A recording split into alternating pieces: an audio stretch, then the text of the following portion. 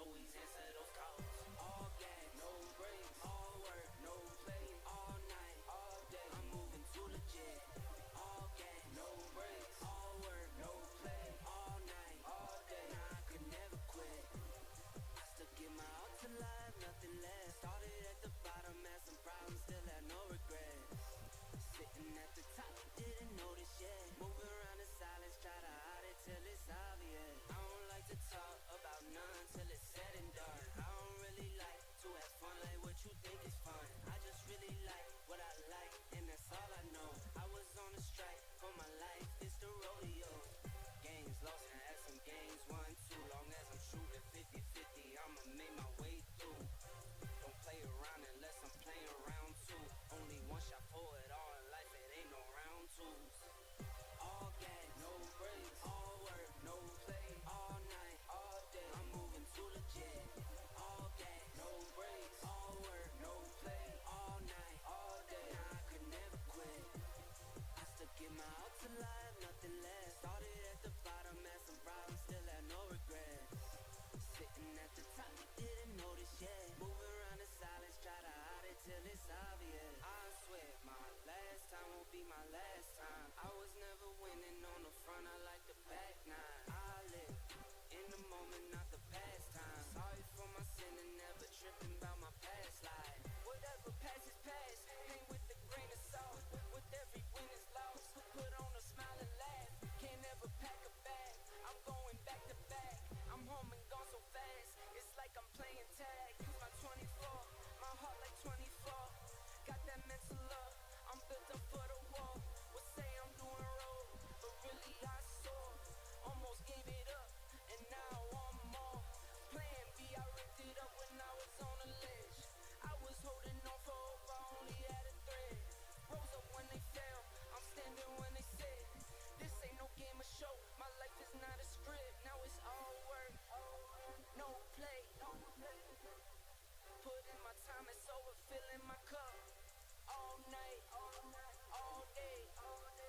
Around the clock and I won't never catch up.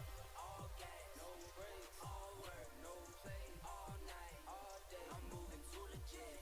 All gas, no brakes, all work, no play. All night, all day, nah, I could never quit. I still give my all to life, nothing less. Started at the bottom, had some problems, still had no regrets. Sitting at the top, didn't notice yet. Moving around in silence, try to hide it till it's obvious.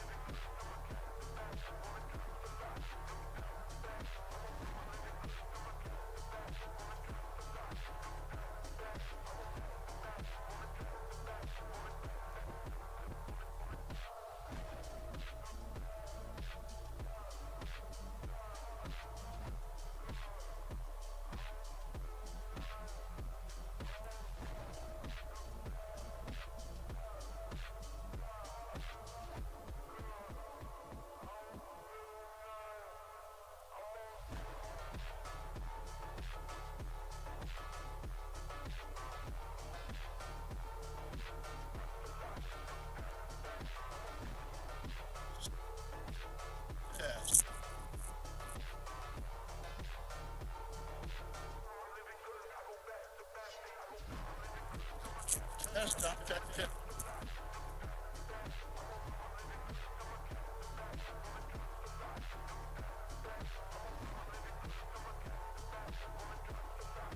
Sound check test. That's what we wanted to hear. And it's just the way we want to hear it. Ladies and gentlemen, thank you for attending the riders meeting, but that has concluded. And it's being indicated now that we're at 11:45 and we're getting ready to go live on the World Wide Web. It is time to call all of my pro classes, all pro bikes, all pro classes. Come to your respective lanes. You know what your lane assignments were yesterday. I'll verify that when I get my hands on the sheet and get back upstairs. Right now, I need to hang out in the starting line area, which I am going to do. So I'm going to rely on all my professional classes to bring your bikes to the lanes appropriately as we prepare to start this race for real. All pro motorcycles to the lanes, please.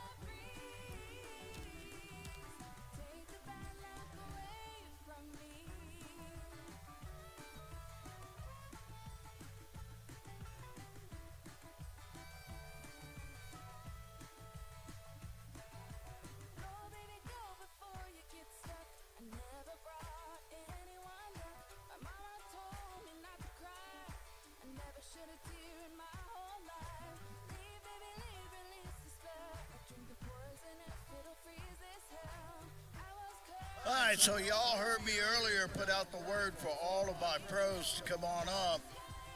Put your bikes in the lanes where you belong. As you know, it's that time of day. This is what we live for, an opportunity to go racing and put our stuff out there in front of everybody. You need to do right now, all my pro classes. Give you a heads up on temperature. At 11:30, thereabouts, Jay Turner Racing was out here checking the racetrack, and a track temperature, surface temperature of 118 was had just before 11:30. So that was the track temp for 11:30 this morning was 118. And with the intensity of the sun being as it is, we all know that's going to climb. So adjust yourself accordingly. Also, several of the pro teams were out here with their traction meters taking some traction readings. The track has been sprayed the entire length more than once and then dragged as well. So the buff and polish to the track, the burnishing of the surface has been very thoroughly done. Great track prep by the US 131 Motorsports Park team. We are ready to get at it here. All pro classes to your lanes, please.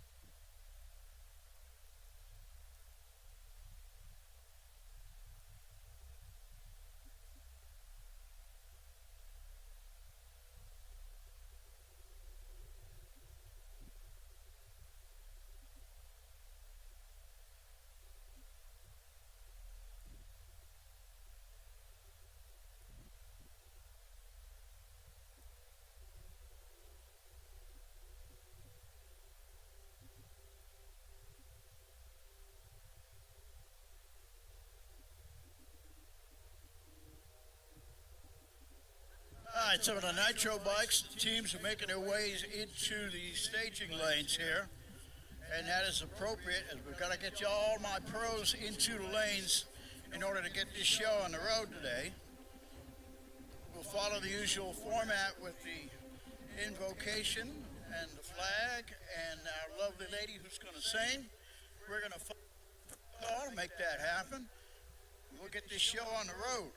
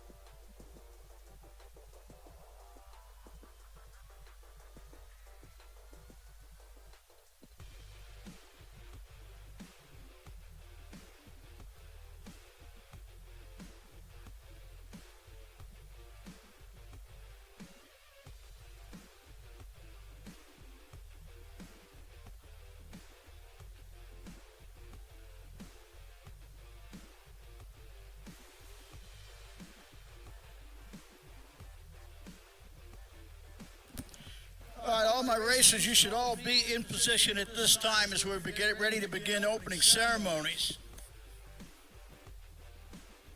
Dave Fernandez and Mr. Greg Ball, you now have the mic, and it is all your show. We will follow your lead from up here.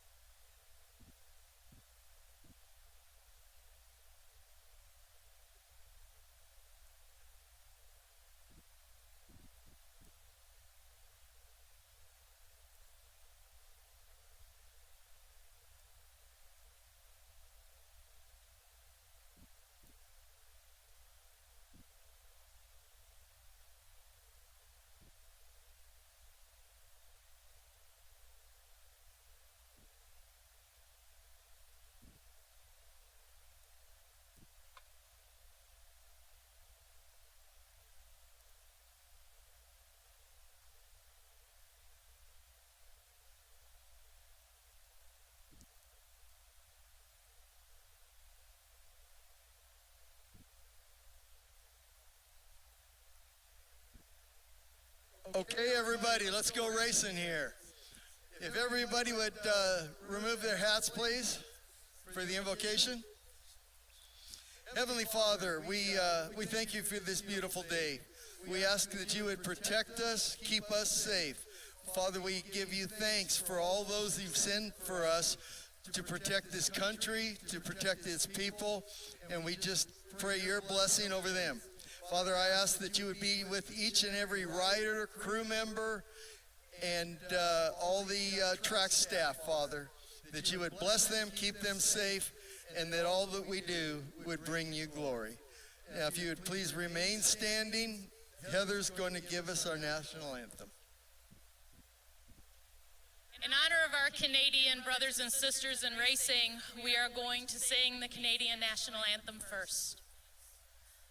Oh, Canada, our home and native land, true patriot love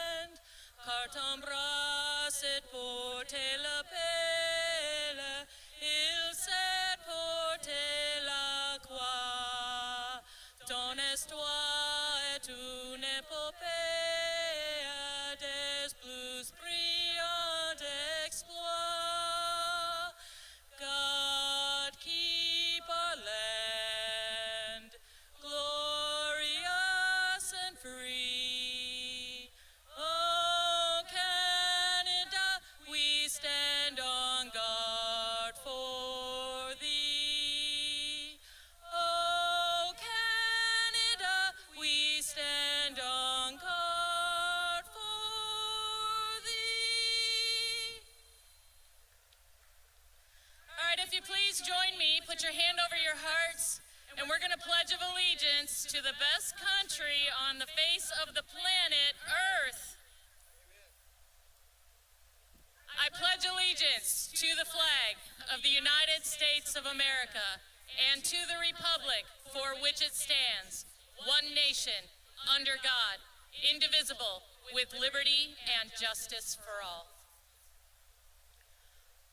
Oh, say, can you see by the dawn's early light what so proudly we hailed at the twilight's last gleaming, whose broad stripes and bright stars through the perilous fight o'er the ramparts we watched were so gallantly streaming, and the rocket's red glare, the bombs bursting in air, gave proof through the night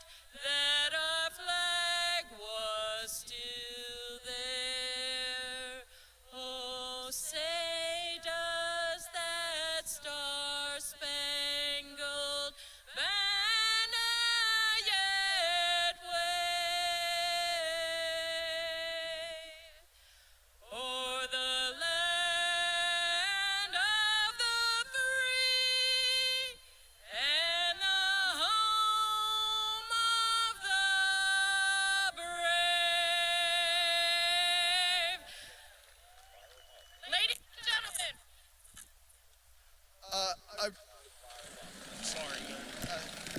Good afternoon, ladies and gentlemen. Welcome one and all to the AMRA Michigan Nitro Nationals here at US 131 Motorsports Park in Marston, Michigan. Our show has begun.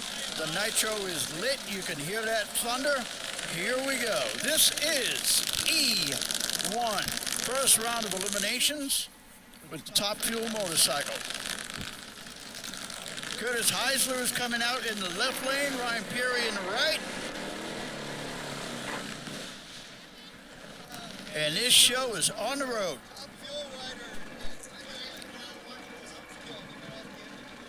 This is eliminations, round one. Top Fuel motorcycle. So every lap here that you see for the remainder of the afternoon, 2 go down the racetrack, 1 come back. We'll see how that works out. Ryan Perry in the right lane, Curtis Heisler in the left. Both bikes away clean. Curtis holding his own out there. Ryan Perry pulling away on the right, and Ryan goes a 713 at 180 on that pass. Curtis stayed in his left groove and kept it right where it needed to be down that racetrack. So both bikes are away clean and will make the turnoff. And we are underway. That beautiful, beautiful tire smoke and yellow fog is in the air. Whenever you see that, you hear the thunder, you know where that's coming from. Top Fuel class motorcycles out on the racetrack. On average, these motorcycles are somewhere in the 175 to 200 cubic inch range. By and large, one of the most favorite combinations right now in Top Fuel is a 5x5 motor. 5x5, 5-inch stroke, 5-inch piston. The pistons are the size of coffee cans going up and down in them big jugs. And it's kind of an amazing sight to just see these engines on their own, just sitting on an engine cradle. They're enormous. Some tune-up artists prefer a slightly smaller one.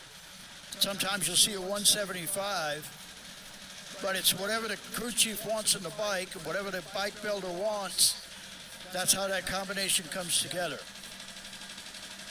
Now, Samu Kempinen of Vanta, Finland.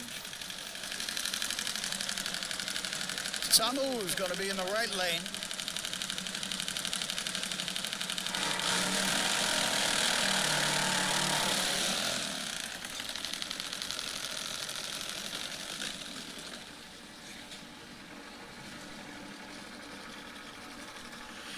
Sungo in the left lane, Spence in the right. Mr. Spence is a new Top Fuel racer and made a couple test passes yesterday on his licensing runs.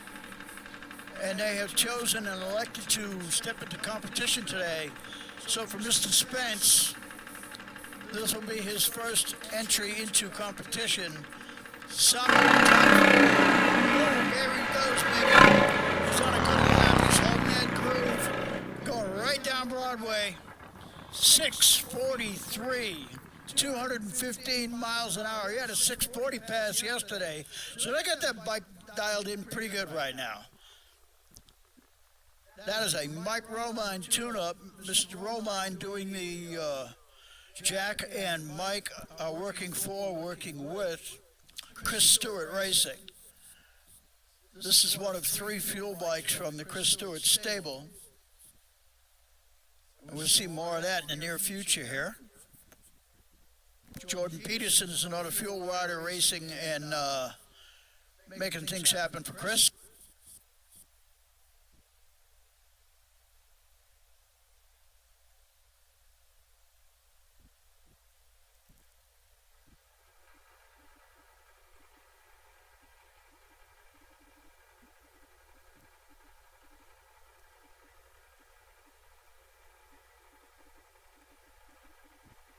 All right, our next pair, fire it up, Buddy Johnson and Jay Turner. Jay Turner racing in the left lane. Buddy Johnson will take the right.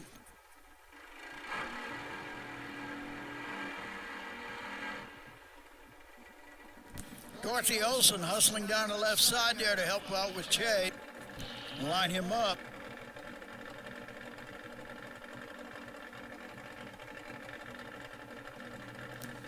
On the right side, Buddy Johnson being assisted with some bad apple assistance.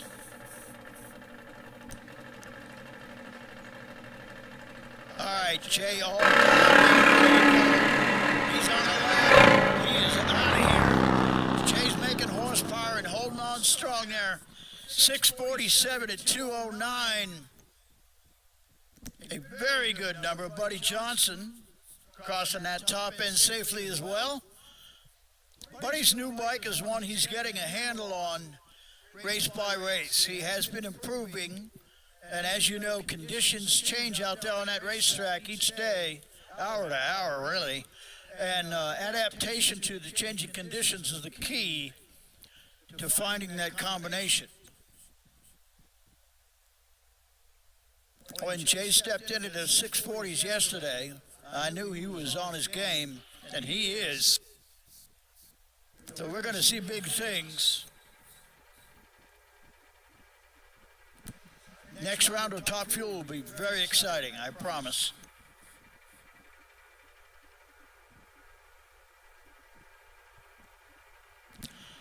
Our next pair in Circle M Ranch Top Fuel Racing. The next pair out will be Paul Anderson and Chris Smith. Chris Smith, a very interesting study in Top Fuel motorcycle. Chris started off as a junior drag bike racer in drag racing. 1999 and 2000, Chris was on a junior drag bike. Now here we are in 2025 and he's in Top Fuel. Quite the success story. Paul Anderson, a former Pro Fuel champ with AMRA, stepped up from Pro Fuel all the way to Top Fuel, and he's ready. Here we go.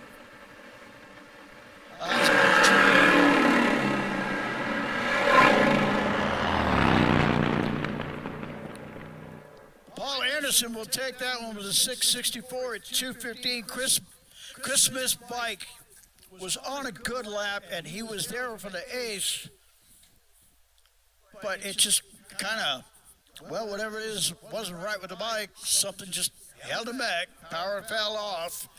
And Chris stayed in the groove, kept the bike perpendicular to the racetrack. He was in control the whole time. But sometimes with the big nitro bikes, when the power goes away, all you can do is get out of it so that you don't do any more damage to the motor. And Chris certainly knows to do that. As an interesting side note, from my historical research, which I hope holds true for me, as near as I could tell, 2013 was the last year of Top Fuel with the IHRA, and they're returning to that this year. And the last guy to win an Ironman with the IHRA was Chris Smith. He was racing with Johnny Red Ray on that one, and Johnny still got the trophy at home.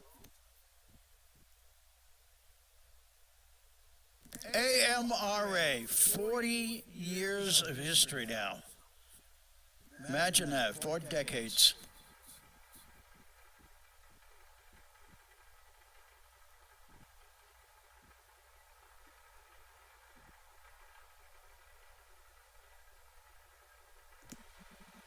Johnny Toth next with Jordan Peterson in the other lane. JT's Auto and Cycle. He races out of the J Turner Racing stable. BK Electric, Benchmark Excavating, Thundermax, PPG, and his babe. All supporters of John Toth Racing.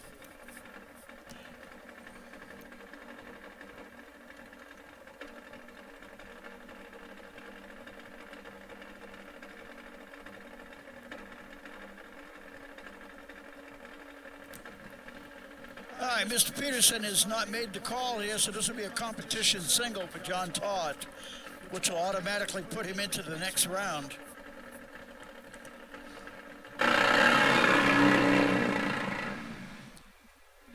Johnny decides to conserve parts, puts the boots to it, sends it down yonder, but he gets out of it right about 100 feet down, well before the 3:30 clock, and he's coasting the remainder of the distance down there. Attention for all of my racers and spectators on the return road adjacent to the racing surface. Please be advised that that surface is a live, active surface. We have Top Fuel bikes being towed back down the return road in front of the fans on the right side of the track, so please be aware of live traffic over there. We don't want anybody having an incident.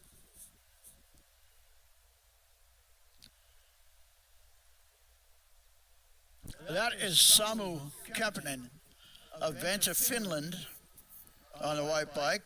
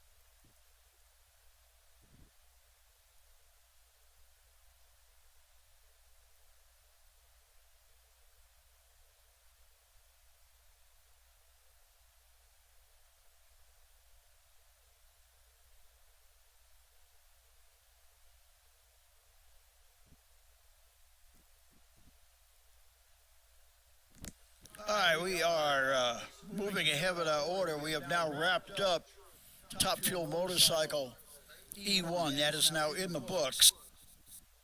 And we are moving to Pro Fuel next. We do still have a couple Nitro Funny bikes that will race at some point in the rotation today, but in as much as we have 2 remaining in Nitro Funny Bike, they're the only contestants. We will run that at a time more specific to the run order and schedule.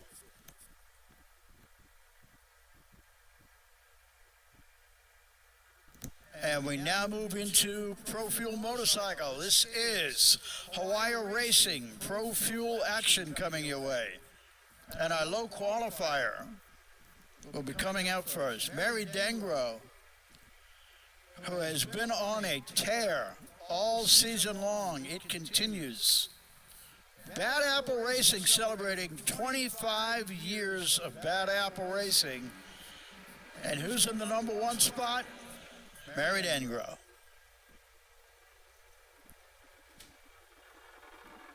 One of the more rewarding things about being able to do photography and working at the top end of the spectrum in terms of motorcycle drag racing is we get to see the development of racers from the beginning. And I can't even begin to tell you how many women I've seen lining up behind Mary just to watch her race because it's Mary. And she gives them an eyeful. She is very, very good at this. Mary Dengro, left lane. Hawaii Racing Pro Fuel Bike. Bike gets up on that rear tire, goes trucking down Broadway. She's doing a full pull. She ain't messing around. 727 at 170.84 mile an hour. That run is a statement. That run is a statement. And it's letting everybody know that if you want to race against her, if you want to beat Bad Apple Racing, you're going to need better than that, my friend. 727 is the number. Read it and weep.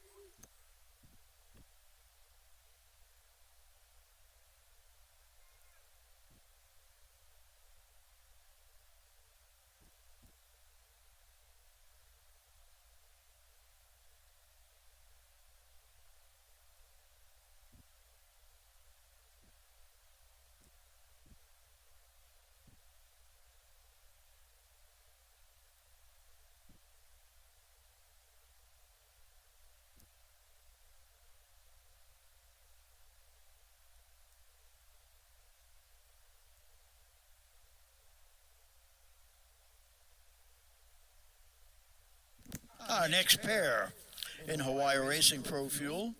John Jenkins will be in the left lane, Darren Brinkman in the right. Darren Brinkman is on the former Hawaii Racing T1 bike. Sam campaigned that bike and campaigned it successfully, Sam White, with the White Lightning Racing crew. And Sam did fantastic on that bike. See, they loved it so much, Johnny came out with a second version of the motorcycle.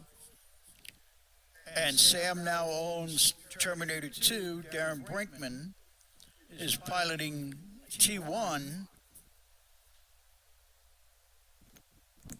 Johnny Jenkins will be in the left lane. These Pro Fuel bikes, they can build up to 122 inches. They're direct drive, one carburetor, no transmission. Big old 11-inch tire in the back. And we'll see that Nitro Thunder coming our way right now. See it, hear it, and feel it. You get a little extra dose when you're down on the line because then you get to smell the nitromethane. And very typically with these Pro Fuel bikes, they just tip the can. They don't dilute the nitro at all. They just pour it straight out. They run 100%, or 98% as the case may be.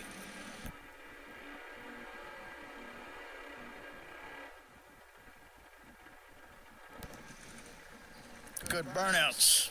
Both bikes sound good out there. For those of us who've been around the nitro bikes a long time, the sound of the motorcycle on the burnout tells us a lot. If the bike sounds crisp, you know you're in good shape.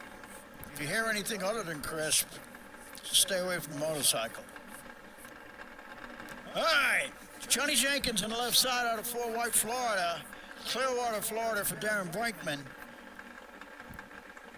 Both motorcycles are pre-staged. Jenkins is fully in.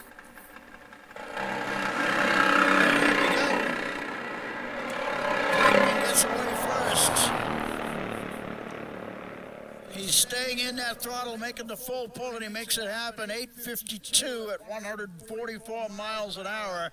He beats a quicker 8:18 by John Jenkins. Reaction time being the difference. So Darren Brinkman will advance to the next round.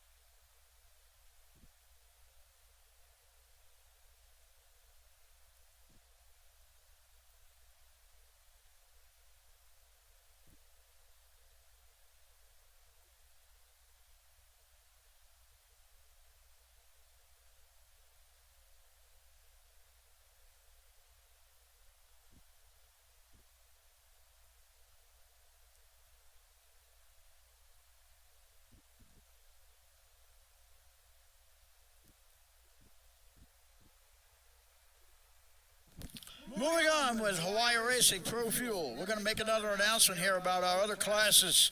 So attention in the pits, please. Attention in the pits.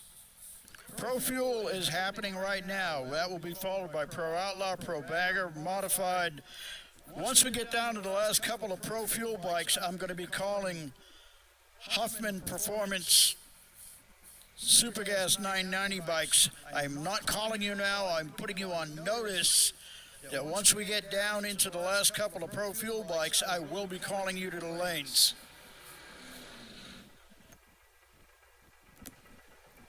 Pro Fuel eliminations continuing here right now. Rocky Jackson in the left lane. Sam White should be in the right lane, but that's not happening, so we're going to go with another competition solo here right now for Rocky Jackson. The Rockstone, sponsored in part with Hawaii Racing, supported by Shane, Vascunas Racing, Bandito Racing, Buffalo Wild Wings of Lafayette, Louisiana. Bert Baker. Rockstone gets in it. He's drifting right to left, and he straightens it out. So he's on a good run there. He goes 776 or 166 for Rocky.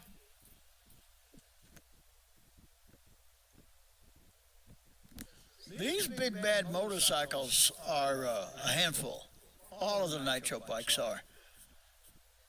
They have handling characteristics like a picnic table, but they go straight really well, and that's exactly what they're designed to do. Exactly what they're designed to do.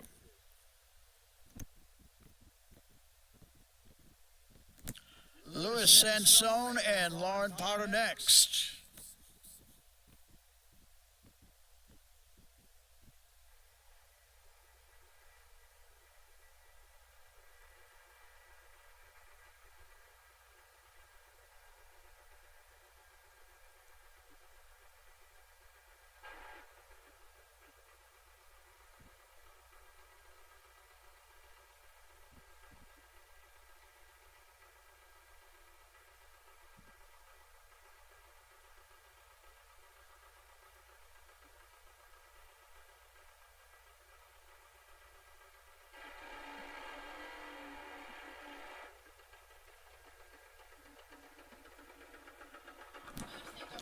I saw the hand signals on the starting line letting me know that Lauren Potter has a problem. He is broken and is out. So once again, this is going to be a competition single.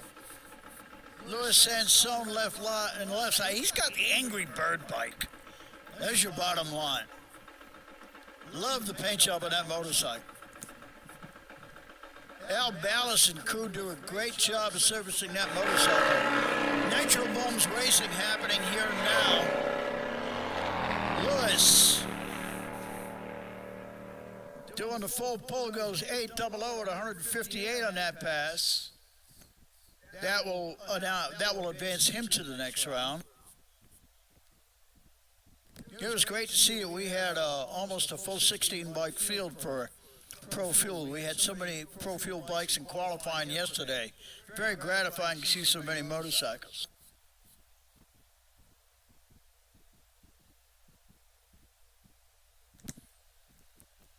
Hot Rod Carlisle and Joe Matthews should be matching it up next.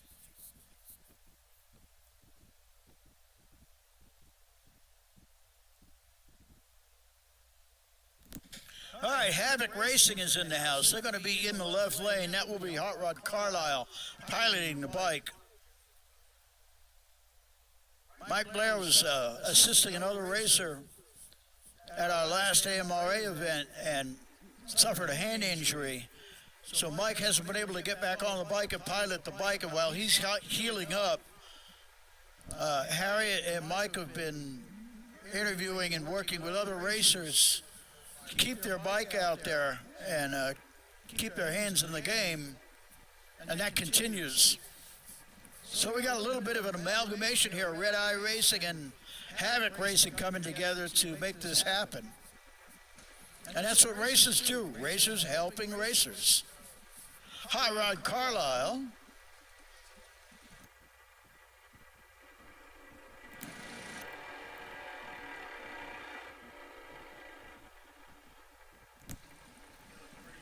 The way this has been unfolding, I'm not sure if the bike really likes him or if he really likes the bike. Maybe it's both. But he has been going quicker and faster every pass and sounding and looking really good on that bike. It fits him well. Hot Rod's going to be tough to handle on this one. I bet he takes this one. He's been on a roll on this bike. Joe Matthews out of Rockford, Illinois in the right lane on the red motorcycle. Hot Rod gets a little clean front tire in the air. He's looking good trucking down that racetrack. He's got Joe by a couple bike lengths, 7.62 at 166. Very, very good numbers in Pro Fuel. Hot Rod Carlisle and Havoc Racing are really raving havoc out there. Looking good.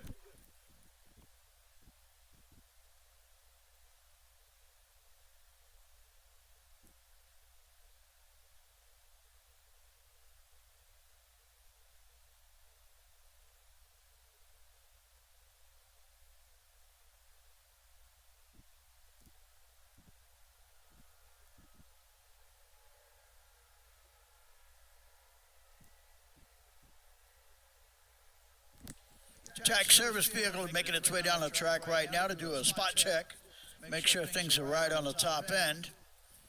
He's hauling up there at the 8th mile marker. We have Al Ballas and Kenneth Holtman. Al and Stubby are going to go at it next. But we've still got 3 more pairs of Hawaii Racing Pro Fuel bikes in the water box and behind the water box in the on the ready line. So we've still got another half a dozen nitro bikes to bring you out here now, ladies and gentlemen.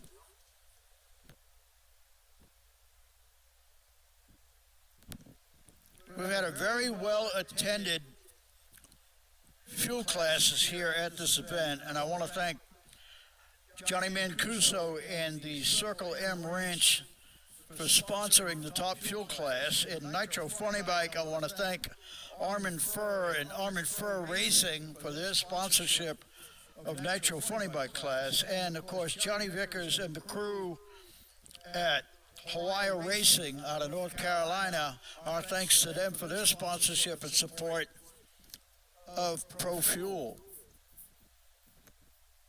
Following Pro Fuel, ladies and gentlemen, we will have Pro Outlaw, Pro Bagger, and then Modified.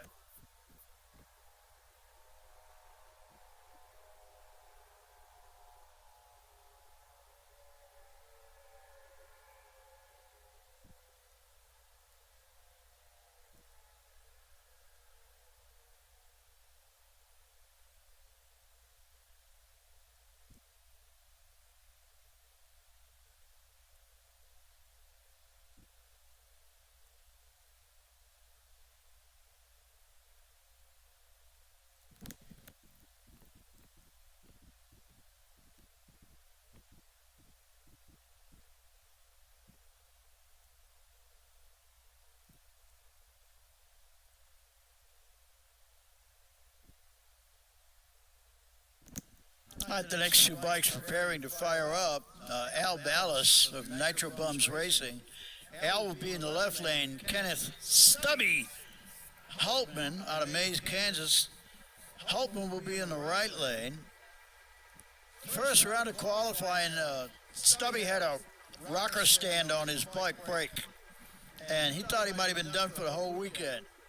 So Stubby came up to see me, and me and Mr. Haltman, we put a racer in need shout out for a rocker stand for that style and year of motor.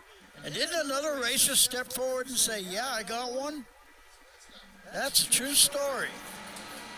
Suddenly, one moment Stubby's all done for the weekend. Next thing you know, he's putting the motor back together and he's out there in the thick of it. Great success story there. Racers helping racers once again.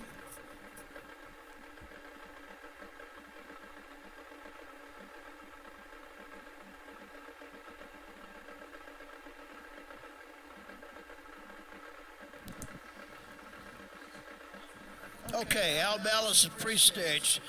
Kenneth Haltman is also in the beams. Here we go. Al Ballas all over that tree. Good reaction time. And on the top end, he takes it home with him. 8:06 at 158 miles an hour. Al will advance to the next round. And Mr. Haltman still made a good showing out there himself. He was side by side with Al at the line. And that was a good-looking race. So Al Ballas will advance on the ladder.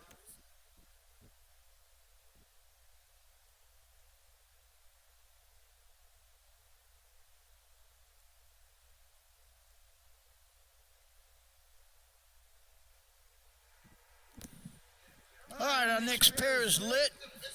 I hear the motors of Jim Martin and Brian Conley Jr., the kid. He is getting up there in seat time. Brian continues to climb the ladder in nitro racing. One can only wonder how long it will be before we see him in the winner's circle.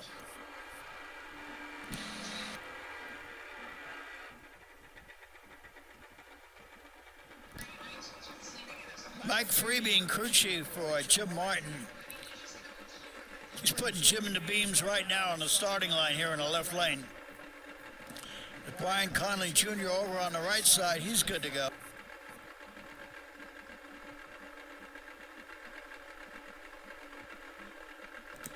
All right, these races are ready to rock and roll. We got another pair of fuel bikes right behind them.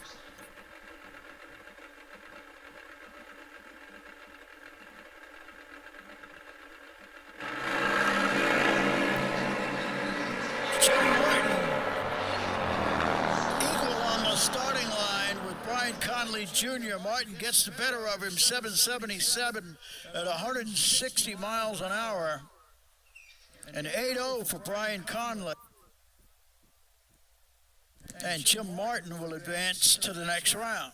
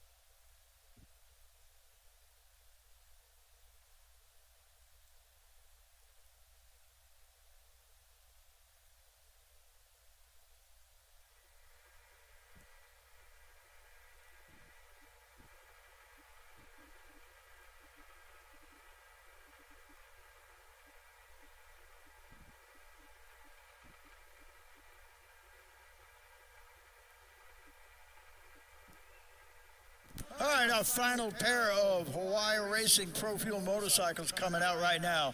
Kurt Sexton and Walter Holonsky.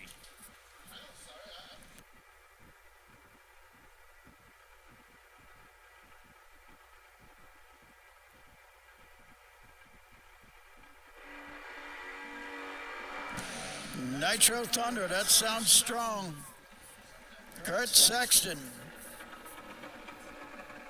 Kurt sometimes blazes that tire and sometimes he's easy on it. He knows what his bike likes and doesn't like. So depending on track temperature and the overall tune-up, Kurt just adjusts accordingly. He's that kind of driver, which tells you what an experienced veteran he is. Walter Holonsky has been doing very well with his Pro Fuel bike. So he's ready to match and mix it up with Kurt. This will be our final pair of Hawaii Racing Pro Fuel motorcycles for this session. Kurt cuts the light on and gets out there quick. And he's got him by 2-3 bike lengths on the big end. Kurt Sexton, 744 at 166 miles an hour. Walter Holonsky, 827 at 162 to close out this round of eliminations for Hawaii Racing Pro Fuel. Up next, Pro Outlaw. Attention in the pits. Hoffman Performance, Super Gas 990 bikes. I need you to lane 3, please. Hoffman Performance, Super Gas 990. Bring your bikes to lane 3, please.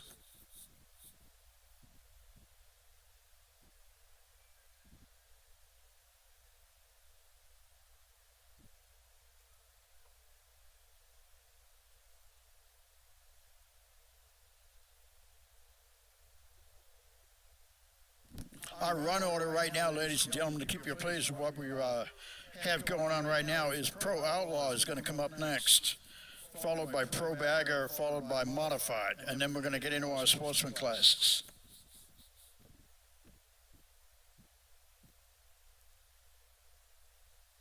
Concession stand is open. For those of you who are feeling a bit on the hungry side, don't hesitate to go behind the bleachers on the pit side of the racetrack and head on over to the concession stand. Souvenir stand will also be open over there for Martin, Michigan.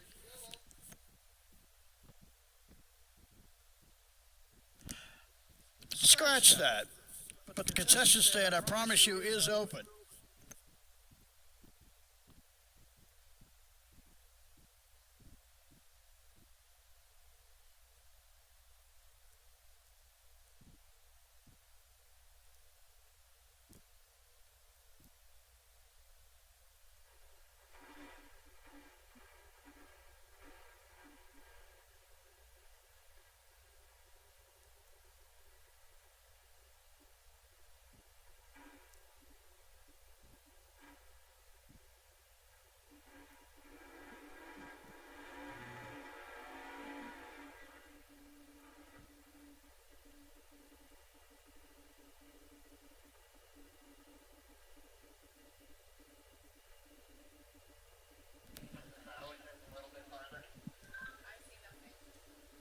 All right, the Pro Outlaw bikes are now getting ready to mix it up, and I tell you, George Futch out of Simpsonville, South Carolina, in the right lane is getting ready to mix it up with perennial champ Billy Doherty, and that's as tough a matchup as they come. And George is absolutely hammering the tree yesterday. Great reaction times. So I think we're going to see a pretty good drag race on this one.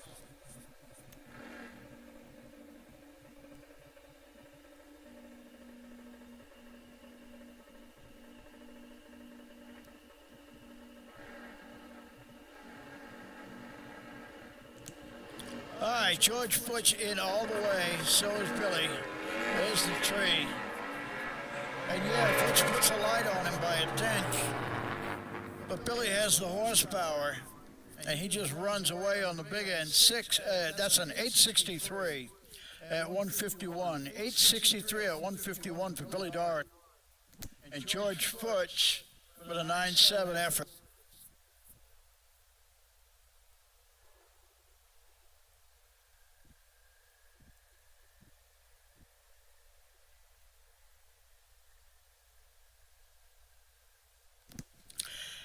Huffman Performance Super Gas. Second call. Huffman Performance Super Gas 990. I need you at lane 3, please.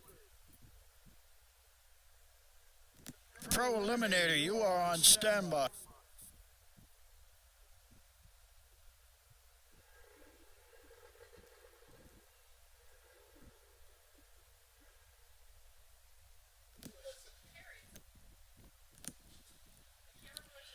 on the starting line, we have just completed the round. That is Dwayne G, who broke the beams on that one, and they're pushing the bike back to the pit, so Dwayne will be ready for final round action. We had 3 motorcycles in Pro Outlaw, so now the final round of Pro Outlaw will be Dwayne G versus Bill Doherty.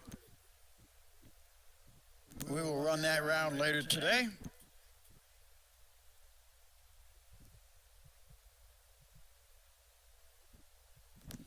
Pro Bagger will be next.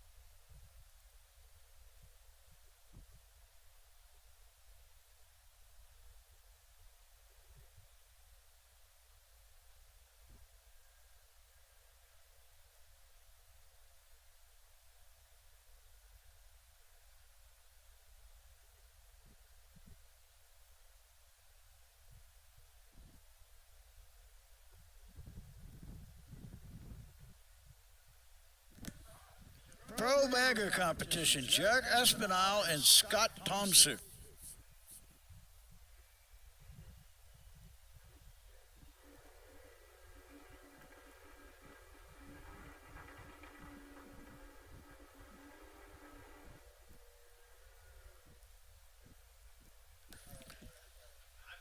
Mr. Espinal queued up now in the left lane, getting ready to pre-stage. Scott Thompson, Scotty out of Low Country Racing for Lafayette, Louisiana. Scott's got a couple bikes with him. He's always got irons in the fire. He's always got something new coming up. Espinal, a strong bagger racer. Scott's got problems with his bike. He's been struggling with it all weekend, giving him fits, really. So Espinal will take the win on this one easily. Espinal backs off the throttle. He could run a lot quicker and faster, but he's conserving parts, knowing he's got rounds of racing still ahead of him. And Scott Thompson, with a mechanical issue, told me a little bit about it this morning. There really wasn't much he could do about it other than show up and hope for the best. Scotty kind of had to just suck it up on that one.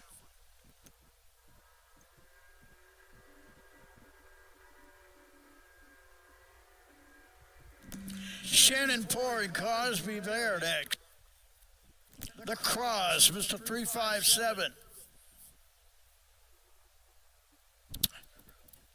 He is in the right lane, and the left lane will be Shannon Poor. They have met before. They've duked it out before. I don't know what their competition record is in meeting each other on the starting line. That'd be a handy little statistic to build up. I can tell you that both racers are very experienced pro bagger racers, and they do race hard. Cross with a reaction time that was exactly what he needed. He put a light on him. Shannon had a .320 reaction. Cross with a .054. Certainly made a run of it. But Shannon Poor with the win. He had the horsepower and got to the top end first. 9:45 at 142 miles an hour for Shannon, and he will advance to the next round.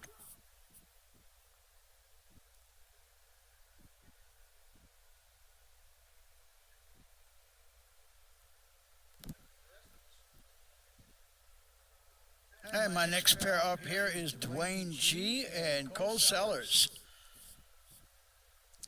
Somebody buying somebody a beer after this one. These guys race together all the time. They travel all over the country together. They started bagger racing just a few years back. Dwayne gets away quick. No question about this one. Cole's bike is still giving him some fits. So Dwayne pulls away hard and fast and goes 871 at 161. to take the win. And we continue on with Pro Bagger.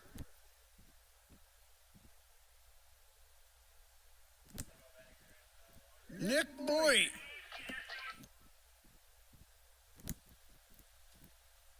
We'll be doing a competition single here. He is in the right lane. He's put up some pretty good numbers this weekend. Let's see if he puts a big number up on the board or if he's conservative.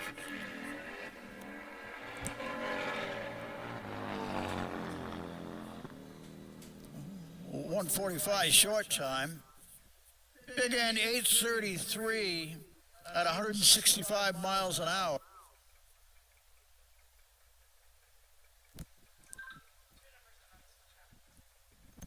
And Burt Baker is now ready to do his thing in Pro Bagger. Burt's leading in points currently for Pro Bagger. And I know he's looking to pad that point total. Whoa! Bike got real squirrely out of the hole on that one. But Burt handled it like this seasoned veteran and pro that he is. He straightened it right out. He went 981 at 109 on that. If you were to look at his tire print on the racetrack right now, you'd think there's about a 40, 50 foot long black snake was down there rather than a drag bike.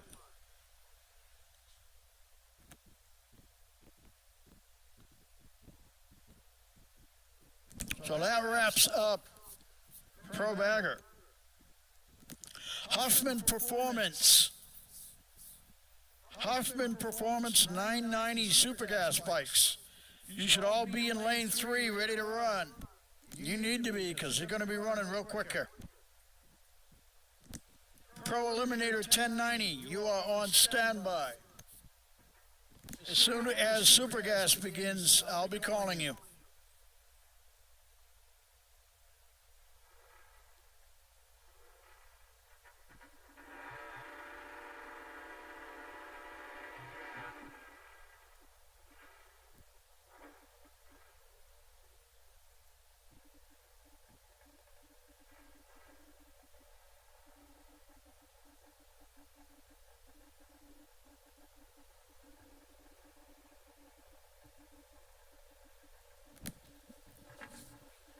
Modified class. Ready to rock and roll out there now. Sponsored by Zipper's Performance Products. Thank you, Danny Fitzmaurice, so much for so long. Thank you, Dan. Zipper's Performance Modified. Here we go. Kimberly DeShields and George Fudge. George with a red-eye start, which caused Kimmy to also red-eye, but he red-eyed first. So Kimberly DeShields with a 947 at 141 versus a 959 at 138 for George. And that's our first pair of modified bikes. Super Gas 990, you should be in lane 2 right now. Let's make that lane 3. Super Gas 990, you should be in lane 3. Pro Eliminator, you are on standby.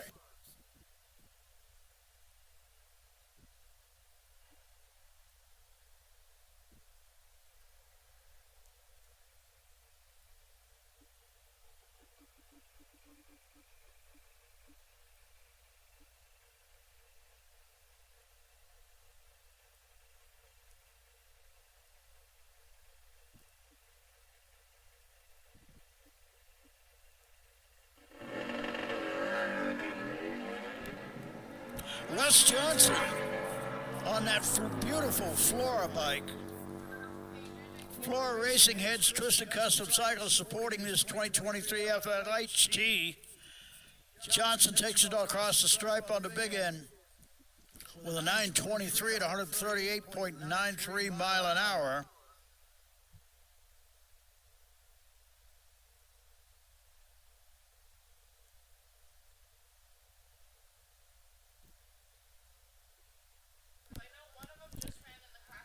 Supergas 990, lane 3. You are going to be rolling out of that lane very shortly. Any contestants, if you are in Huffman Performance 990, you need to be in the lanes right now.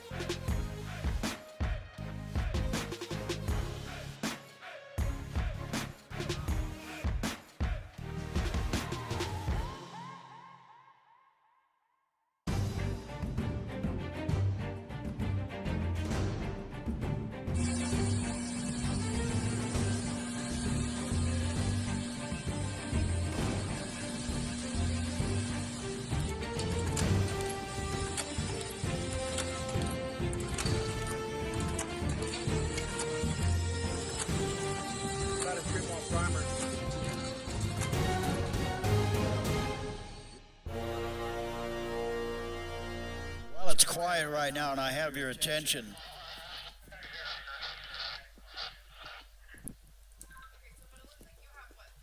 I want to put something special out here that needs to be said. At a drag race within the last 24 hours at Kava, Finland, a top fuel racer, one of the fuel racers over at Kava, went off the end of the racetrack, and unfortunately it ended very badly.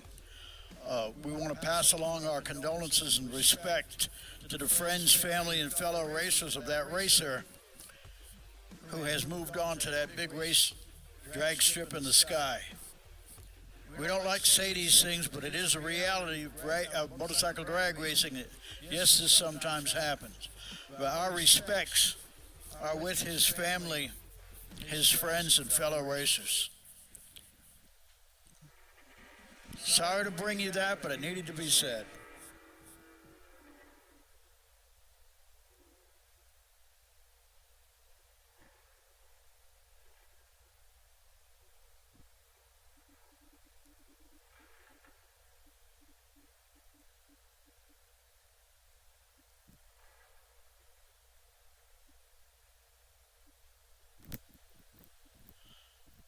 Colin Grantzer out there in the right lane. We are now in 990 racing.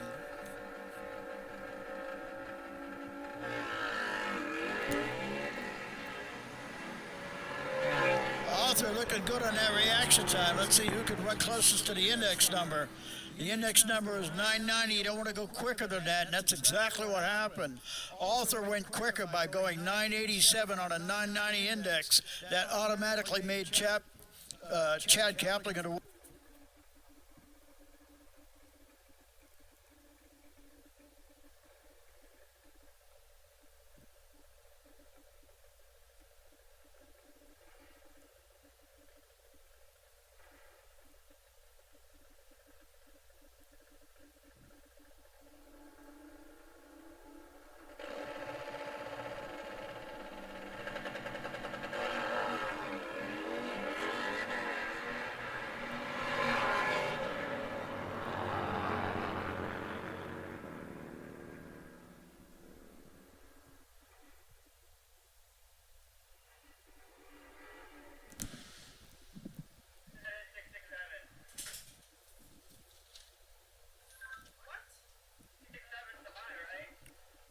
All right, next pair up, I got Chris Martin in the left lane, the Red Rocket himself, Martin Mechanical. He is a tough customer. Mike Best is in the right lane. These guys are pitted right next to each other up there on the top end. I bet they know each other rather well now. Chris Martin, oh, close reaction time for both races. This is a good drag race. Chris Martin slightly out in front. He's going to hang on to that. A little too quick for Chris Martin. He went 985 on that 990 index. So he went quicker than 990. And Mike Best will take the win and advance to the next round.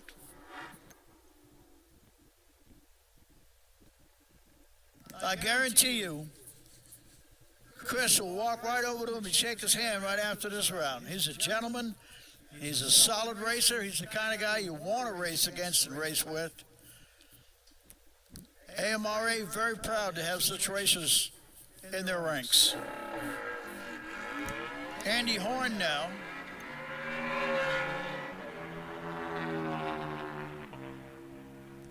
Pro Eliminator 1090. Pro Eliminator 1090. I need you in lane 5.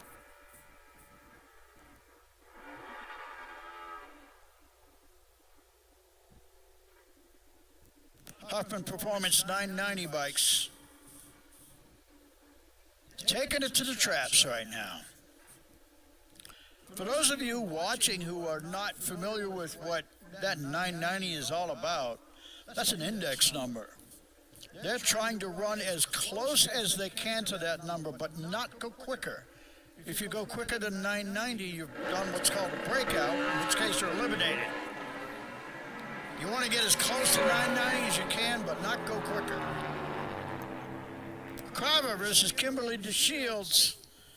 Crava taking the win on that one, 995 versus a 1032 for Kim. And that will put her on the trailer, and Thomas Crava will advance to the next round. Now the pairings are set up from qualifying. Nick West should be in the left lane right now, but I don't see that happening as John Schatz is in the right lane. This will be a competition single for John Schatz. Pro Eliminator 1090, you need to be in lane 5 right now, please. Pro Eliminator. Schatz making the full pull out there, goes 996, which is very wise. See, he stayed in it, did all his shift pattern the whole 9 yards. That way, he's ready for his next round. He knows where his bike is at and what kind of performance to expect out of it. A very wise move. Richard George in the left lane also running a single here.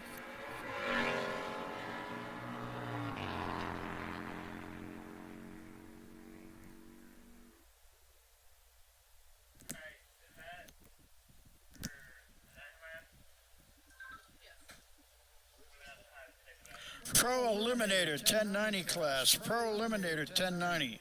You should be in lane 5 right now, please. Pro Eliminator, lane 5. Top Eliminator 930 on standby.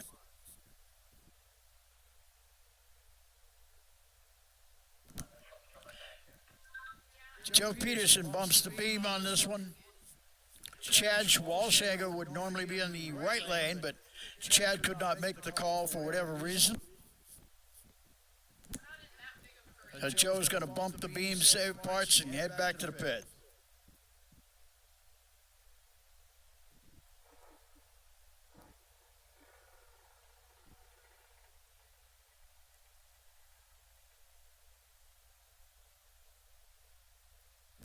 Huffman Performance 990 Racing is still continuing here right now. We're rolling deep in the class now, which is why we're filling the lanes up with the Pro Eliminator 1090 bikes.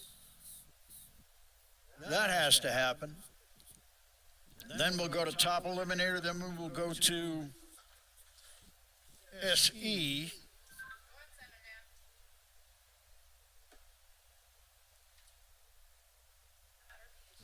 That would be Street Eliminator Thundermax 1150 class. I am not calling 1150 at this time. I'm just running through the classes, making sure we have our run orders right. Everything happens pretty quick on Sunday.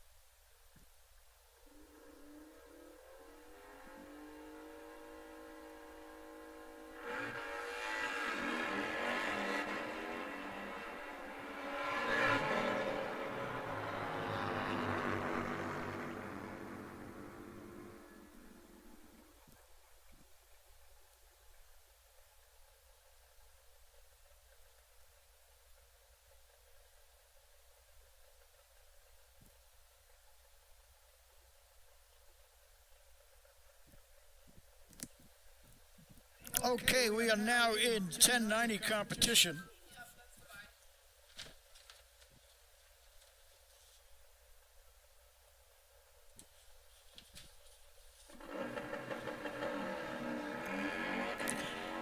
Chad Trainer in the right lane. Great reaction time. He's been good on that tree all weekend. Hammering, hammering, hammering away.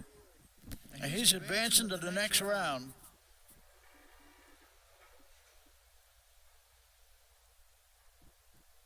We are in Pro Eliminator 1090 class.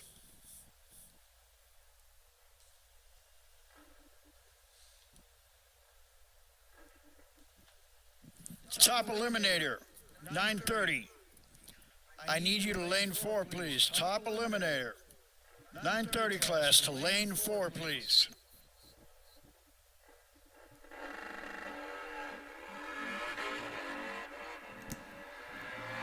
Harper out of Canton, Ohio, making his way down the track right now, looking for that magic 1090 number on the index.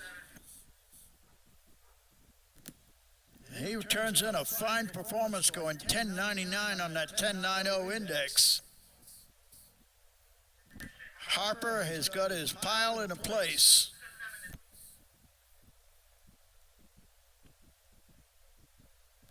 That's to say he's got his stuff together, you know. All right, Crosby Blair, Mr. 357, is in the left lane. Chris Ussery, Twitches Stitches, right lane. He get a little loose on the launch. Still had a very good reaction time in spite of the tire spin.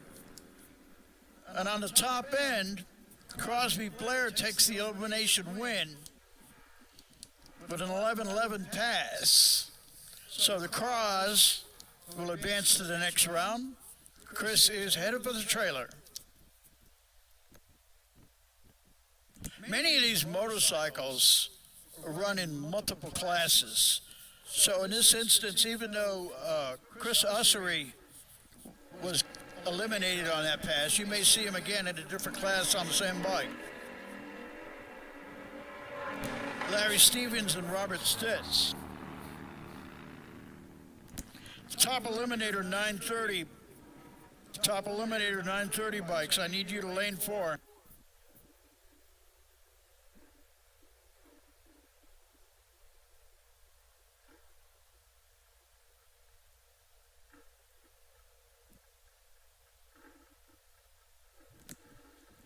Bob Beal and Matt Hawkins next.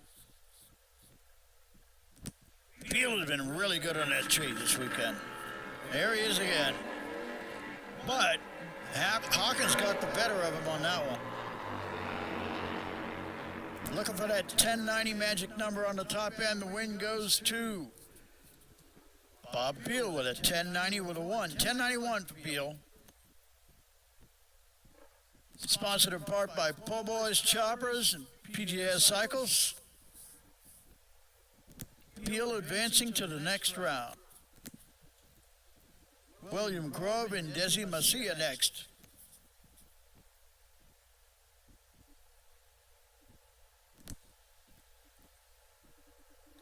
Grove really concentrating on that tree.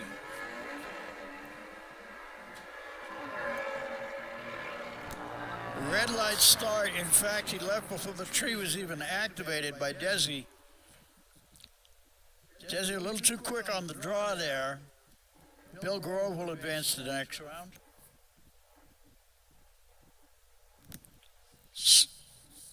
Top Eliminator, 1030 bikes. I need you in lane 4. Super Eliminator, 1150. You are on standby.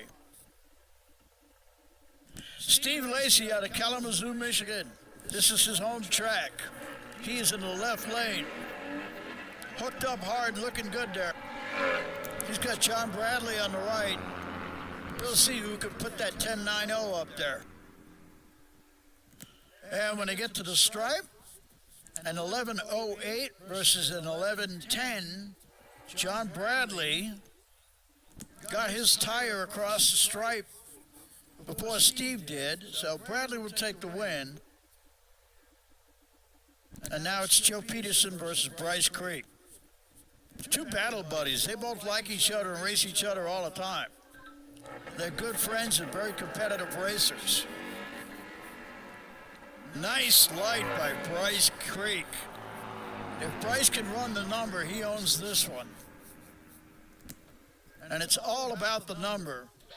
And 11.20 for Bryce, 11.07 for Joe Peters.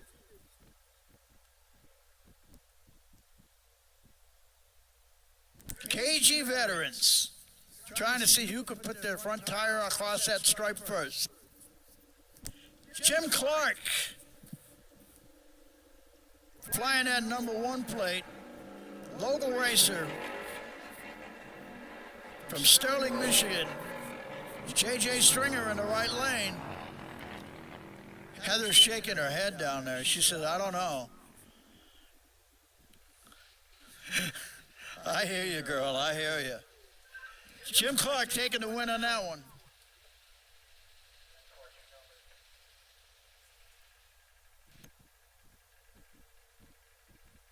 All right, moving on.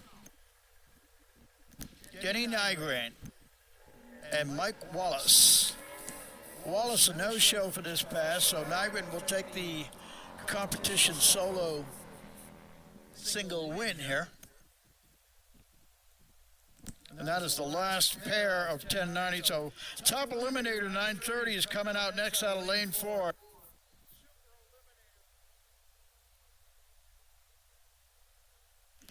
Super Eliminator 1150, I need you to lane 3, please. Top Eliminator will be rolling in competition next, and that'll happen pretty quick. So Super Eliminator bikes, 1150, lane 3, please.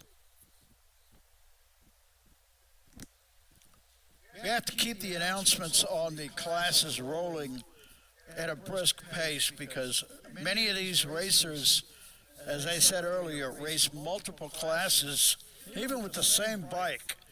They just make a few electronic changes on the bike and they can go from one dial to the next, which is sometimes kind of challenging for us to keep track of them.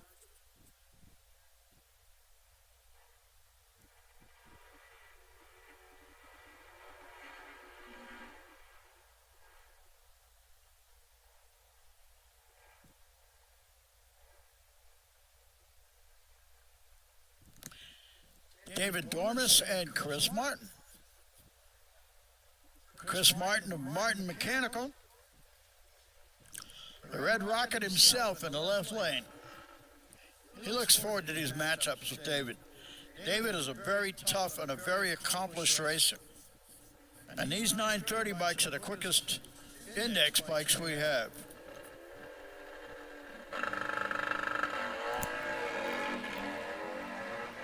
Very close reaction times. David Dormus has got him. We'll see if he can hang on to it. Dormus with the win. Martin headed for the trailer. David Dormus will advance to the next round.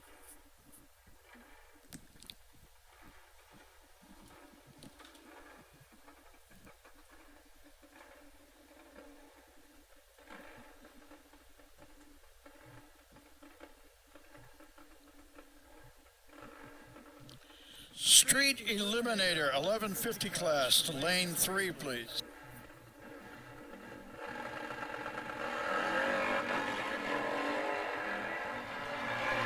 Randy Erdman and Aaron Snyder going at it head-to-head here.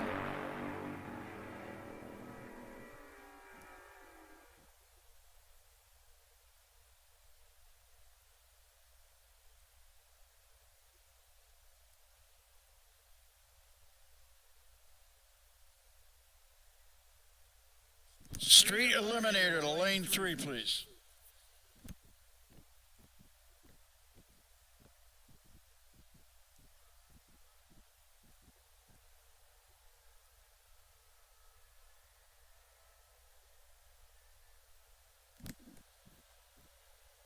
I see something white, like right before.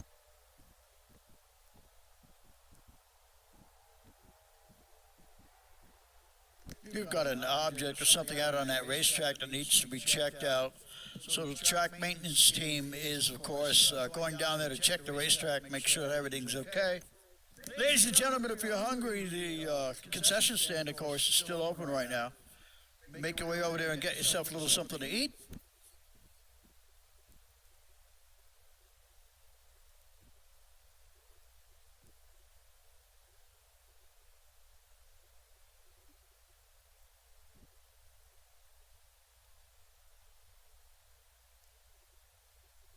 Special today is pulled pork with potato salad.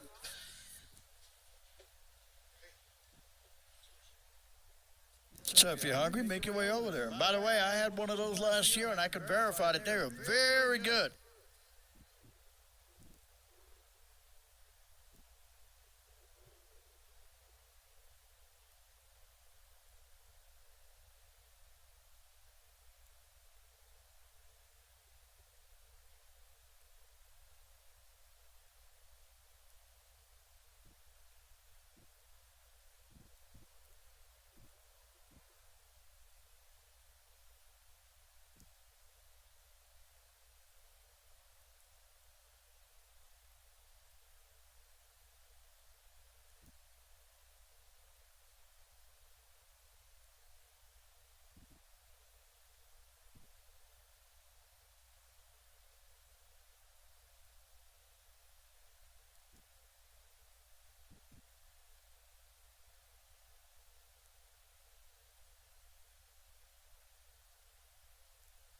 All right, the signal has been given from the starter box. We're bringing that next bike forward. This will be our final competition number.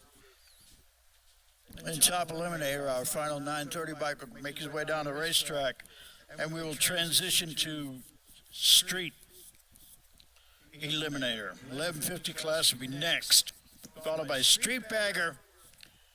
Street bagger, putting you on notice right now. Street bagger, you are coming up quickly.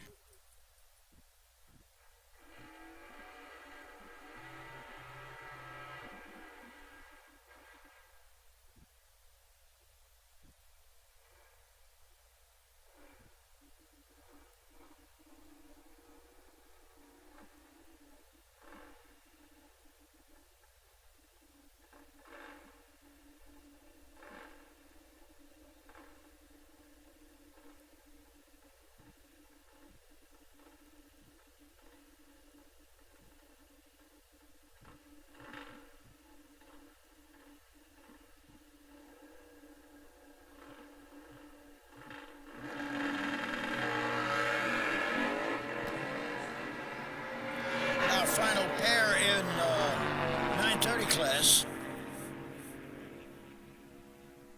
Chris Hoppy, John Schatz. Hoppy with the win. 941 versus a 10-0.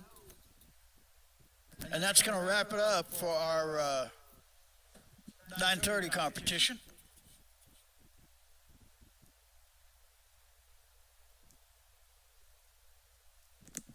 So now we are moving into Street Eliminator,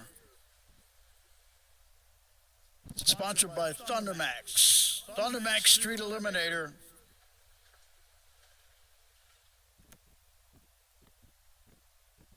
Street Bagger, you are on standby.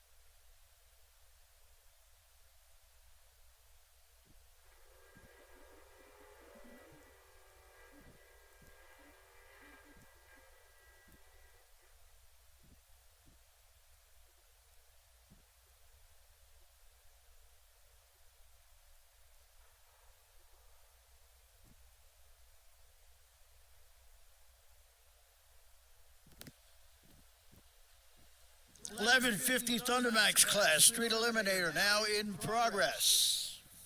Kenny Satterley, Rafael Vargas lined up. Kenny in the right lane. Kenny got him by a bunch here. We'll see how they make it out on the top end. Johnny Yard coming up to the tree next. Satterley with the win on that one goes 12:40. Keeps his front tire right in front of Rafael down the racetrack. And that's pretty typical of how the racing goes out there.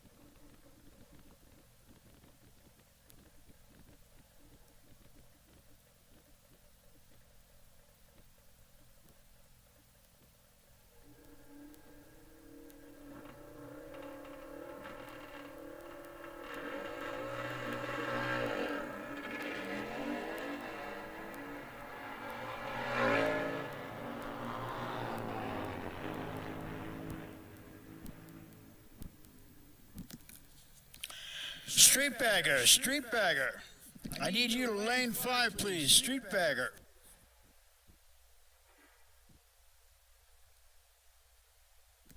.1030 Super Pro, you are on deck. .1030 Super Pro, sponsored by BK Electric in Smithton, Pennsylvania. You are on deck.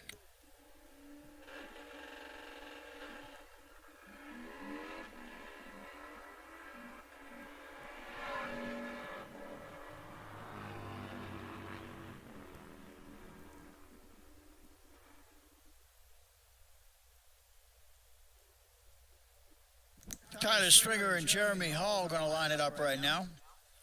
We are engaged in Street Eliminator 1150 class, Thundermax sponsored. Street bagger will be next. Sean Clark, left lane, big wheel stand, back down, bounces back up. Robert Stitz is up and away. And Stitz on the top end goes 1165 to take the win on that one.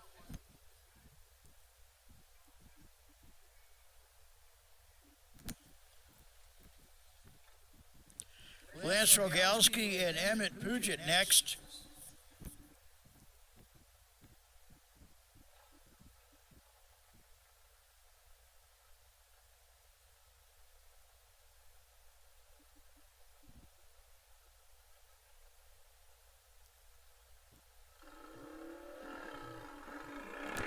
And Lance gets out there well ahead of Emmett.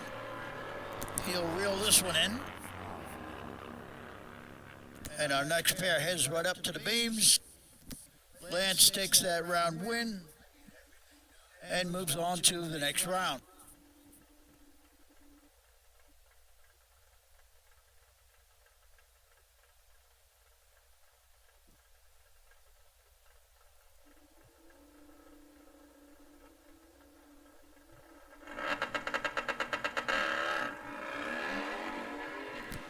Good wheel stand by John Bradley. Gets up, gets down, gets right to it, and goes right down the racetrack.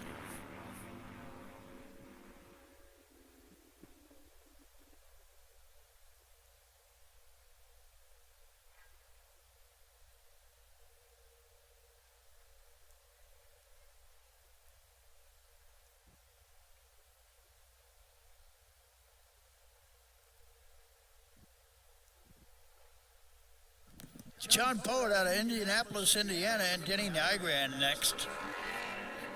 That shovelhead, I mean that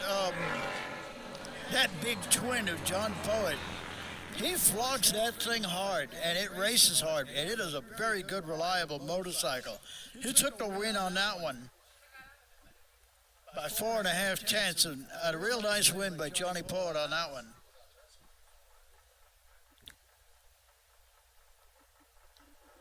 $11.50 Thundermax class. 11.50 being the index number they're shooting for. Red light start by Ryan Southrain on that. So that red eye will put him aside.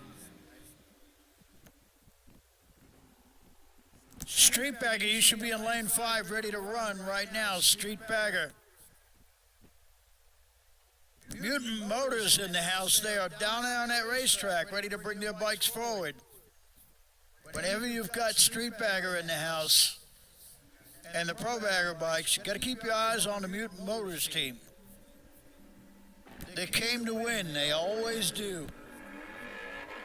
They will bring it. Michael Magnuson and Ted Farley out there. Farley well fired ahead on the big end. Goes too quick. The 1150 index, he goes 1143. And that sends the victory over to Michael Magnuson. Farley eliminated on that.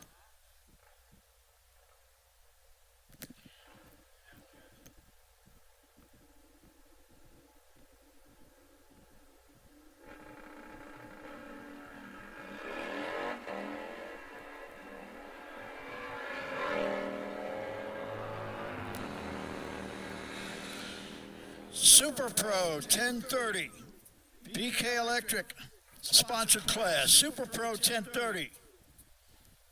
I need you to lane 4, please. Super Pro 1030.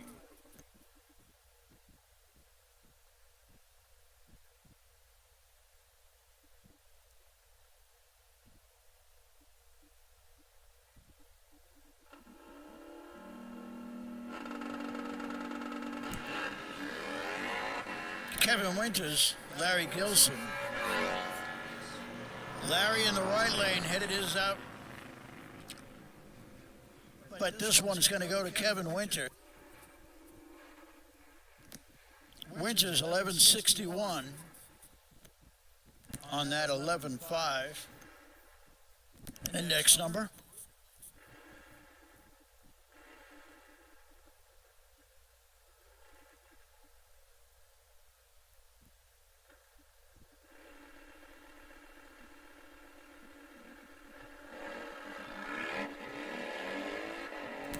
Joe Woolsey, John Schneider. Schneider on the right. Woolsey in the left lane. Woolsey will take the win, 11.97. Reaction time was the win for him on that one.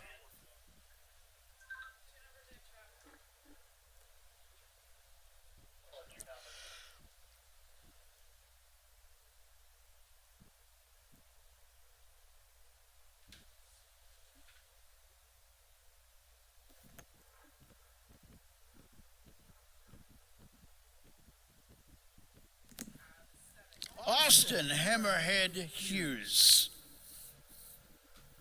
Let's see if he pulls that front end up. Yep, he did. He set it right back down, though. He behaved himself on that one. Old Hammerhead of his bad self out there out of Port Huron, Michigan.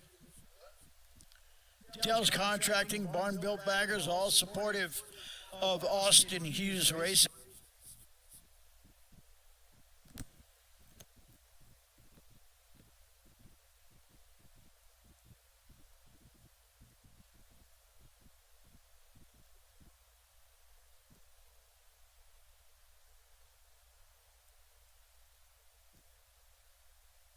Street Baggers, you should be ready to run because it's going to happen right now.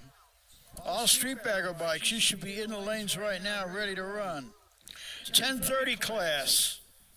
1030 Super Pro. I need you to lane 4, please. 1030 Super Pro.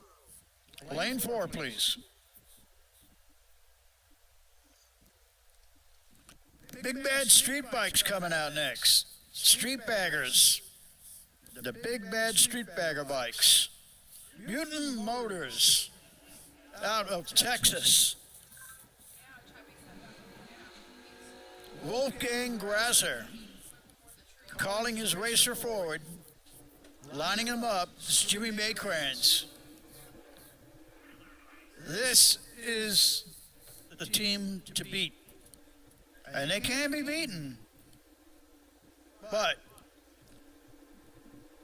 you got to be good, because they are very good. They don't make mistakes too often. Jimmy gets off the line quick, a little bit of a wheel stand right back down. And he crosses the big stripe with a 942 at 144 miles an hour to Jimmy Maykrantz. And the next bike rolling up is David Cartwright. Mr. Paco. Very talented pilot. He's light of weight, quick with the hands, good reaction times. David's a tough customer out there. He's been racing for a couple decades now. Keith Evans in the right lane. Evans gets out there really good on him. But Paco reels him in. And that Mutant Motors horsepower is hanging on there for him. He goes 10-13 at 133 miles an hour for David Paco Cartwright to secure the round win for Mutant Motors. And the next Mutant Motors bike to pull up is this gentleman in the left lane. This is Jeff Boudreau. The Texas contingent.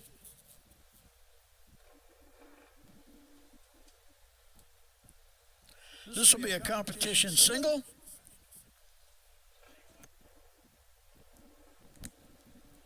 Boudreau concentrating on that tree, gets in his crouch, drops the hammer.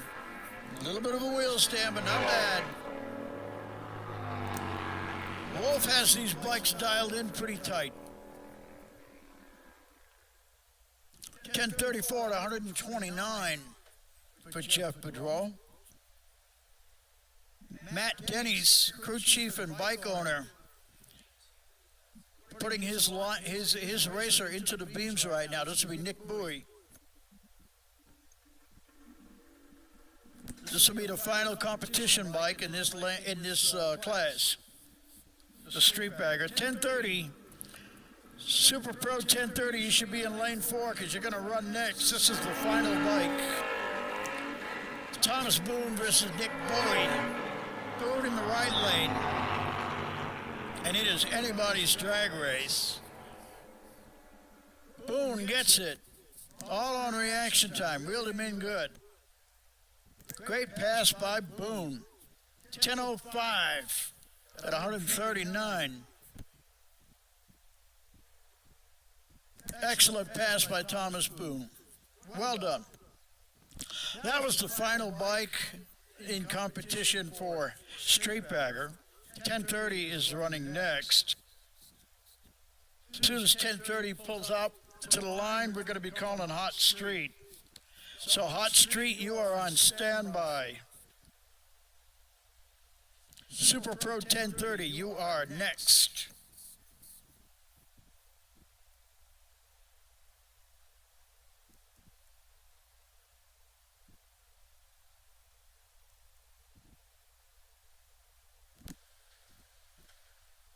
Attention in the pits, E-Class Eliminator. I'm putting you on standby right now because there's not that many bikes ahead of you, and I don't want you to get caught by surprise for the call.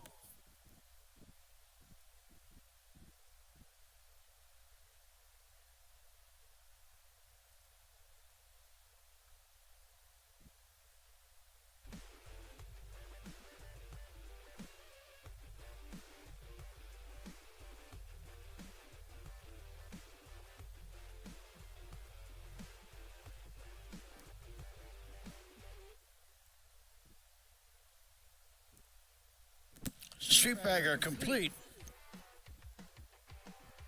Super Pro 10:30 next.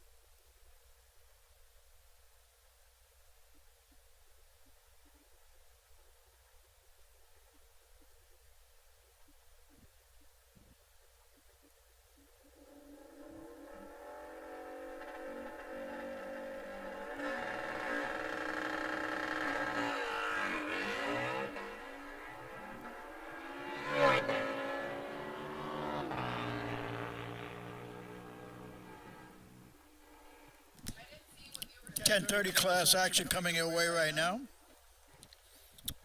Super Pro sponsored by BK Electric of Smithton, Pennsylvania.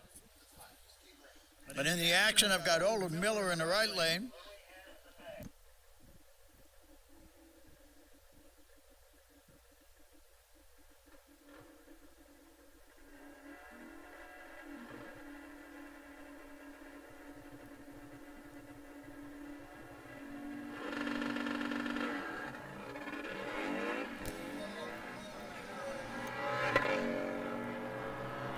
We had a little bit of a spill in the right lane and we're on hold here. Olin Miller is all right. He's up and walking.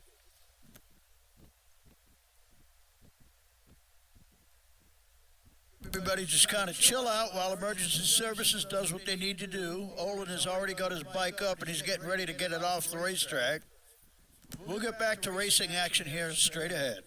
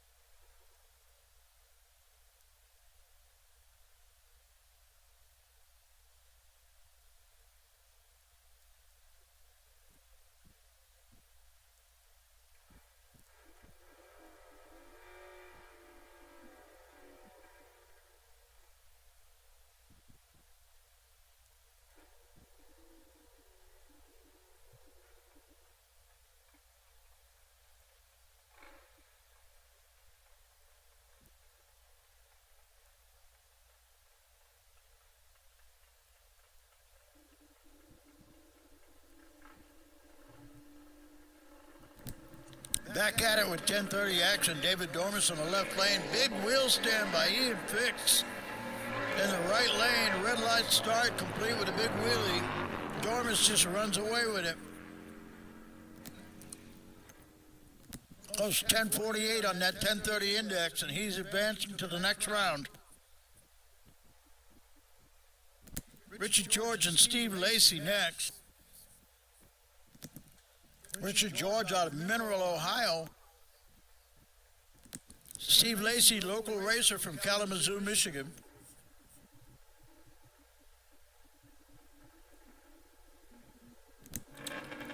Lacey tight on that crouch. He gets away quick, and he's got George. They're working on that 10:30 index number. Lacey goes 10:42 on the 10:30 dial for the win.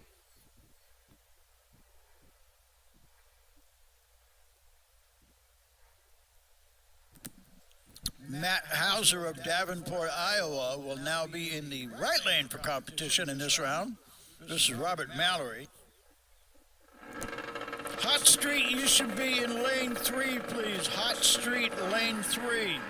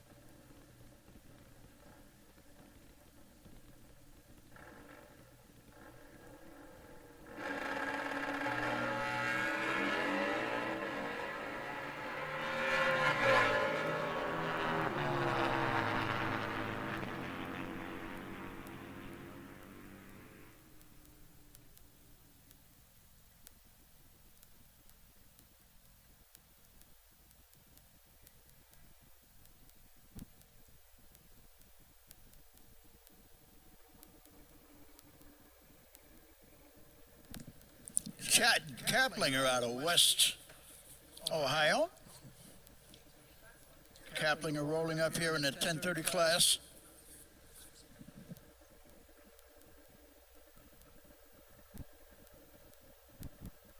This will be our last bike in 10:30 class. Street will be rolling out of lane 3 next. Our final number, Kaplinger. Trying to get close to that 10:30 number, but he's on a solo and he knows he's going to the next round. Still makes a good run, goes 10:37 on that 10:30 index. And that will wrap it up for 10:30 class. Hot Street, you are coming next. Eliminator class, E-class. Lane 2, please. Eliminator, E-class to lane 2. Time to bring up the e-bikes.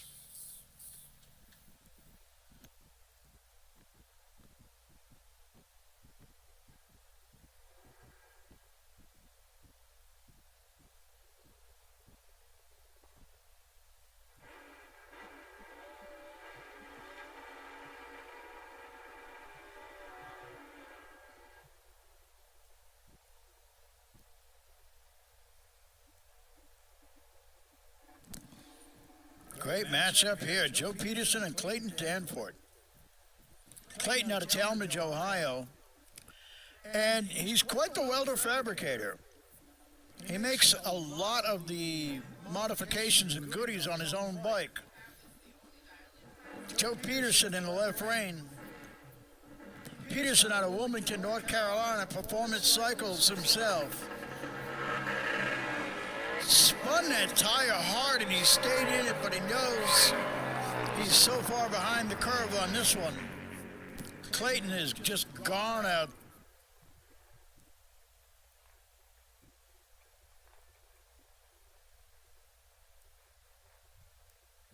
So Clayton Danforth with the win on that round.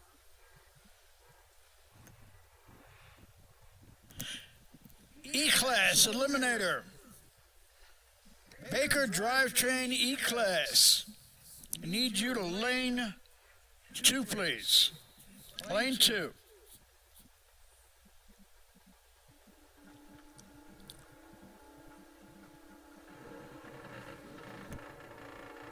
Russ Johnson and Jeremy Williamson. Jeremy Wilson, excuse me. Jeremy Williamson, I hope you're healing up well, buddy. We miss you. Russ Johnson and Jeremy Wilson. This is Hot Street class, and they will be done rather quickly. Eliminator, all Eliminator bikes. You should be in lane 2, please. All professional classes, giving you a heads up. We're getting ready to call E-Class into the lanes. And that is your heads up that you'll be called soon. We're going to wrap up Hot Street here real quick, and then E-Class runs, and then you're next.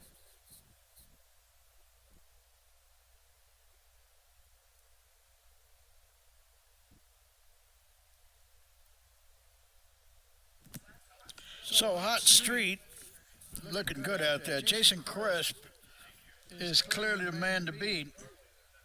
Let's see if somebody can pull that off. E-Class is coming out next now, out of lane 2. Well, it's quiet again. I want to remind all my pro teams in Top Fuel, Nitro Funny Bike, Pro Fuel, all my pro classes.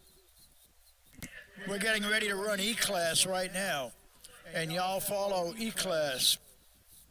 There'll be some track prep in between, I'm sure, but not a lot. Just want to get everybody heads up in fuel classes. You're not that far away from competition for your next E-Round.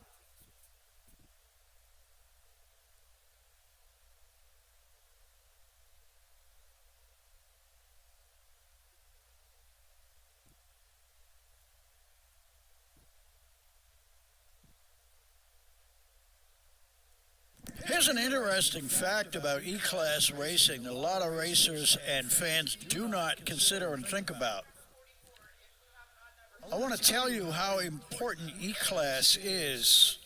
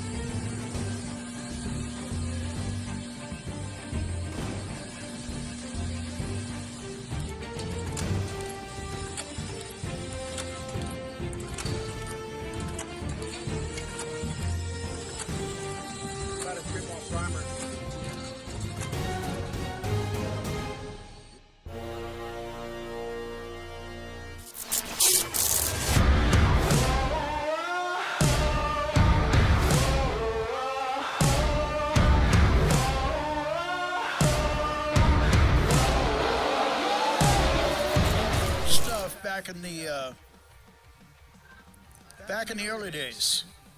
So don't ever look at the E-Class racers like, oh, it's just E-Class. Some of these guys that race in Top Fuel today and have come up through the ranks, they all started in E-Class. Once you get out there and you start making a few passes on a street bike and the adrenaline starts to hit you, when you make a pass on an e-bike, and it's one of your first times, for those who are really into motorcycle drag racing, it's kind of a religious experience. You get off the track on the big end, and suddenly find yourself on the return road where all the big bikes and all the big guys go. And you find out that suddenly there's a chance that you could be one of them one day if you really wanted to. And that's what it boils down to, is you got to really want to. Not just want to, you got to do something about it. You have to go out there and start participating. So don't ever look down on an e-bike unless you're up high in the grandstands. They're great racers, and they are the grassroots, and they are the bedrock of racing.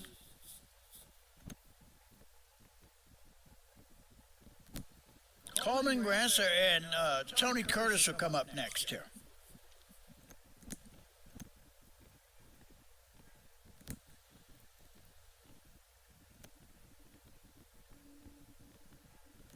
Now, ladies and gentlemen, if you look up at the scoreboard, you're going to see 1010 in the left lane, 1080 in the right. That's their dial-in. They are predicting that this is the number they're going to run.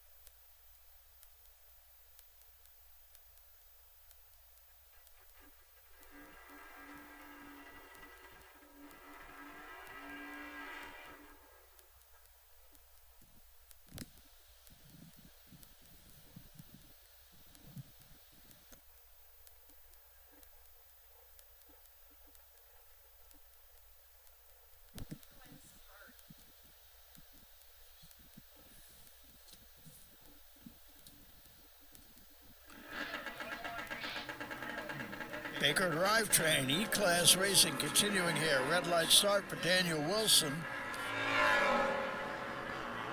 That'll send him to the trailer in this class. As Larry Gilson will go, we got advances to the next round. Mickey Kelly and Austin Hughes next. Hammerhead Man.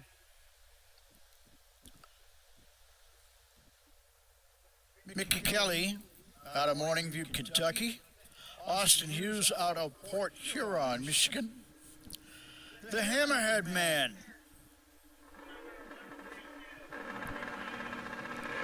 He gets off the starting line first, has a very good reaction time. He's looking good on that pass. And up on the big end, it goes to Mickey Kelly. Austin was on an 11:55 dial, and he went 11:52, so he went quicker than 11:55. That put Mickey Kelly in the next round.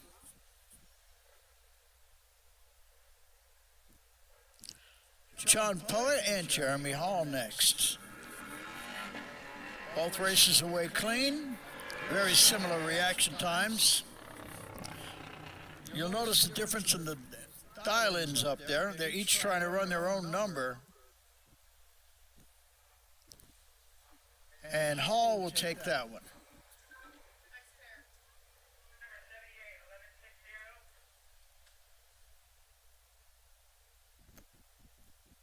Now Tyler Stringer and Robert Stitz. Attention in the pits for all my pro classes. We are halfway through our E-Class bikes right now. So we are approximately 20 minutes to a half hour away from wrapping up this round of E-Class. Just trying to give all the fuel guys a heads up as we're getting down to it.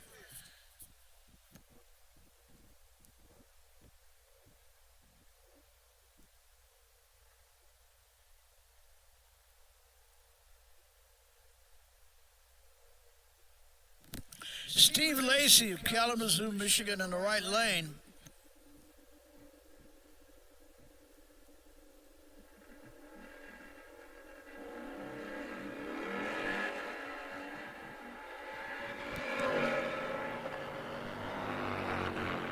Lacey will take the win on this one by virtue of a red light start in the left lane. And we advance to our next pair.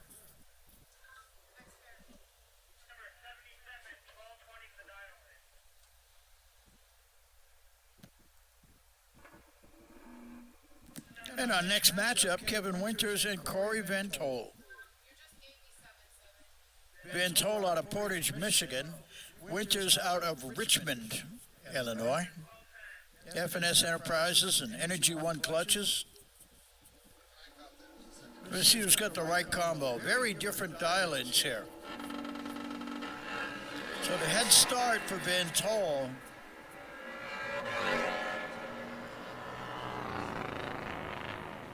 We'll see who can get to that stripe first. And the win to Kevin Winters. He ran closer to his number.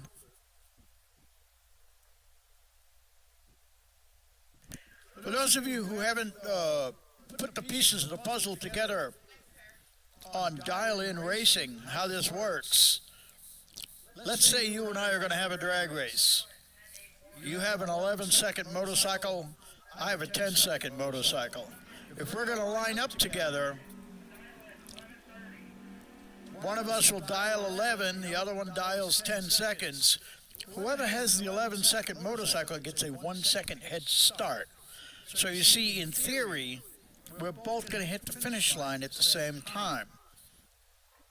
The whole key here is to leave the starting line first. Reaction time to the tree is very important. Reaction time wins drag races. But when it comes to bracket racing, like E-Class, like we're talking about, it's the total package that matters.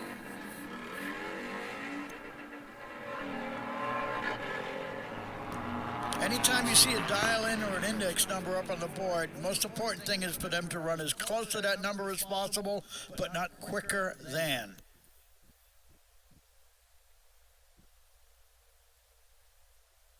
If somebody dials 11.5 and you see them run 11.13, they were sandbagging. They had a couple tenths in the tank area, taking advantage of somebody, at least trying to. You want to run as close to your number as you can, but not quicker than.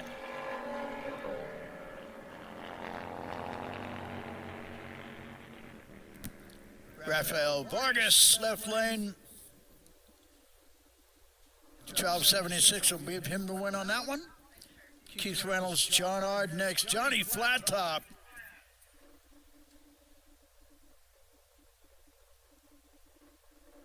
I used to like his military motif on the bike.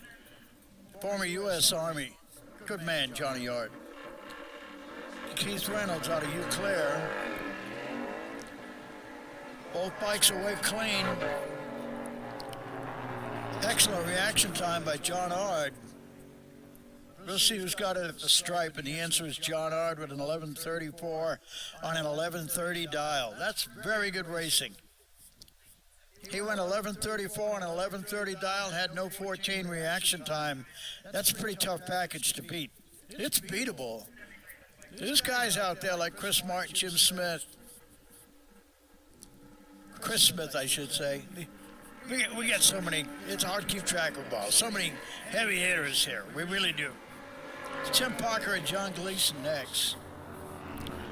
John Gilson. Great reaction time. He's got a 12.0 dial, and he went 12.52 on that. And he'll just take that to the next round. Matt Hawkins and Chris Ussery. Bulldog Racing in the right lane. Chris Ussery, Matt Hawkins, sponsored in part by CC Bad, Betty Hawkins, Energy One Clutches, and S&S Cycle. Hawkins is a veteran racer and very good at what he does. But Ussery's got him on the tree.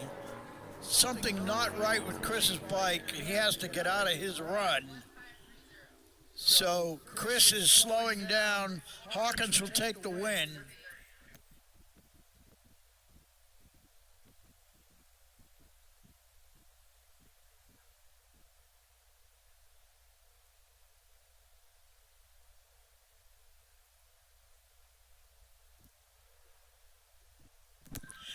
Chad Trainer next, Jeremy Bell.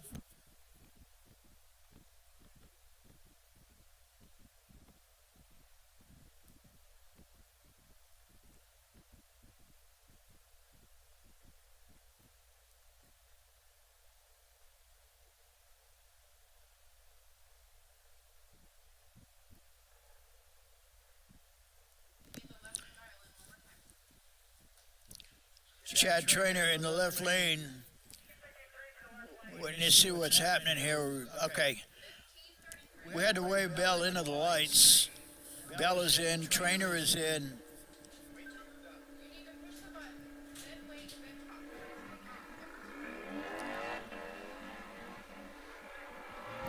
Trainer with a very good light, especially under the circumstances.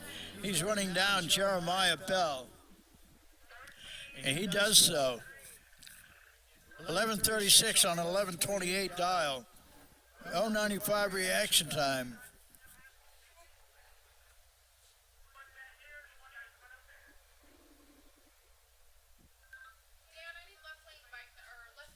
And now Bryce Creek and CJ Tipping will go at it.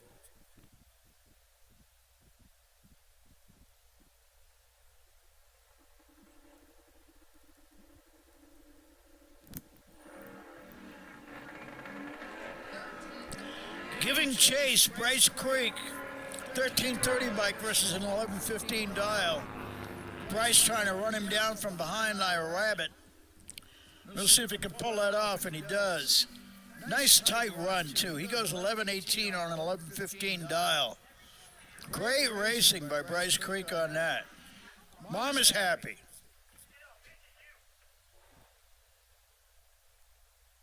Very well done by Bryce Creek. Clayton Danford And Scott Lurg next. Clayton Danford out of Akron, Ohio. Danford Brothers Racing, a little bit of a wheel stand on the launch. Tight light by Scott Lark. He's gunning for this one. At the stripe, Lark's got it. Yeah, that hike in the front end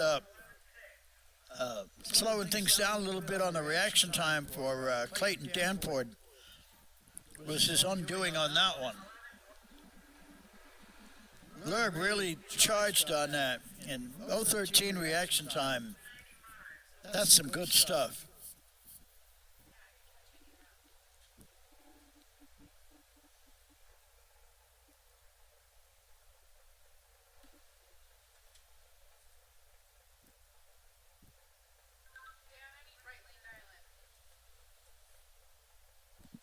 Richard George and John Snyder.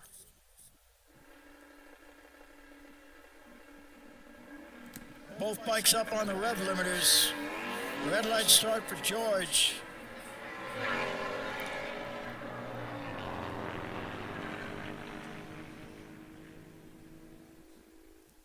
All racers react differently to the red light when it's your light.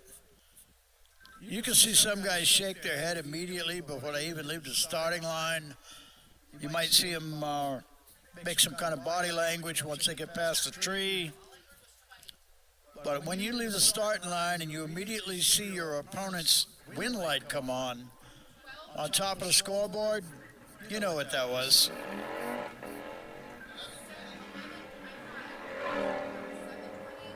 Robert Morris and Jason Harvey.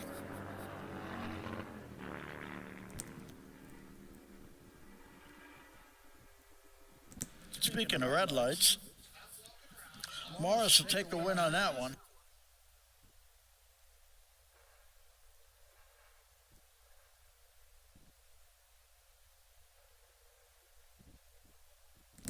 Attention in the pits, all my pro racers. We're down to the last half a dozen e-bikes. As soon as we get these next half a dozen bikes down the racetrack, there will be a little bit of a track cleanup and prep for the pro session. But the pro session, you are coming up quickly now. And we'll be calling you to the lanes very soon.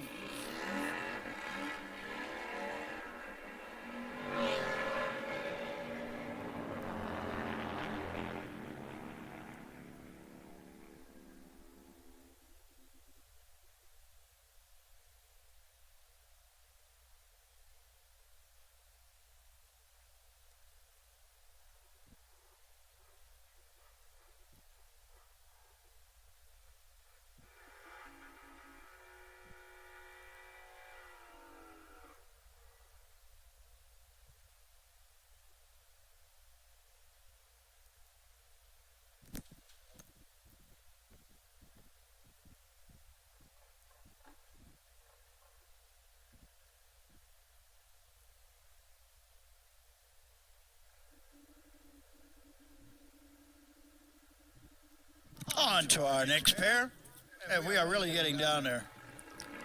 E-class is just about wrapped up.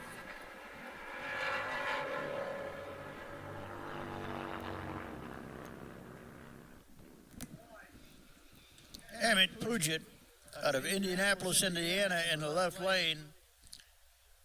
Just sent packing by Sean Lumphies out of South Cape, Michigan.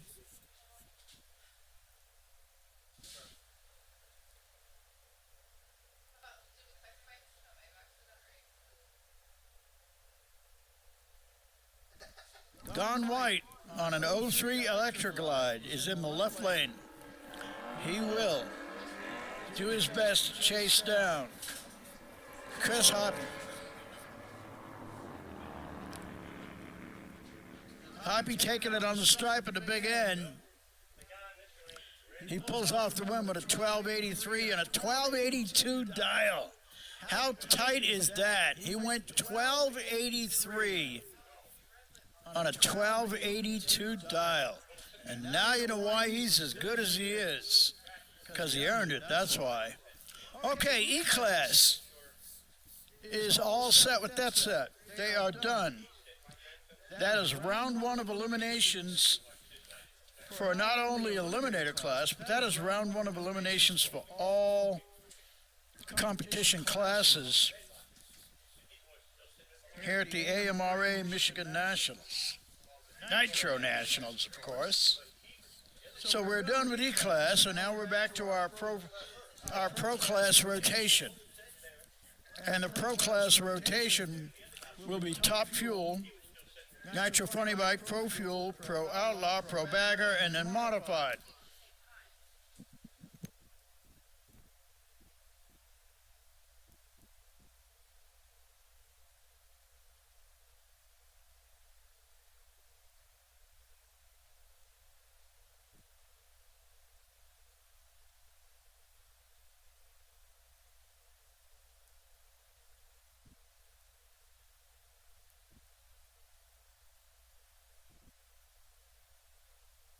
Whoever leaves first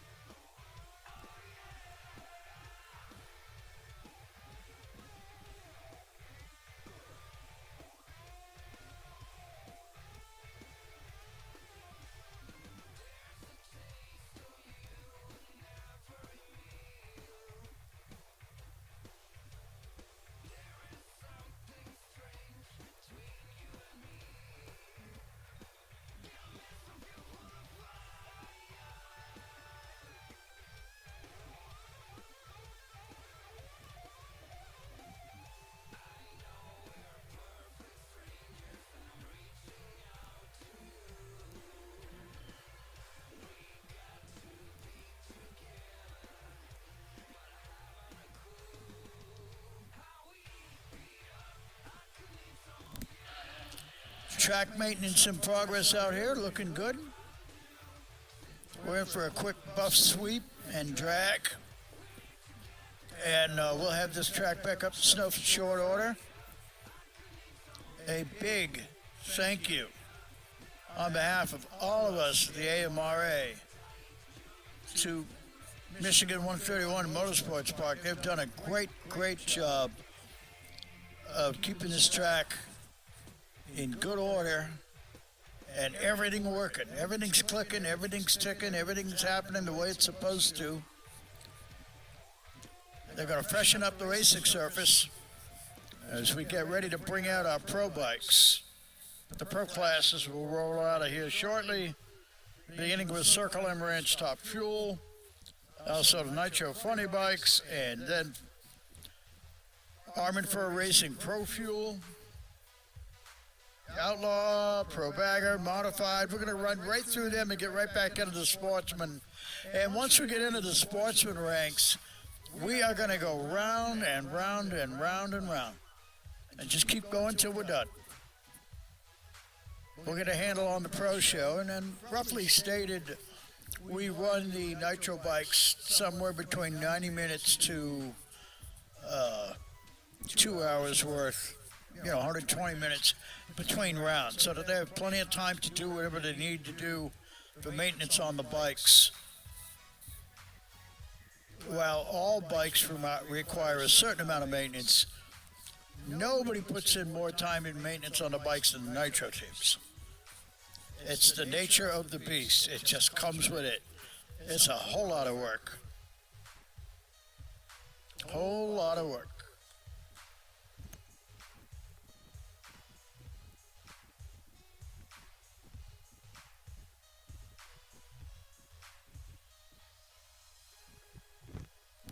Coming into the race this weekend, the class points leaders for the AMRA as of 10th of June, prior to this event, Samu Kempinen was tied for first place with Ryan Perry, both of them 570 points, followed by Jordan Peterson and Tim Kerrigan Racing. In Armin Fur Nitro Funny Bike class, Jordan Peterson's in the number 1 spot, followed by Cameron Gunter, Ray Robinson, and Jimmy Doyle. And Jimmy, we missed you this weekend, buddy. In Pro Fuel, the points leader coming into this race, as I stated earlier, was Mary Dengro. And she continues to do a great job of representing Bad Apple Racing. And this is it for her. She is really on it. Keep going, Mary. All right, Johnny Jenkins challenging. Mary at 760 points coming into this race. Johnny Jenkins almost half that with 460 championship points. Kenny Holtman, Jimmy Martin, Walter Holonsky, and they're all here this weekend. They're all going to gain and advance in points, but Mary, by virtue of her number 1 qualifier, as well as her win in E1 there, she's going places. Keep an eye on her. In Pro Outlaw, Billy Doherty came in with 230 points, tied with Tim Grindle, also at 230 points. I have not seen Tim this weekend. Dwayne, it's a G, right? Right, G-Man? Right, G. Dwayne G, 175 points, tied with George Futch, also at 175 points. Pro Bagger, Burt Baker. How can you be part of motorcycle drag racing and not know who Burt Baker is? Pro Bagger, Burt was leading in points coming into this event, 495. Dwayne G, 365 points. Jeremy Justice, 325. Nick Boy, 320. Jeremy Williamson, 280. I mentioned it earlier, I'm going to mention it again now. Jeremy Williamson has been healing from a tough crash. The road rash issue was tough. His hands got hurt. And he's working hard on that, on his recovery. and we hope to see him out here again. He's been a great AMRA racer. We hope to see him out here again soon. In modified, Clayton Danforth came into this race as the points leader in modified with 430 points. George Fitch, 420 points. Right behind him by 10 points there. Russ Johnson with 230, Brian Harris 220. Another interesting fact about the modified bikes there, Clayton Danforth, George, Russ, Brian, all of those bikes are gorgeous. They really are. If you get a chance to get a good look at those modified bikes up close, you won't be disappointed. They are some magnificent machines. A lot of great machining on them, a lot of trick stuff. Ask questions. There's a lot there to be learned. Coming into this race in points, hot street, Jason Crisp, 610. Clayton Danforth, 450. David Saposito, 145. Russ Johnson, 145. Joe Peterson, 140. Y'all were any closer, you'd all be in the same sleeping bag. All right, in street bagger, Nick Bowie, 630. Jimmy Maykrantz, 510. Jeff Bedreau, 510. Thomas Boone, 390. David Paco Cartwright, 375. You know, as close as the racing is in street bagger, it can go any which way. I wouldn't bet a dime on that class right now because there's so many heavy hitters and the bikes are so powerful. I think at any given race, any one of those guys could pull a rabbit out of the hat, and it'll change everything. The top eliminator coming into this event. Chris Hoppy, 330. Chris Martin, 320. Chris Langtree, 280. Johnny Schatz, 270. And Randy Erdman with 270 points. In Super Gas class coming into this race. Donnie Hoffman, we miss you, buddy. Super Gas. Kimberly DeShields, 565. Joe Peterson, 505. Johnny Schatz, 400 points. Tom Craver, 365. Jeremy Wilson, 350. And I have seen every one of those racers this weekend that I just mentioned in Super Gas. They're all out there in class battling it up and looking good. One of the many things I love about AMRA racing. Very close. A lot of tough customers out there. In Super Pro, Matt Hauser, 550. John Schatz, 545. Olin Miller, 410. Robert Mallory, 365. Kevin Danforth, 325. These are the points for the various races in the classes. I try and cover at least the first 5 prior to every race. Take my notes and do that stuff. Got to be ready for it, you know? In Pro Eliminator, Jimmy Clark, a gentleman and a tough racer. Jim Clark, 825 points, followed by Tony Curtis with 430 points. Chris Ussery, 380. Larry Stevens, 370. Chad Trainer, 360. Again, talk about close points racing. Tough stuff. In Street Eliminator, Austin Hammerhead Hughes, 805 points. Bryce Creek with 590. Can he catch him? I don't know. Brian Safran, 535. Chad Trainer, 485. John Port, third, 415 points. In Eliminator, E-Class, Jim Clark, 525 points, leading Matt Hawkins with 450. Sean Clark with 400. Chris Hobby, 400. Michael Ogden, 400. Steve Lacey, 350. E-Class is always so tight on the racing. Again, I wouldn't bet a buck on that. I wouldn't. Because it could go any way. It'll go right down to the final race of the season, and then there'll even be a delay at the end of the season before they post points, because they're going to go back and count every point if they have to in every class to make sure that the points are correct.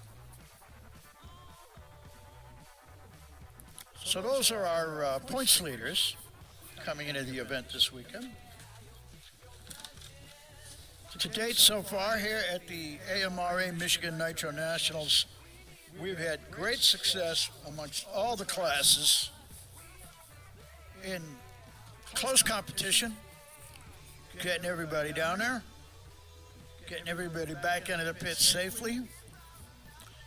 Track prep out on the racetrack is now complete. Machines are back in and parked.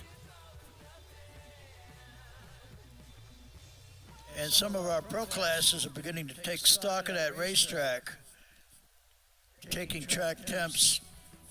They'll take traction readings. Some guys still prefer to just put their foot in place and give it a twist. Every crew chief, every racer, they've all got their own methodology for how they want to assess the track for traction. And the National Hot Rod Association on the big end with the big boys, well, they've got the budget that they can afford a $300 or a $3,000 track meter to take traction readings.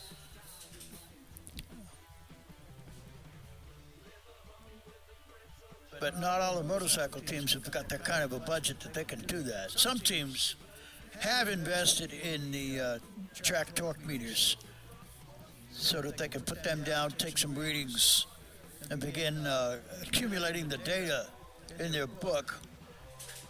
And then under any given set of circumstances, they can come back out and assess the track.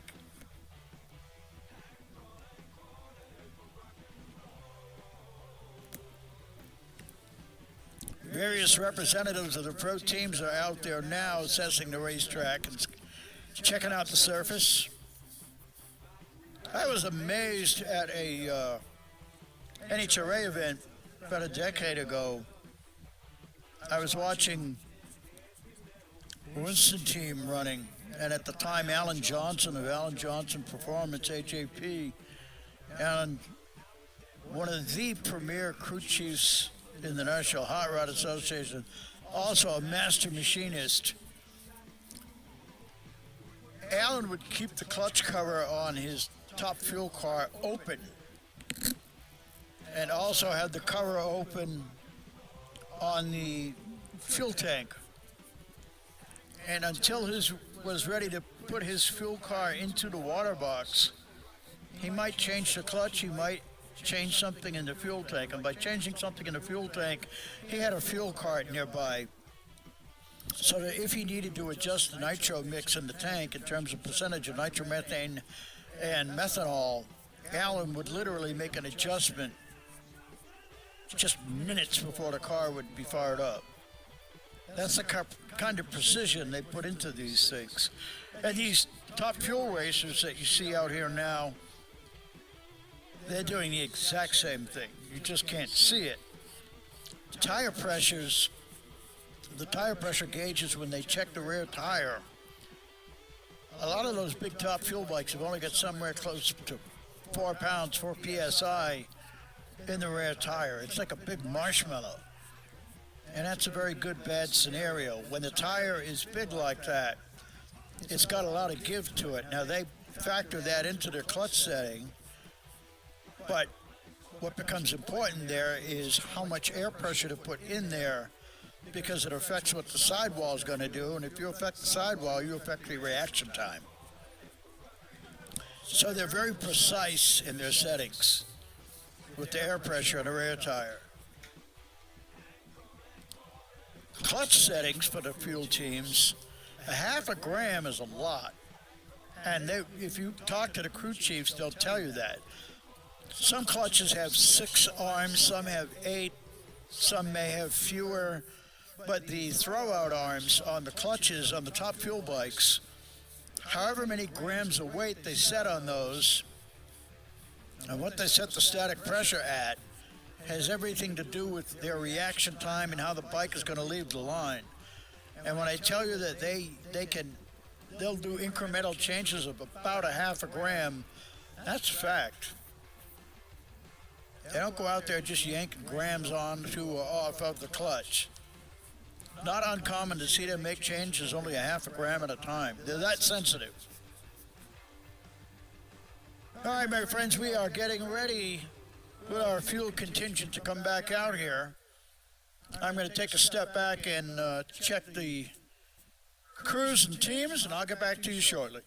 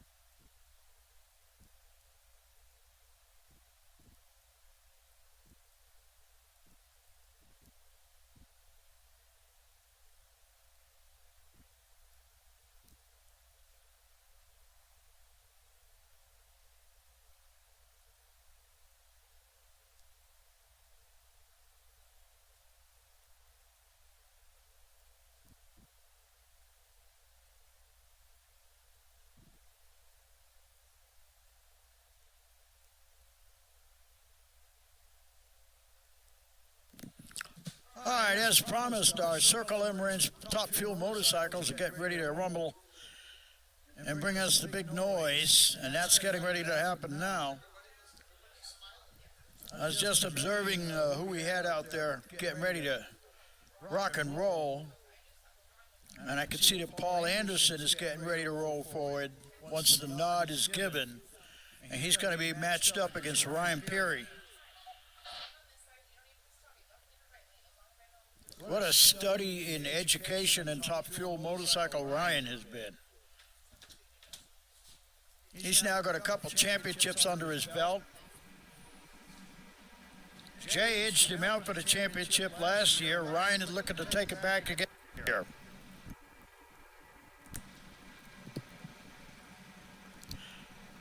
Top Fuel Motorcycle, sponsored by Circle M Ranch. Big thanks to Johnny Mancuso on that. That's that Nitro Thunder. Yeah! That's what I'm talking about. Ryan Perry from Williamsburg, Ohio in the right lane. Left lane, Paul Anderson out of Claxton, Michigan.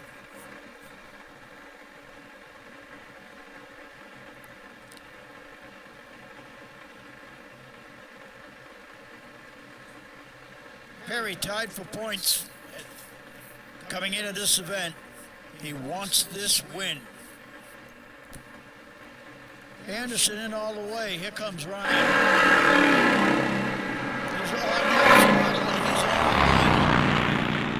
Hanging on to that groove very nicely. Paul Anderson, 661.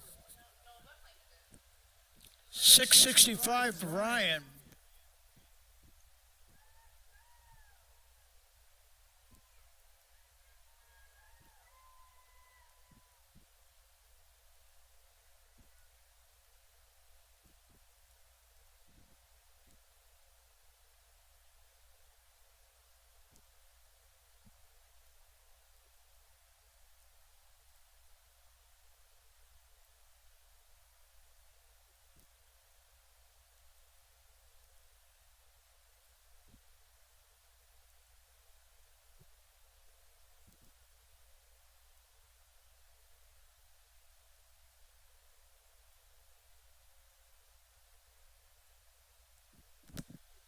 And our next pair out will not be a next pair. We've actually got a competition single next.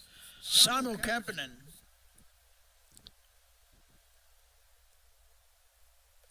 We'll do a single here. And then we'll move on to our next pair.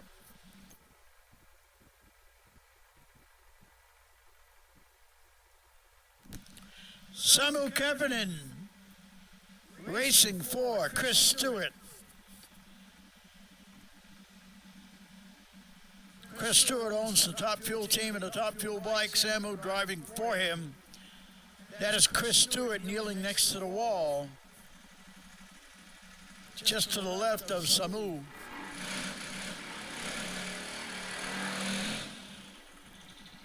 Nice, smooth burnout. One of the great joys of watching these Top Fuel bikes is when you see a pilot like Samu Kempinen out there, how well he handles the motorcycle. He's never upset. He's never quick or anxious looking. Everything he does is smooth and simple. He looks very at ease out there because he is. Yes, he's on a good lap. The number is there. Again, 650. He's been putting up 40s. He puts up a 50 on this one. Goes 650 at 215 miles an hour. That was a nice smooth lap for that motorcycle. He's ready for the next round. This helps the crew chief and the maintenance team greatly. When a bike goes nice and smooth and straight like that, they know they haven't heard any parts. It's unlikely that anything's wrong with it, but they're going to check everything anyway. They always do with a Top Fuel motorcycle. They don't just bring it back there, change the plugs, and bring it back out. Not with a nitro bike, you don't. That would be a recipe for disaster, because you never know when something's going to go wrong, and you must stay ahead of the curve.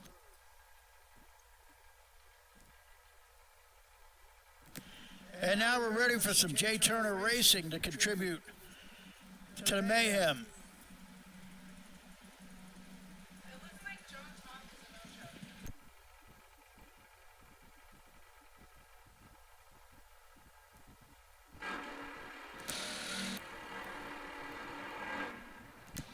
no-show. What a nice crisp bark to that motorcycle. That is Jay Turner, the Bulldog himself. Current #1 plate holder here with AMRA. Now, he would be racing Johnny Toth on this one, but something wasn't right with John's bike, and John has bowed out, which makes this a competition single for Jay Turner.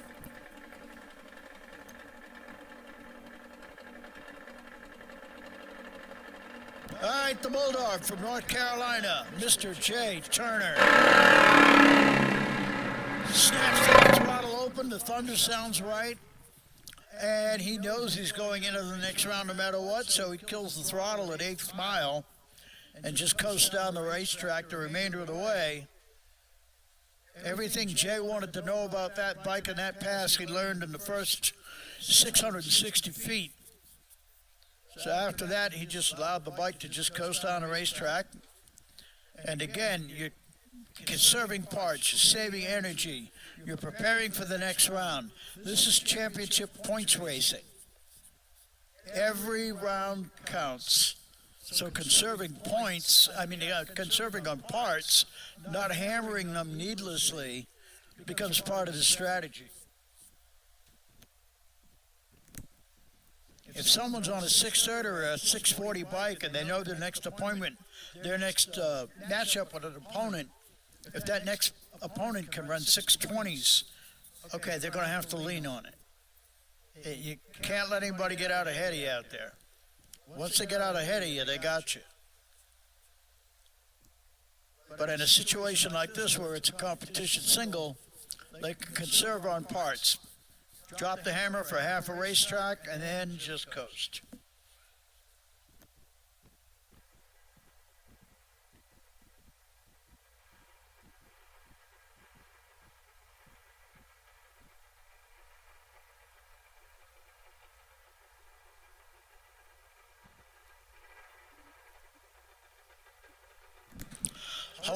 Racing Pro Fuel now coming out.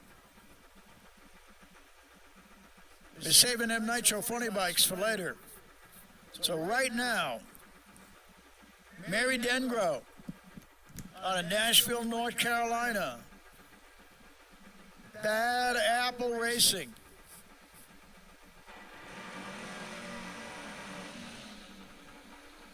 Nice crisp short burnout by Louis Sanson in the right lane. Mary also done with hers.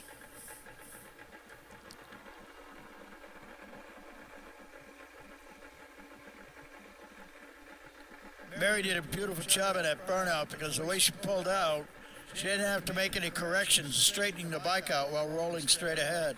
The bike is pointed exactly where they want it to go, and that's a key element of lining up a fuel bike. The center line of the motorcycle must match the center line of the groove that they want to run in. Then go away quickly here. She's got a light on Louis, and she's taken the performance advantage as well. 7:28, another outstanding pass for the Bad Apple team. 7:28 at 171 miles an hour. Crew chief on that motorcycle, Mr. Tracy Kyle, doing a great job putting that tune-up together, making sure the maintenance is right on schedule, looking good. You know, one of the toughest things about racing in these fuel bikes is learning the maintenance schedule, which will vary on you. And I'll tell you why. Learning the maintenance schedule means how quickly you've got to take, you know, how often you'll completely disassemble the top end and or the lower end, and when certain bearings and certain elements within the combination need to be changed.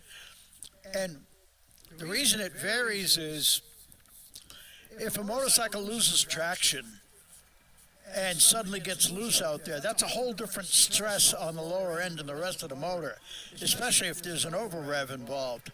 And if that happens, that can really damage the rods as well as impact the valve train. And that means everything else needs to come out and become taken completely apart and checked. They'll check every spring pressure in that motor. They'll check the rod lengths. They've got charts on everything. And anything that isn't quite right, they just replace it.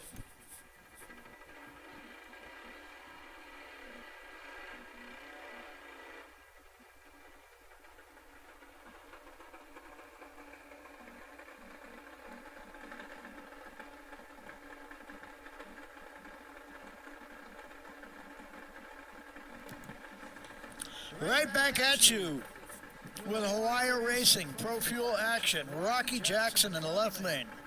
Darren Brinkman in the right. The Rockstone, big crowd favorite. He's been around a long time and he's really, really good at it. Brinkman looking for that first win that he needs desperately. He's fighting Rocky on this one. The Rockstone is going to take it though. 769 at 168. And Brinkman goes 854 at 127.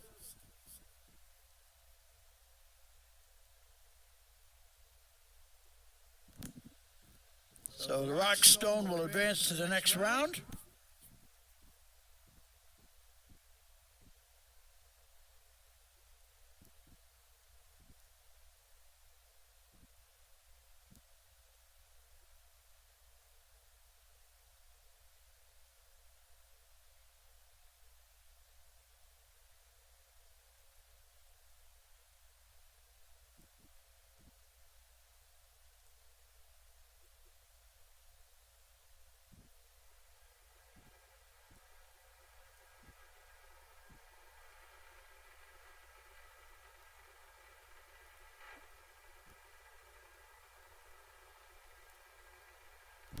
This is an alert call for the pits.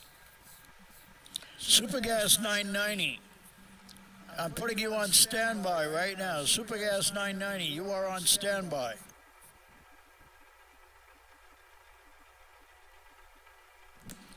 Hawaii Racing Pro Fuel action continuing. Al Ballas and Kurt Sexton are scheduled next.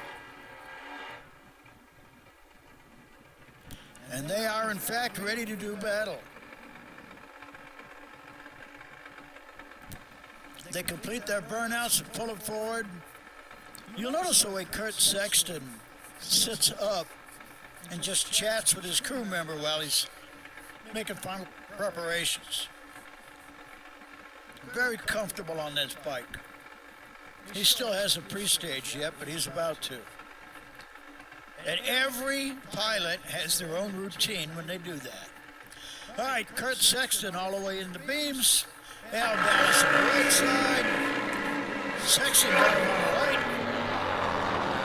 By a bunch.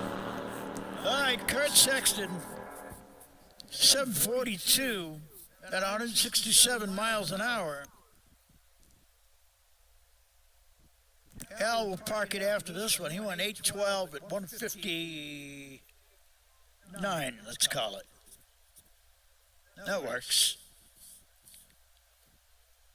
If you watch the fuel pilots carefully, you'll see what I mean about a routine. Look, one of the last things they do is close the face shield. But in what order they sit down and center themselves on the bike, settle themselves in, they'll close the face shield, then they need to cock the right hand and get it up high and get it ready to snap the throttle open. On a fuel bike, the throttle only has two positions. It's either closed or it's wide full open. They don't put it anywhere else. God forbid a nitro pilot should feather or pedal it. That's a very bad idea.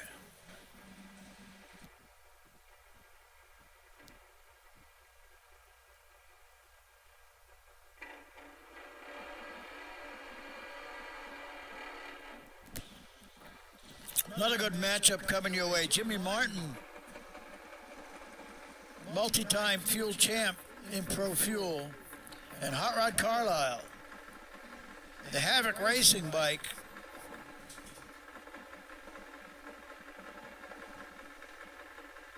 Havoc Racing in the right lane. Jim Martin with some bad influence racing in the left.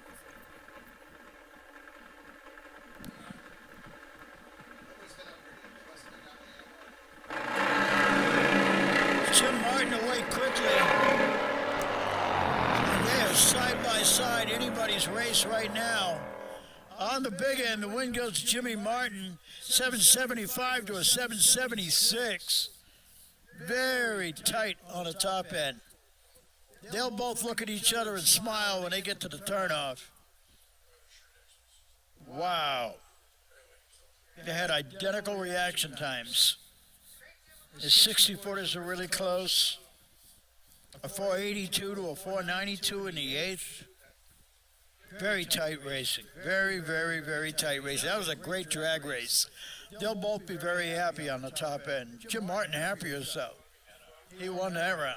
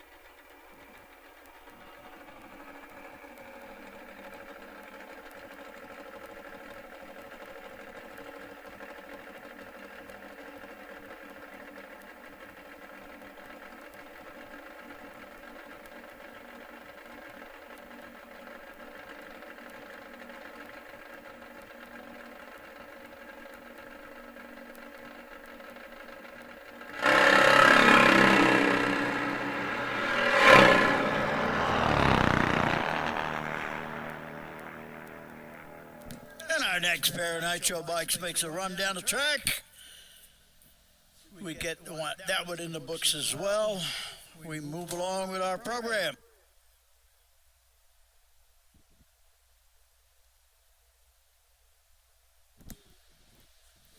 We have some exhibition passes in progress here. That was Cameron Gunter on his Nitro funny bike. Just went 738 at 155. They're checking out the bike, making some adjustments.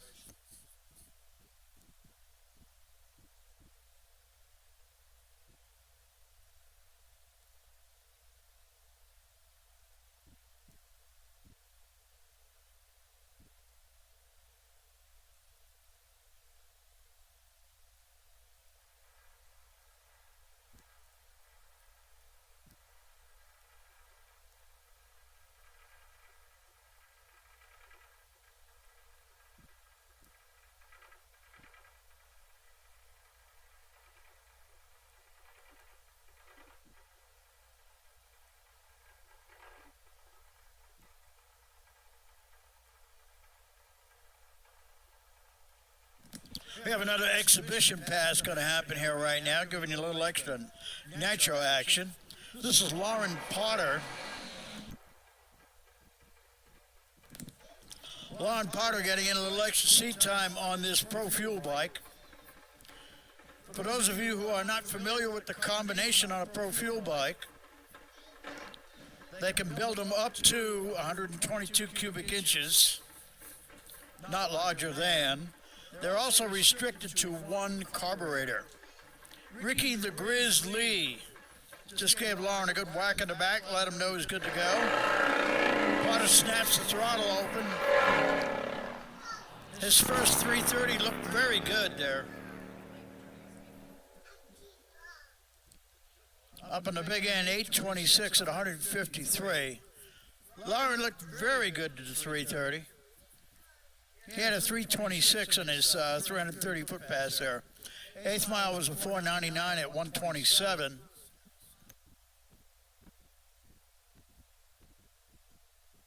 No matter how much money and how good the parts are for any given team, there is no substitute for seat time when it comes to racing fuel bikes, for any of these drag bikes for that matter.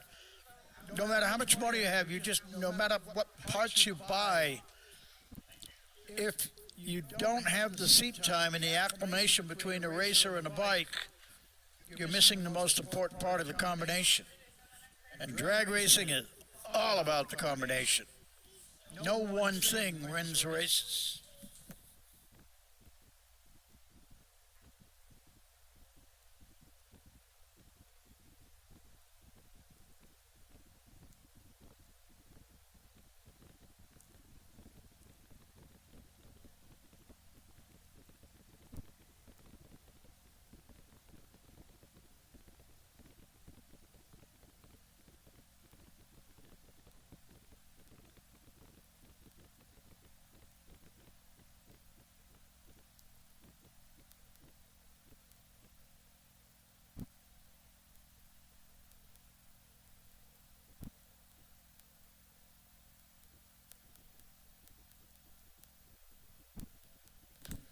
Attention in the pits, Supergas 990, Huffman Performance Supergas 990. I need you to lane 3, please. Supergas 990. Bring it in a lane 3. E2 coming up.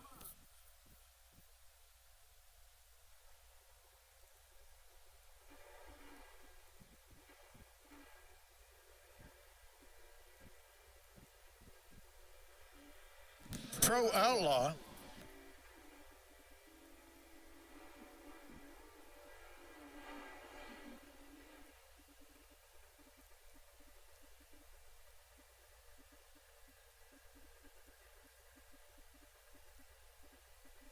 Billy Doherty out of Lake Charles, Louisiana.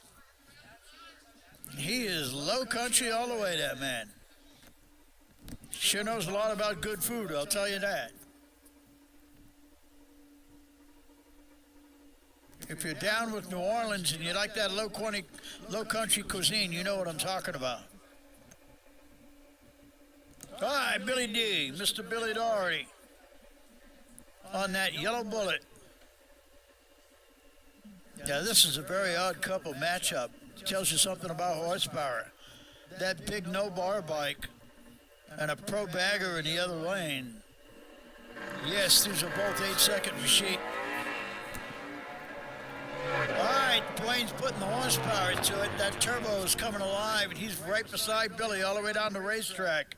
But Billy will get to the finish line first. 8:59 at 161 miles an hour. And in 8:61, it's 161 miles an hour for Mr. Dwayne G.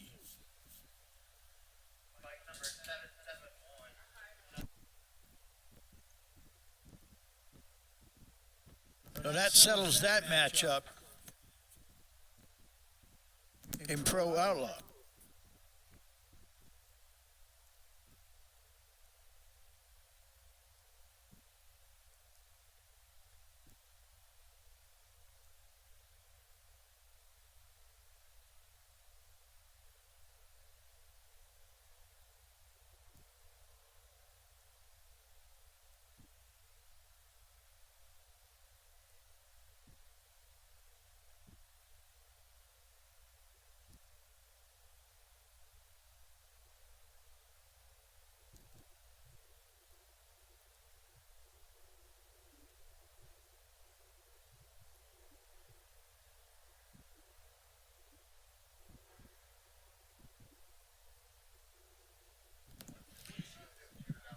Attention in the pits, Supergas 990, Donnie Hoffman Performance sponsored Supergas 990.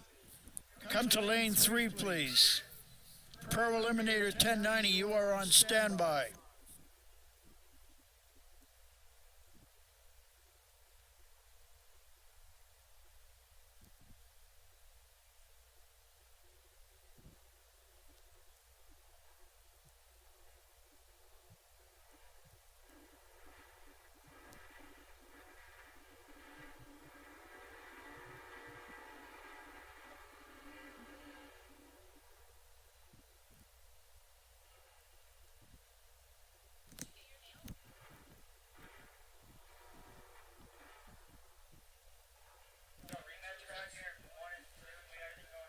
Modified racing action now. Kimberly DeShields and Russ Johnson. Kimberly out of Talmadge, Ohio. Russ Johnson out of Ridgetown, Ontario. That Jeff Flora bike is just gorgeous. Love that motorcycle. Red light on Johnson. He moved in the beams. Oh, that's a hard one. Kimmy DeShields to take the win. One of the trickiest, one of the most difficult things a drag bike racer can do is learn to properly stage the motorcycle. And when they do learn to do that, one of the things you'll learn when you're doing it is that you can't make any mistakes. If you move at all when you stage the bike, once it's in both beams, you cannot move. If you move at all, that red light will come on. I don't know that that's what happened. But I know Russ was getting ready to stage. His beams were lit. And next thing you know, the tree just went red. Good to see Jeremy out there. Hey, buddy. I want to see you on the men and see you back out there. How about that? I mentioned the guy's name and he appears. Always good to see you. Let's see who we got up here next.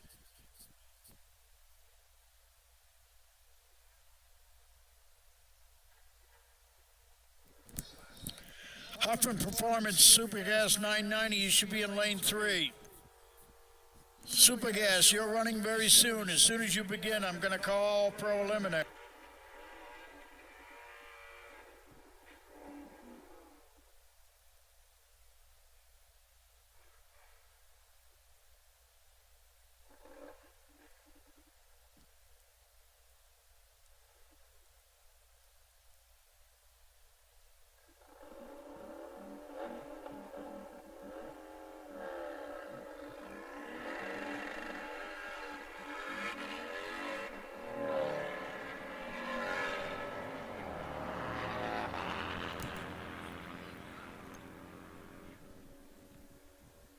Okay, this is a rerun from E-Class. And the numbers speak for themselves.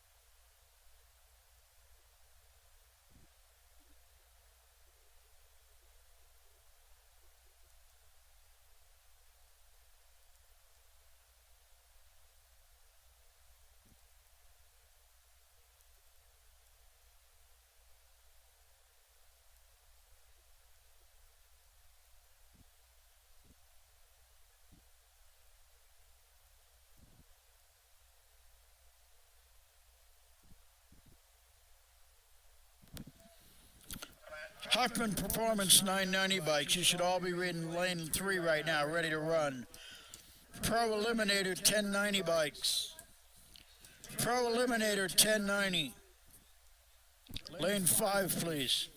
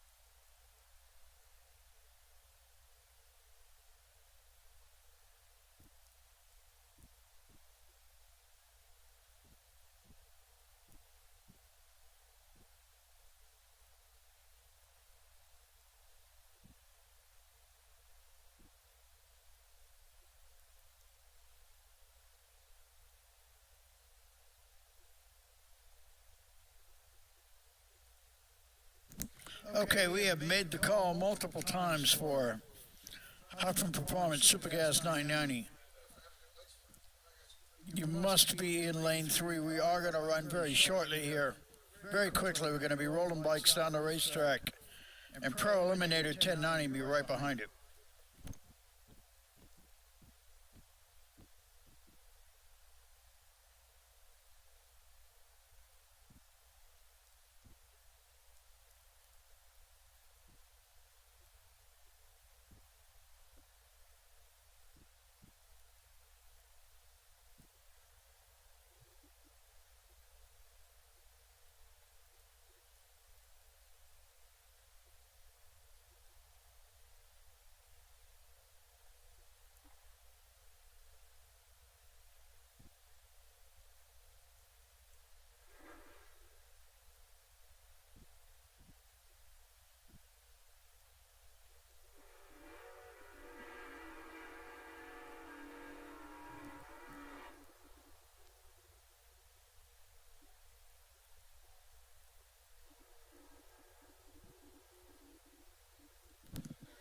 All right, Supergas. Donnie Hoffman's home. Donnie, we miss not having you here, buddy. We're missing you. We're thinking of you. Huffman Performance sponsored Supergas 990 class now in progress. Andy Horn in the left lane. Coleman Granson right lane. Very good matchup. They're very evenly matched. They're trying to run as close as possible to the 990 index without running quicker. Andy Horn went quicker than 990. He went 987. So because he went quicker, he broke out. Because he broke out, he's all done. You cannot go quicker than the index. And if both bikes go quicker than the index, it's first or worst.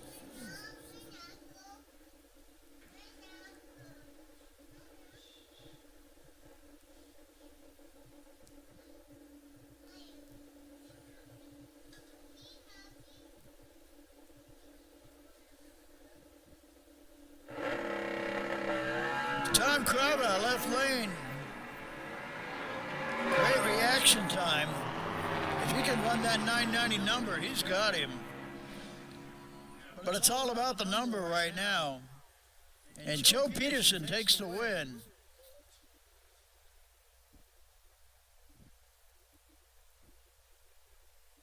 So Joe Peterson will advance to the next round. Tom's got a little extra free time on his hands right now. Jeremy Wilson and John Schatz next. The KG veteran in the right lane and the young guy.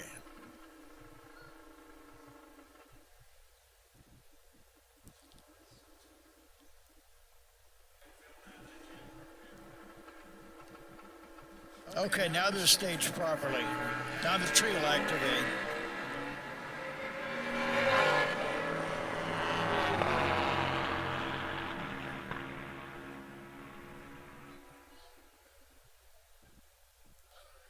And Jeremy Wilson takes the win on that one. Richard George and Mike Best next. Pro Eliminator 1090, Pro Eliminator 1090, I need you to lane 5, please. Top Eliminator 930, be ready for your call, please.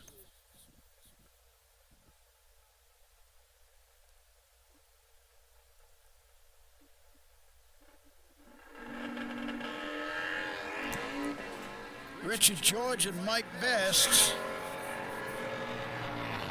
similar reaction times. It's all about the stripe right now, and the first person to the stripe happens to be Richard George, so he'll take the win on this.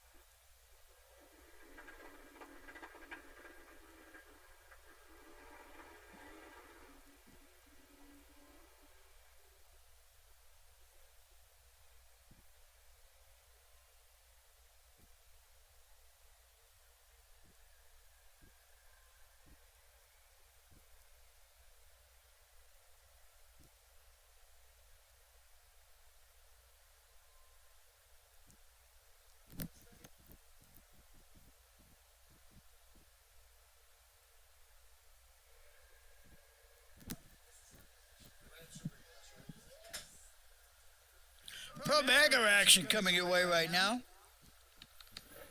Dwayne G, Jarek Espinal. Espinal with a red light. I mean a really red light. .2554 worth of red light.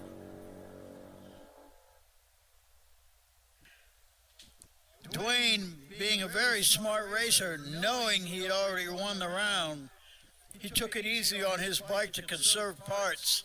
He's pretty much motored down the racetrack. Again, championship points racing is different from your average everyday racing.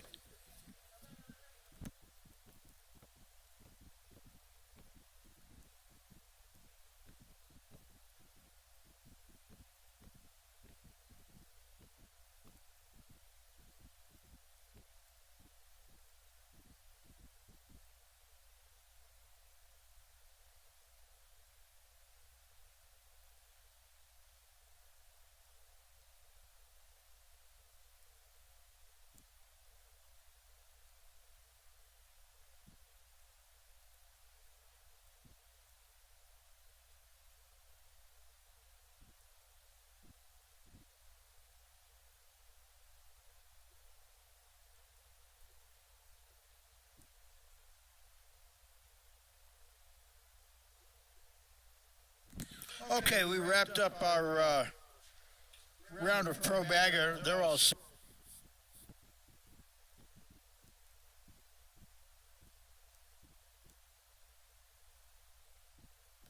attention in the pits. The Pro Grill. If you are hungry, our concession stand, they will be closing at 5 p.m. So you got an hour and 20 minutes still to make your way over there and get yourself one of those really excellent pulled pork sandwiches.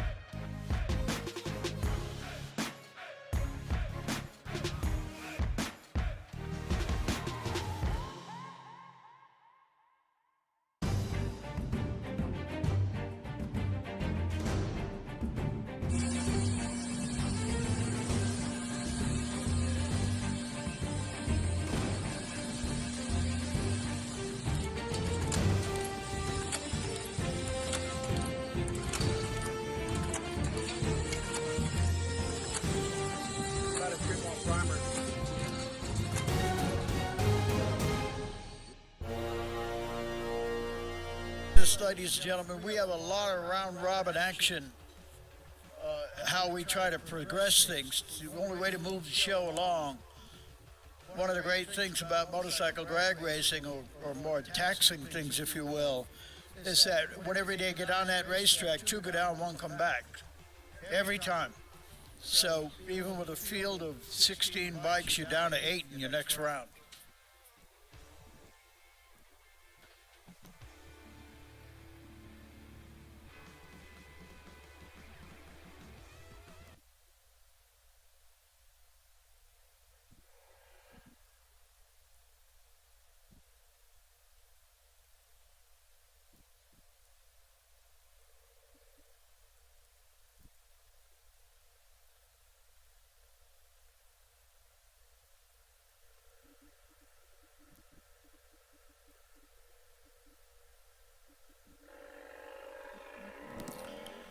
Okay, 1090 Index Racing, Pro Eliminator.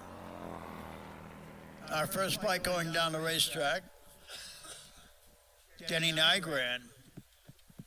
1090 dial goes 1078, which is a little too quick.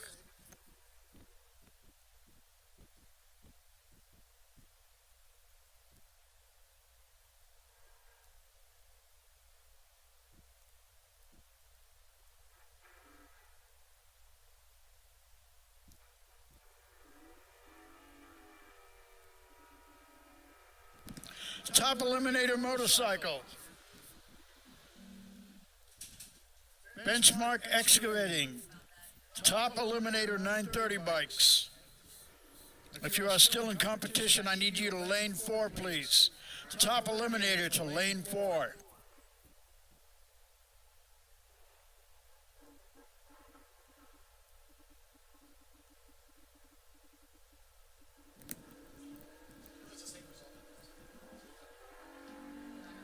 Pro Eliminator 1090 class racing coming your way. Larry Stevens and Jeremy Hall.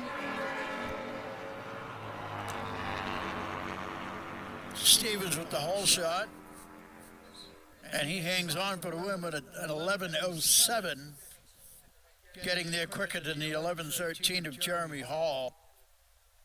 It was his reaction time that got him there quicker, as well as the ET.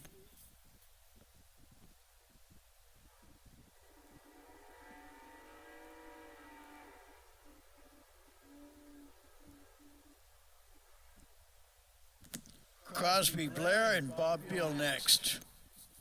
The Cros in the left lane. Beal on the right side.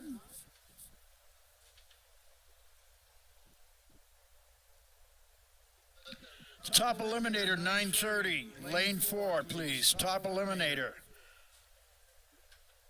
930 class, I need you to lane 4. Street Eliminator 1150, you are on standby.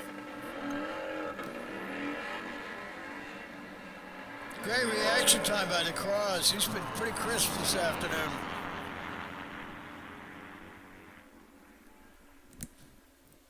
.1090 with a 4 on a 1090 dial. The 1080 by Beal was a valiant effort, but Cros just put together a really tight package. And he earned that win.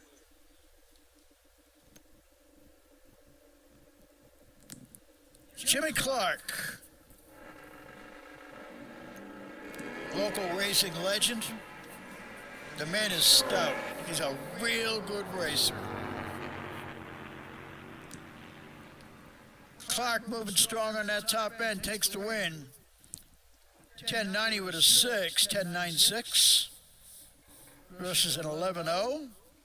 He had a much tighter put together run there. John Bradley and Bill Harper next. Bradley in the left lane out of Ingalls, Indiana. Fast Company Racing, Gold Brick Bar and Grill. Sponsors and backers. Pops that front tire up, sets it back down, and he's out of here. Billy Harper out front with some horsepower there. Bradley with the win.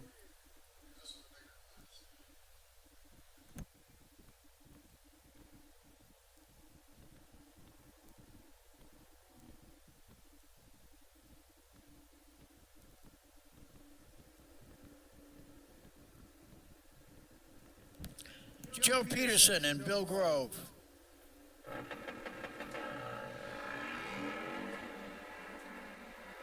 Very good light by both racers. It's anybody's drag race, and they are looking at each other closely going down the racetrack. On the big end of the stripe, Joe Peterson reels it in. What a tight race. Look at that. Margin of victory, .0028. Less than 3 thousandths for the margin of victory. Very impressive race.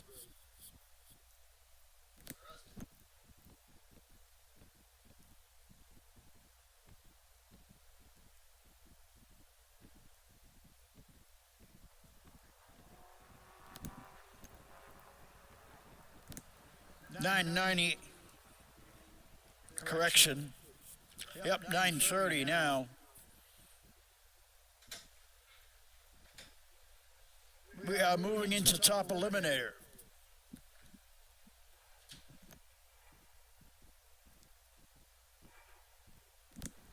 Street Eliminator to lane 3, please. Street Eliminator bikes to lane 3.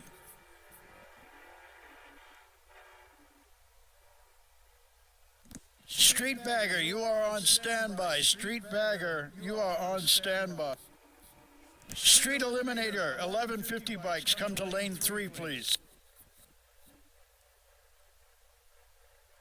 Some top eliminator action now.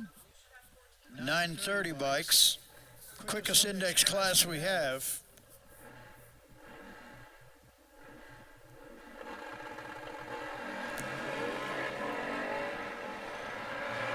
Both bikes away clean. Erdeman out front. He had the better reaction time, but Dormus is tighter on the number. David Dormus, remember the index number here is 930. Dormus goes 937 with a 7. And you put that up against the 947 and you can see why he won.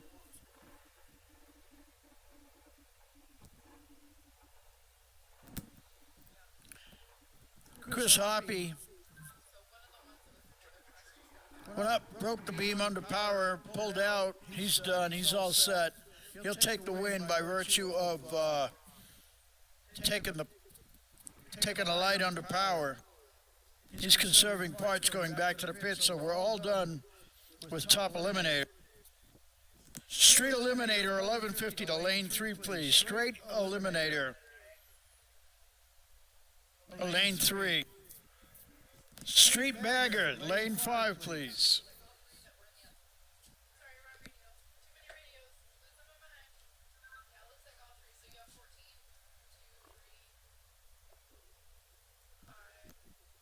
So we just wrapped up top eliminator and street eliminator. The 1150 index class will run now. We get them all in the lanes, get them down here and get them paired up.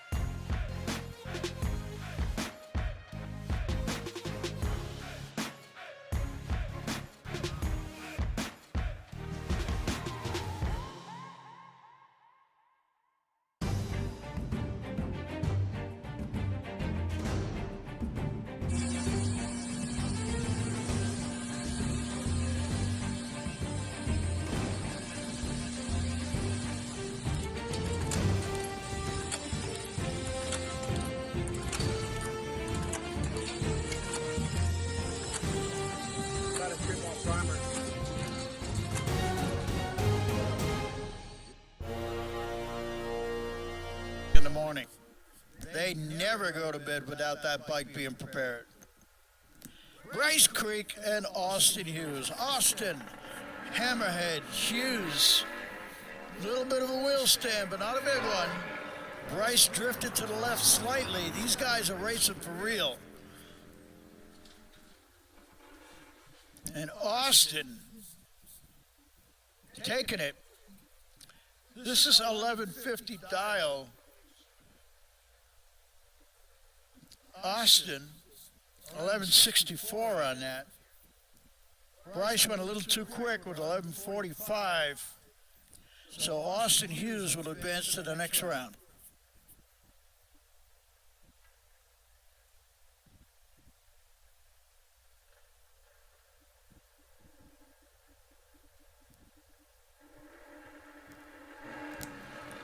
Next pair hitting it. Woolsey and Dishbo. Joey Woolsey out of Indianapolis, Indiana.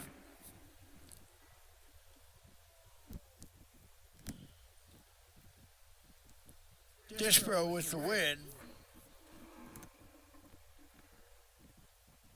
Street Bagger. All Street Bagger bikes used to be in lane 5 right now. 10:30, you are on standby.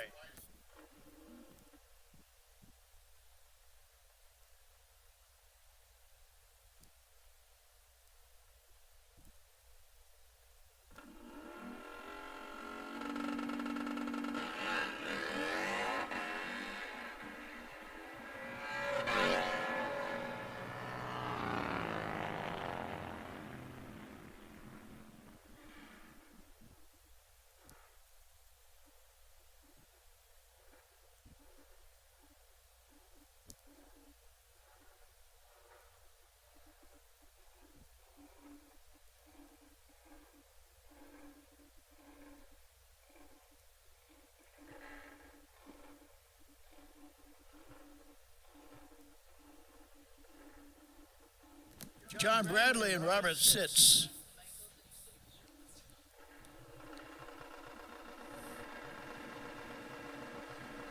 .1150's Thundermax Street Eliminator racing going on.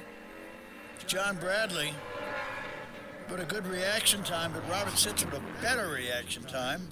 Let's see who can get closer to the 1150 index number.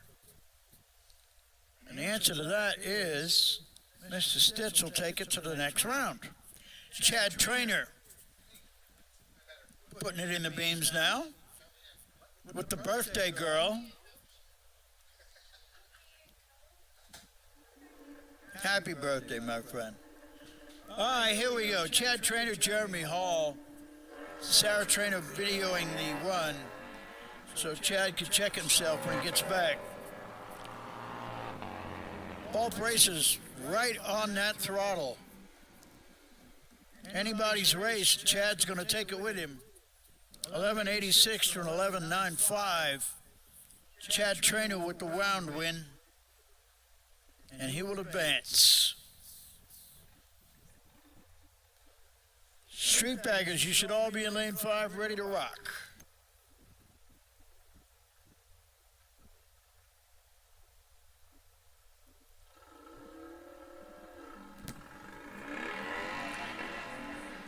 .1030 class. BK Electric. 1030 Super Pro. BK Electric 1030 Super Pro. I need you to lane 4, please.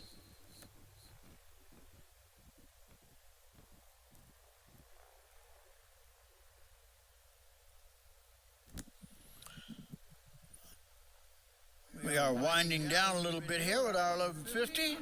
John Poet and Tim Parker. Poet on that big bad big twin motorcycle.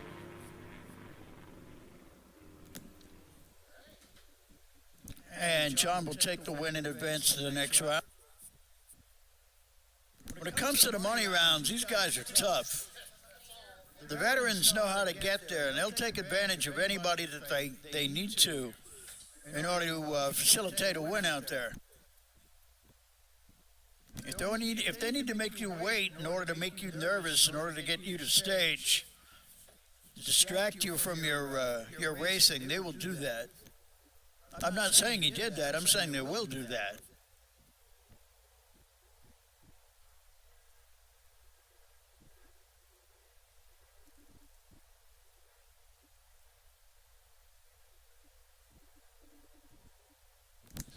Street Bagger.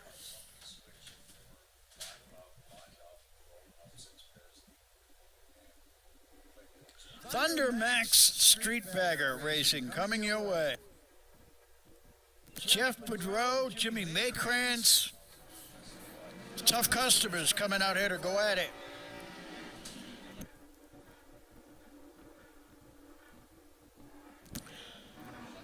These guys hail from Texas. Houston, Texas, Woodville, Texas. And let me tell you about Texas. Number one, don't mess with Texas. Number two, whoever wins this race, the other guy that doesn't win, it's a long ride to Texas from here. Both of these races want very much to win this round of race. Jimmy Maykrantz getting out there by a tenth. He's got Jeff by 2 bikes at the moment. Jeff doesn't have a chance of catching him. 9:59 of 151. The full second ahead of Jeff Boudreau.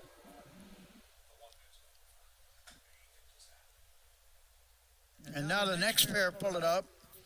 These street baggers. Thunder Max Street Bagger Racing. David Cartwright and Thomas Boone. This will be a very good match.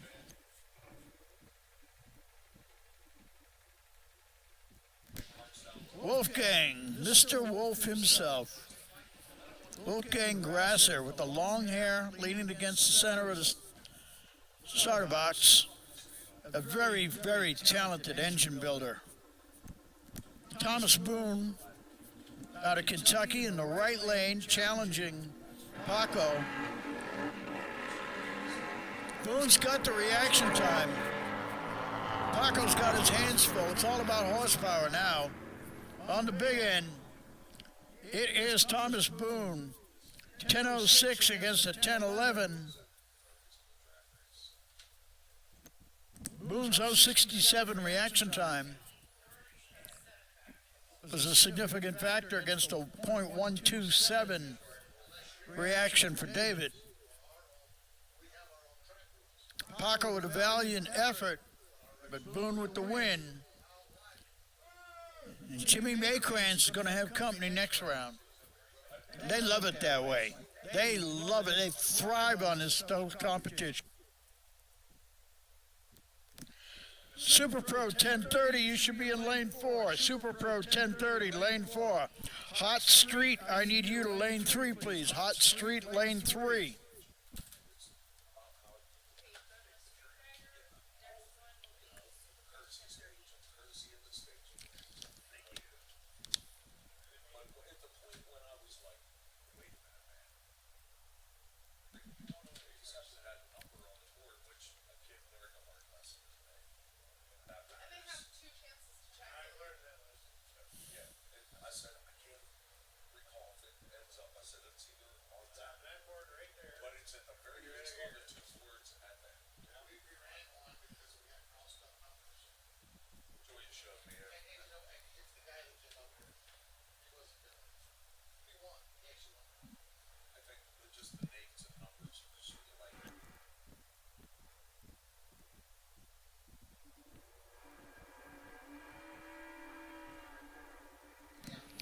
All right, time for some 1030 action to come back your way now.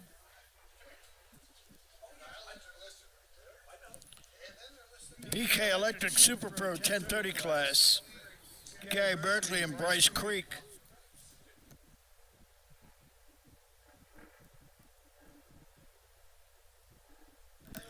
Hot Street to lane 3, please. Hot Street to lane 3.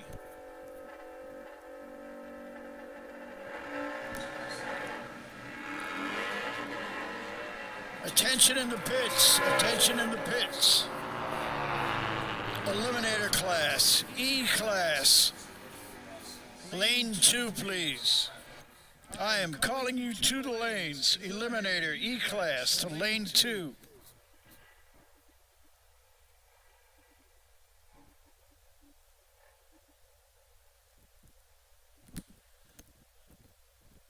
Moving his show right along here. We are rocking and rolling in 1030 class right now, which is Super Pro.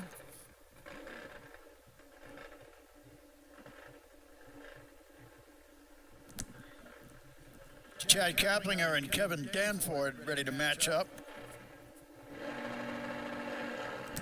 Kaplinger, very good reaction time. He definitely caught Danford on that one. All he's got to do is run that 10:30 number now. And he does exactly that. He goes 10:30 with a 6. 10:36 for Kaplinger.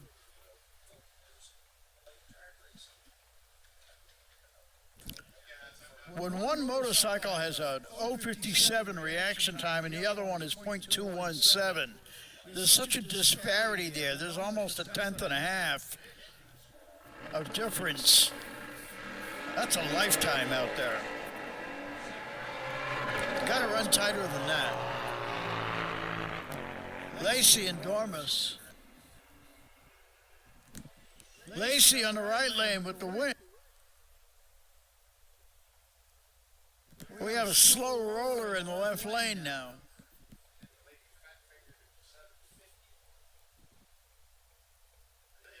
We'll put the binoculars on our left lane and keep an eye on this. Chief Starter down there doing a great job of holding off the racer in the left lane. Doesn't want him to pre-stage and get too anxious, because that slow rotor has to clear the track, which in fact just happened. So now that we've got the slow roller off the track, now we can engage in racing competition once again.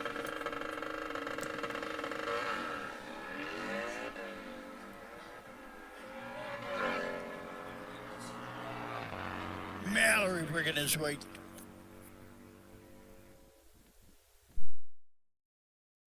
.23 on a 10.30 index. Hot Street, you should be in lane 3 ready to run. And by ready to run, I mean rat. Rat now. E-Class Motorcycles, lane 2. E-Class Racing, sponsored by Baker Drivetrain. All Eliminator Bikes to lane 2, please.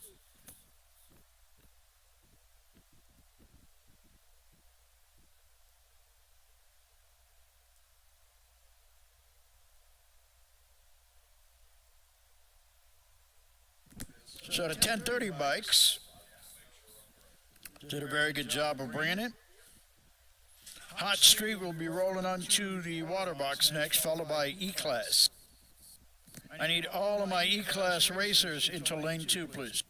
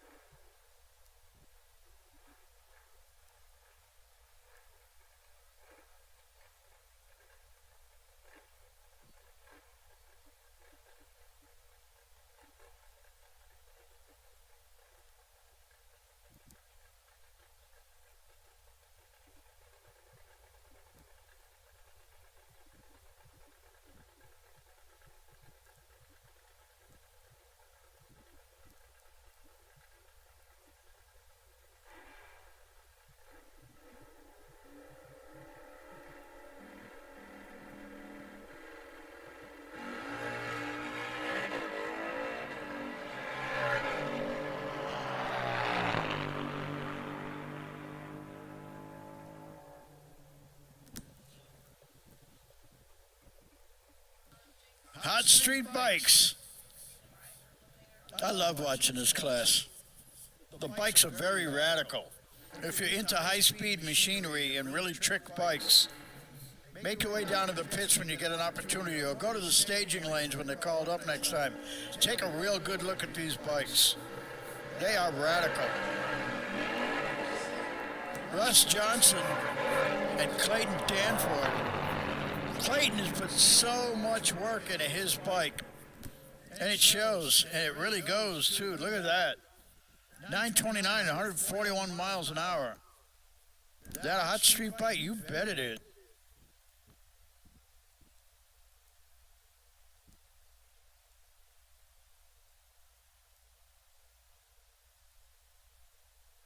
E-Class motorcycles, all Eliminator bikes, lane 2. Bring them up.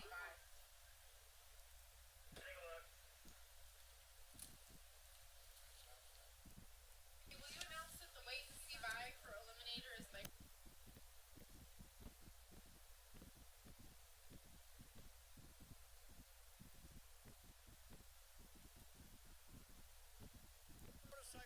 23, motorcycle 23 in E-Class. We are waiting on you. We need you up here. not what I said?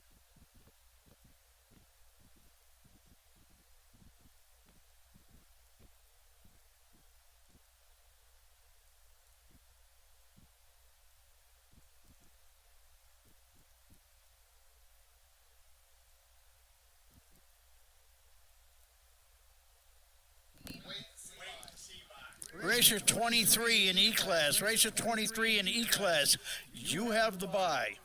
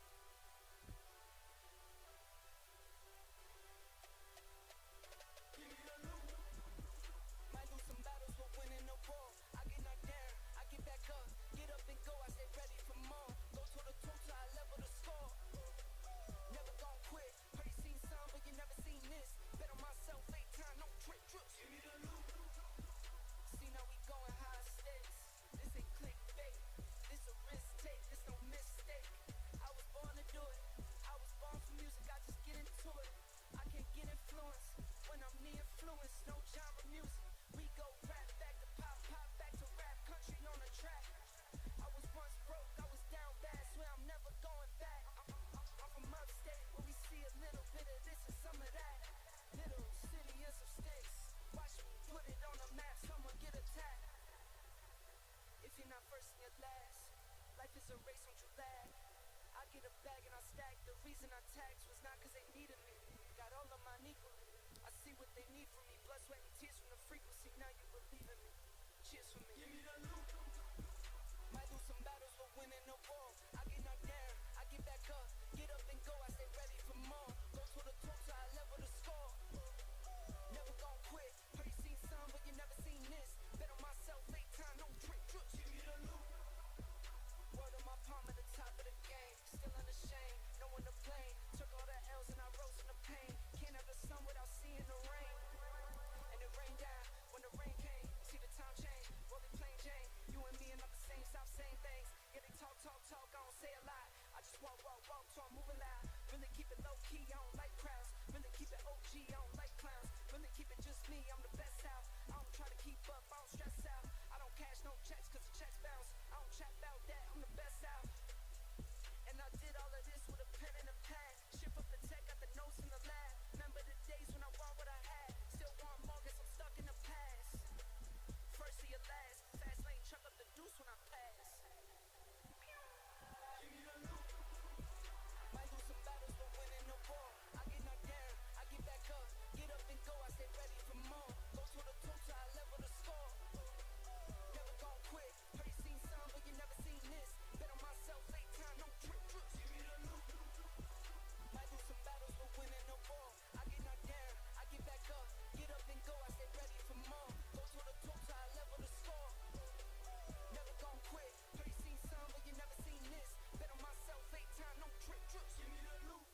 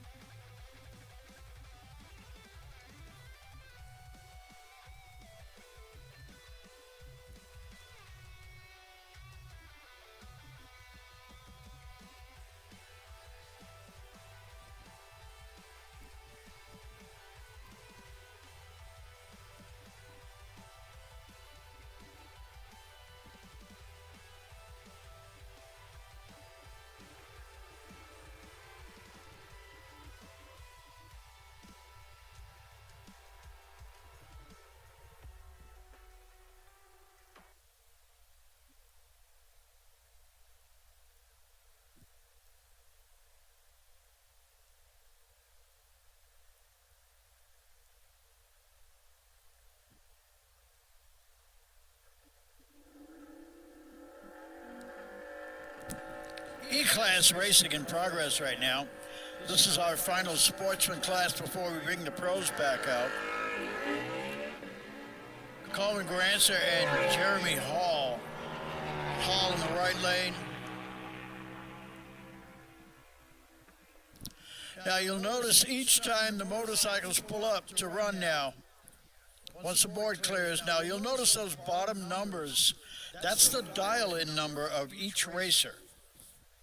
The racer has to check that number before they light his staging bulb, otherwise they own it. But that's their dial-in. Each racer is going to try to run exactly that number.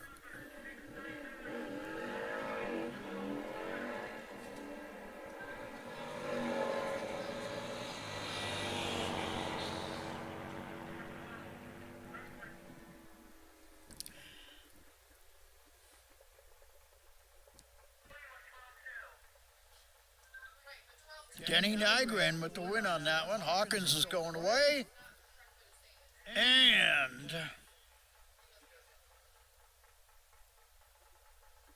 we move it on to Ryan Sadford.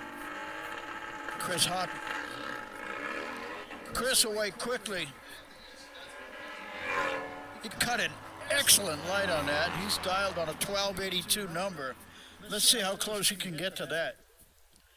He dials 1282 and runs 1282. He had an 017 reaction time. His total package on that is pretty much unbeatable.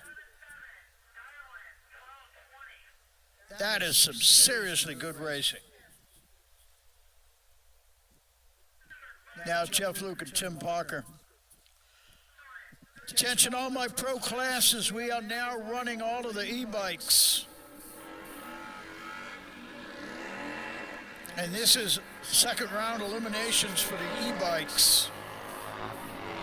So they're getting down to it.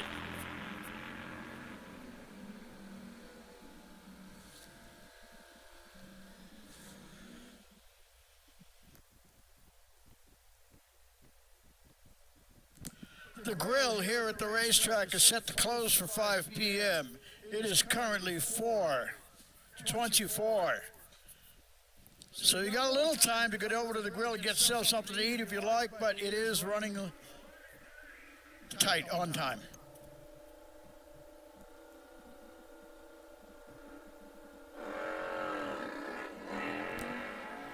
Red light start for Rafael Vargas.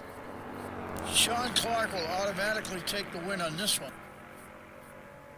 And we move on to the next pair.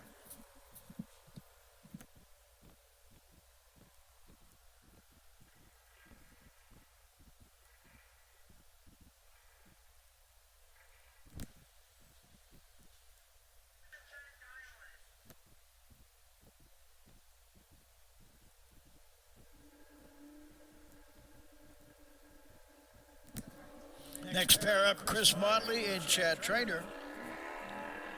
Chad going to give chase. A little bit of a wheel stand on that, and he gets up quickly. He is hauling the mail on that big end. But Motley with the win. Chad dialed an 11:26 and went 11:22 a little too quick.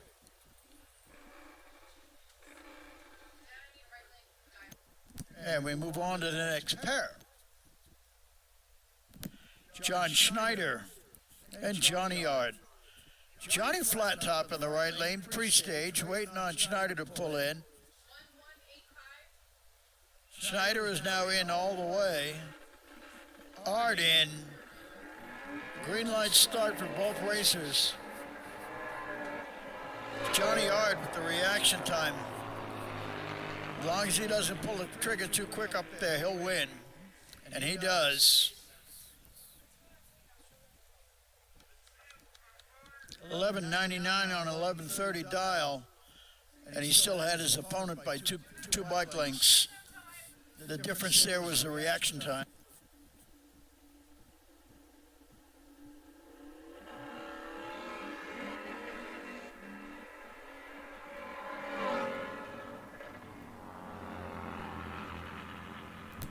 Larry Gilson and Larry Stevens now.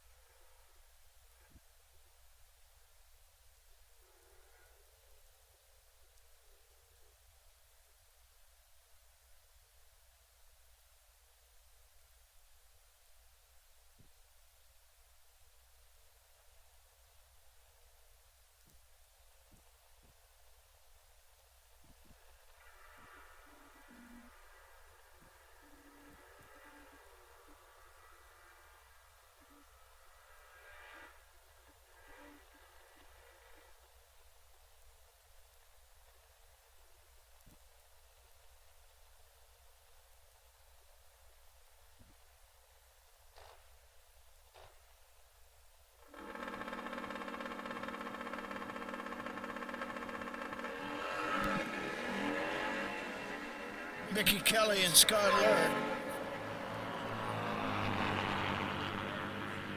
Kelly looking for that 10.76 number. Goes 10.08, and he's close enough. That gives him the victory on that lap.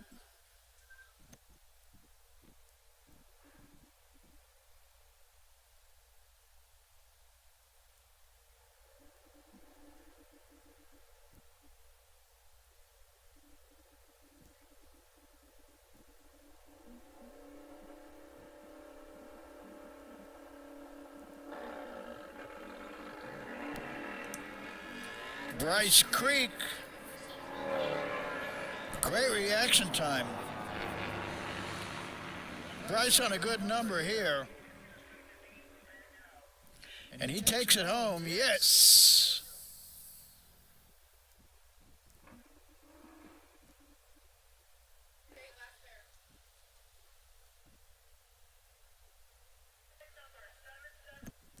Kevin Winters now with Sean Lumphries. Winters in the left lane, Lumphries in the right. Winters sponsored in part by F&S Enterprises and Energy One Clutches. Red light start for Lumphries. Big red light start. Winters will take that victory lap. And Steve Lacey pulling it into the lights next.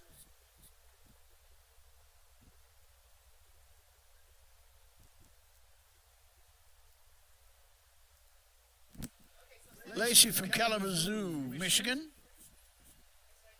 Sponsored in part with Backwards Performance as well as Native Custom Baggers.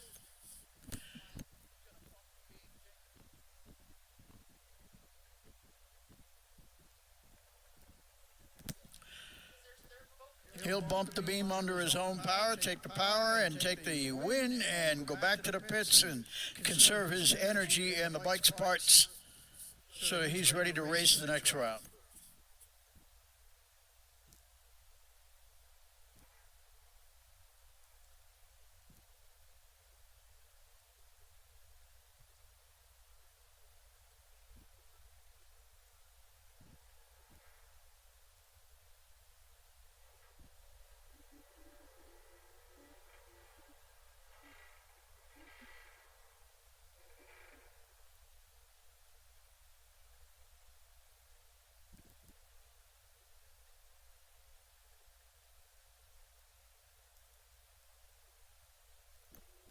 Garbage Stitz.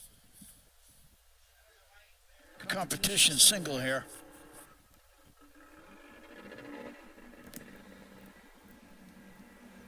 0.66 reaction time bodes well for his future.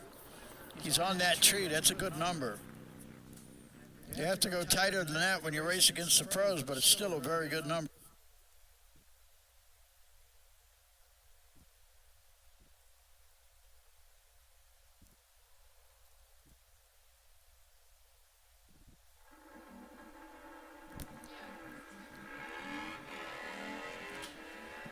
Kenny Statterly taking his victory on this one.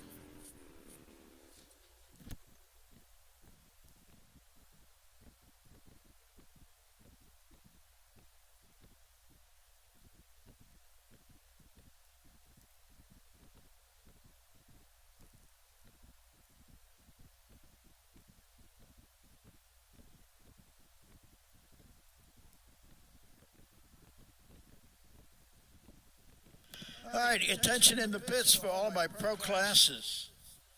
We have wrapped up our racing with E-Class, which makes y'all next. There will be some track prep, a little bit of cleanup, tune-up, basic maintenance, and we move on with the pro show. So you are next. All pro class bikes, be ready for the call.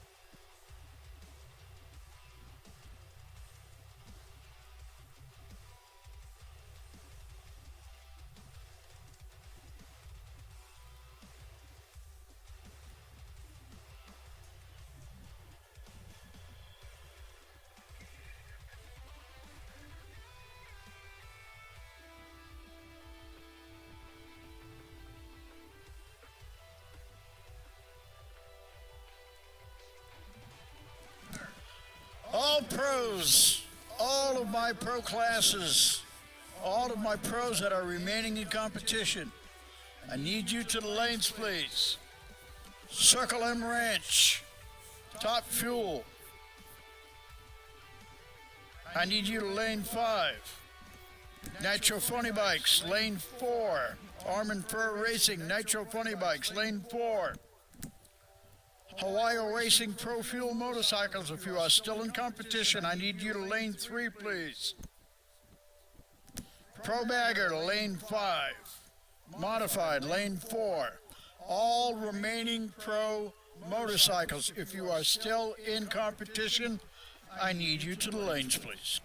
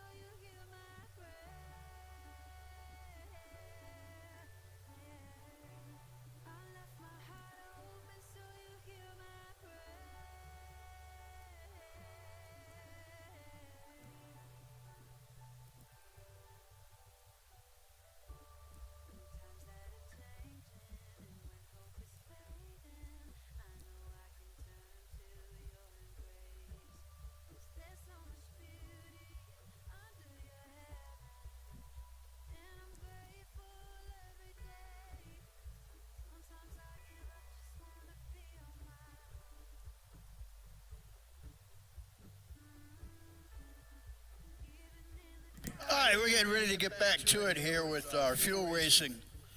Top Fuel is in the lanes. Pro Fuel is in the lanes. Got a bunch of nitro bikes out there. Time for a little more nitro methane. Let me check and see who we got.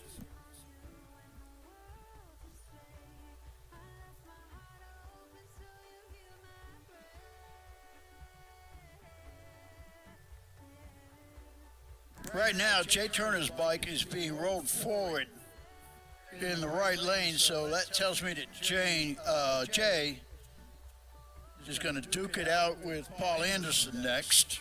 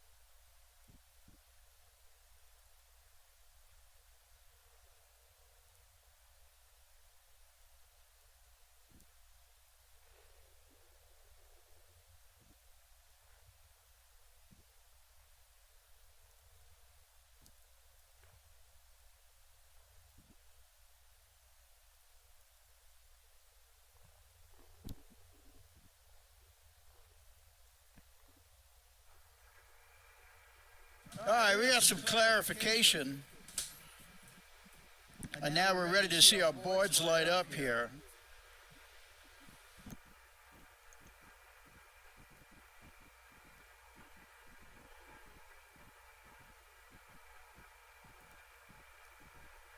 Paul Anderson is going to run first here because he's got the bye this time. And Jay Turner and Samu Kempinen will run next. Anderson hard on that throttle. Does a beautiful burnout.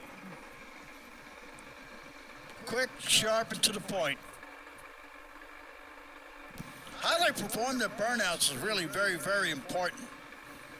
Because they have to do the same thing every time in order to get the clutch to respond the same every time. And then that way the pilot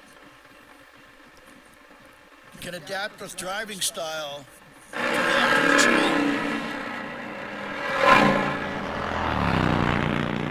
Anderson did a very masterful job of bringing the bike right back into the groove. It was moving right to left, and he leaned and pushed on his foot pegs exactly the right time and exactly the right way to turn in a 650 at 214 miles an hour. Paul Anderson showing that he is ready to compete on a regular basis in Top Fuel and be competitive. It's one thing to show up every race and race. It's a whole other thing to be competitive. And to be competitive, you have to be consistent. Anderson did a great job on that pass. Samu Kempinen out of Vantaa, Finland. And Jay Turner out of North Carolina.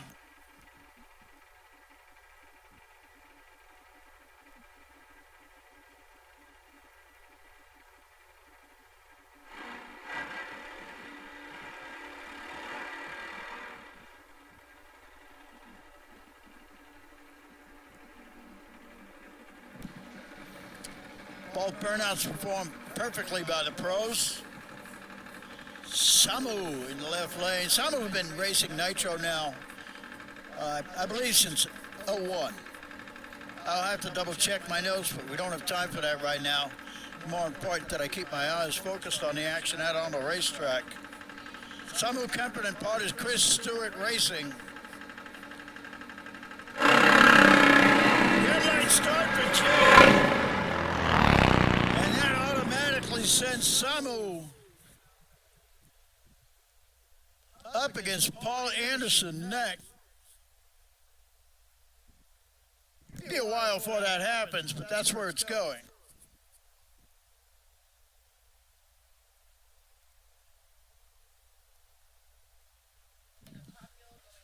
Well, it looks like I'm going to have to take my camera out of the camera bag after all.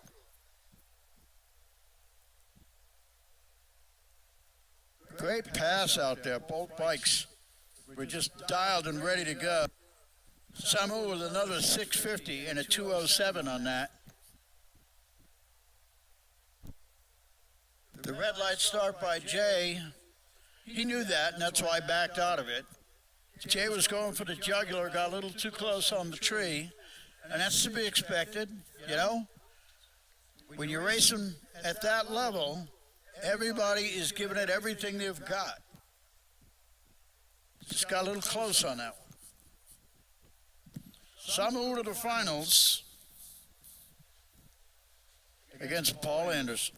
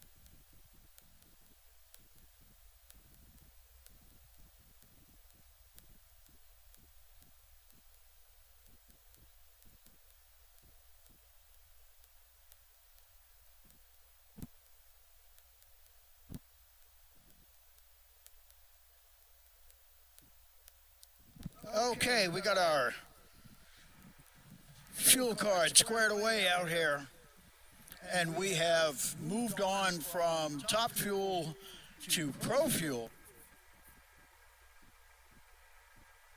Mary Dengro.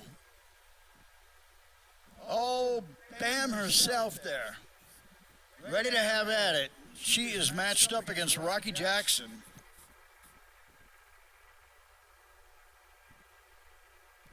Pro Fuel action next. How about here and how about now? Tracy Kyle on the starting line, awaiting that bike to roll out of the smoke. Rockstone, the crazy, very cagey old veteran with just dozens and dozens of passes under his belt.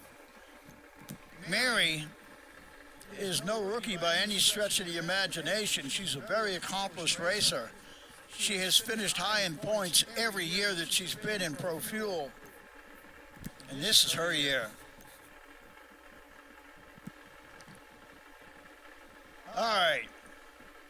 Now we're ready to rock and roll. Rockstone on the right, Mary on the left. There's the tree, green lights. She treated him good, and she's running away like a rabid dog. 7:31 at 168 mile an hour. Mary racks up another win. I don't have the statistics in front of me.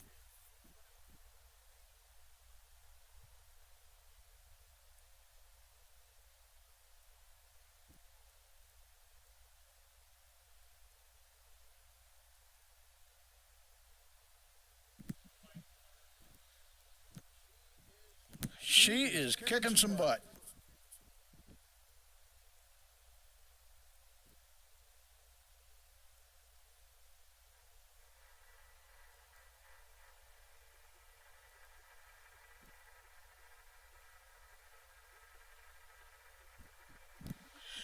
Great matchup next. Hawaii Racing Pro Fuel Action. Kurt Sexton and Jimmy Martin. Two veterans who've been doing this a long time.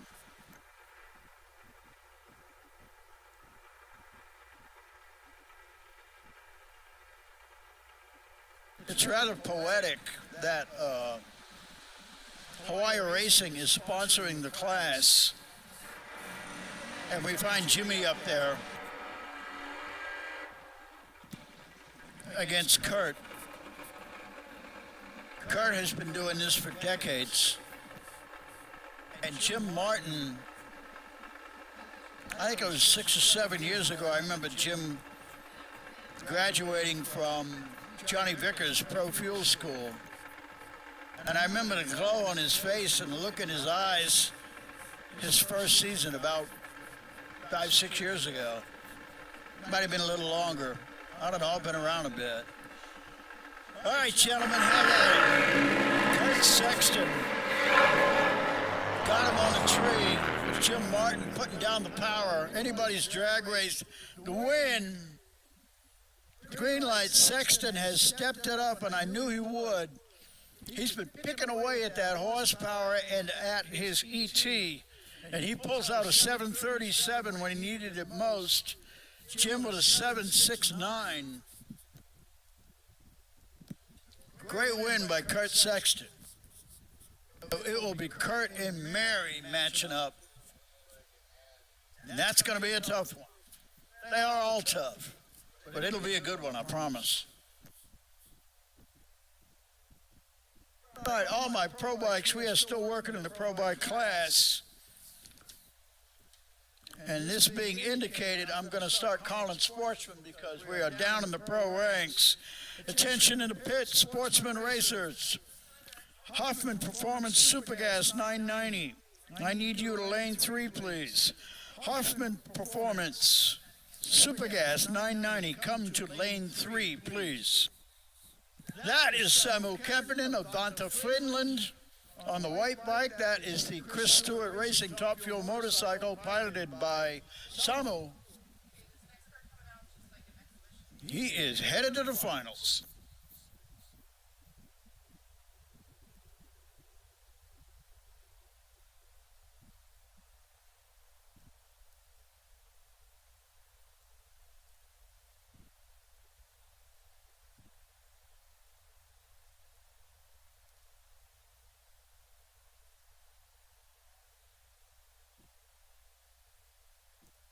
We have some exhibition passes by Fuel Bikes going to be made here next.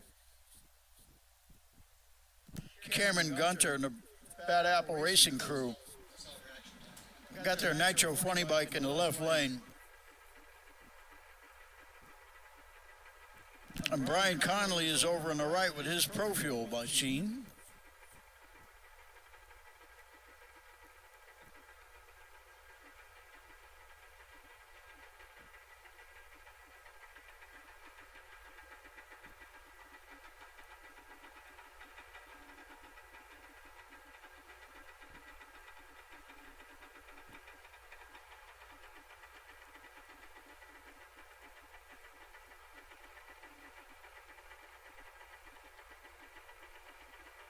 Oh, the sweet smell of that Nitro Thunder. Brian Conley, the kid. Brian Conley Jr., he's in the right lane. Looking for Gunter to come up and run. Good burnout by Brian. Stuttered a little bit there.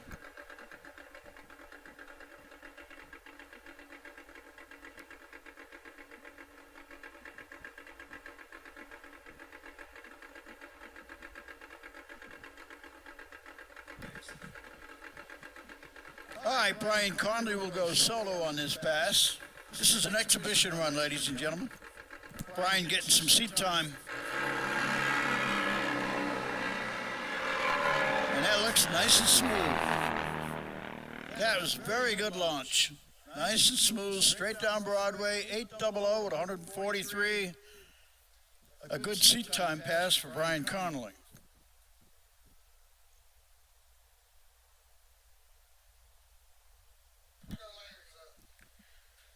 Attention in the pits, Supergas 990, I need you in lane 3, please. Supergas 990, I need you to lane 3.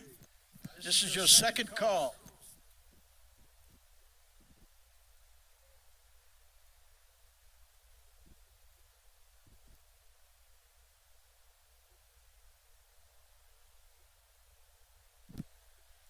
Pro Eliminator 1090, as soon as 990 is in position, I'm calling 1090. But I need 990, all my 990 racers into the lanes now.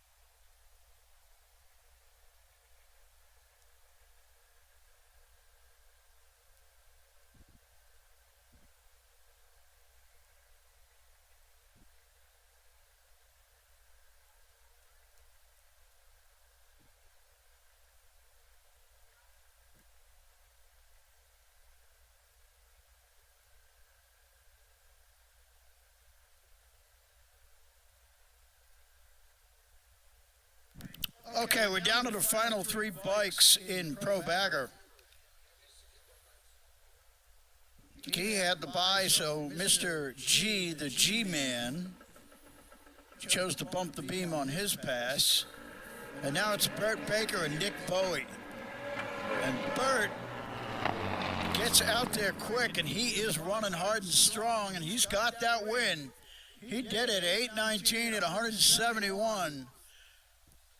Burt Baker will now go to the finals in Pro Bagger against Mr. Dwayne G, the G-Man.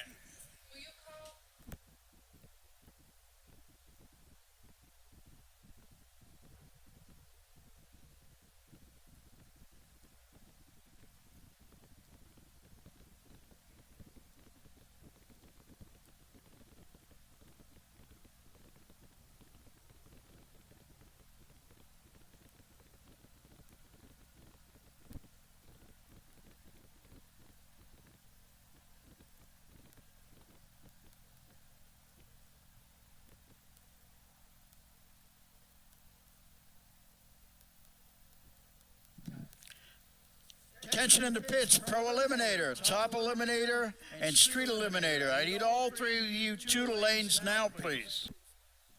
Pro Eliminator, Top Eliminator, Street Eliminator, all three to the lanes, please.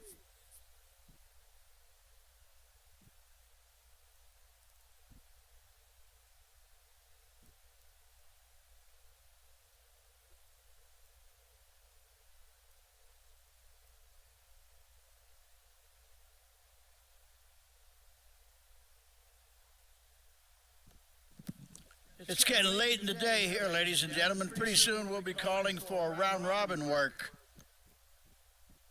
We're not quite there yet, but we will be.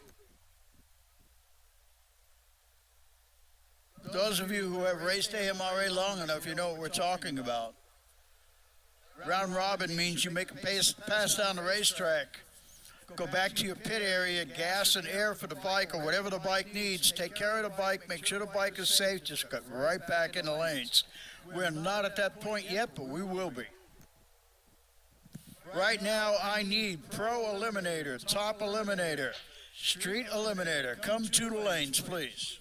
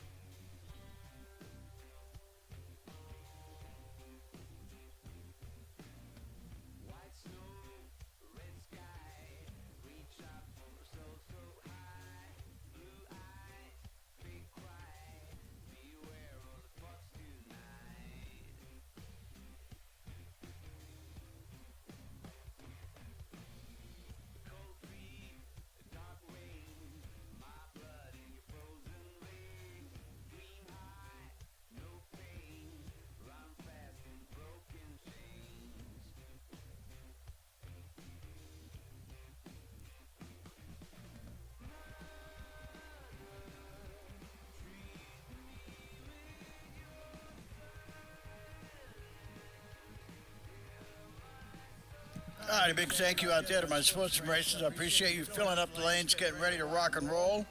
We certainly need that to happen so we can move the race along. We're checking something out on the race surface at this time, but we'll get back to you as quickly as possible.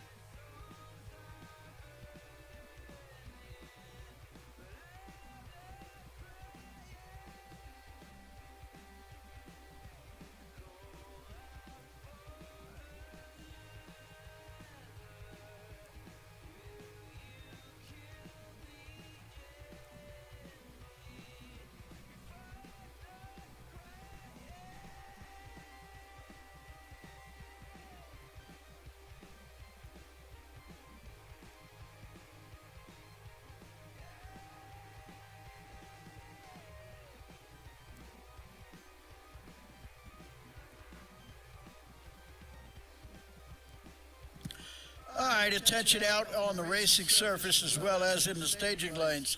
I've just been informed that we have debris on the racetrack in the shutdown area.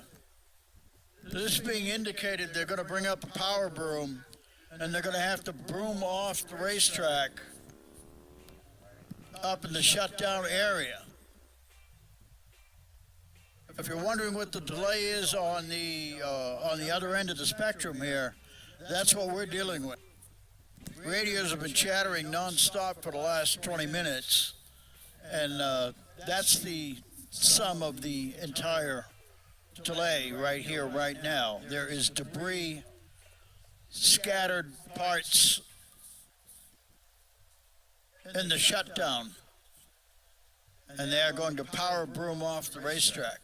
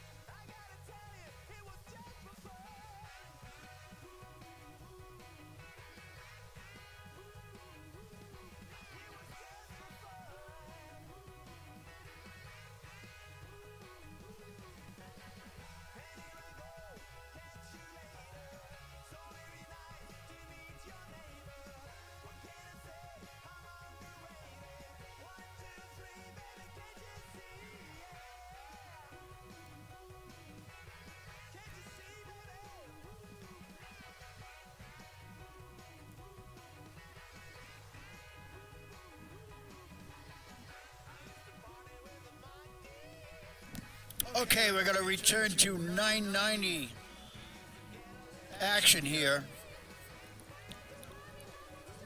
Picking up right where we left off before the debris was discovered on the racetrack. It had to be cleaned up. We got to do what we got to do to go racing and get the race done, right? Right.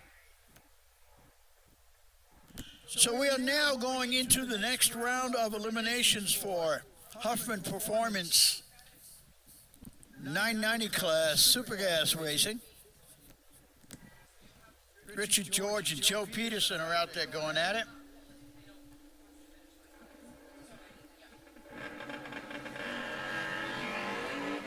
Joe Peterson, good light.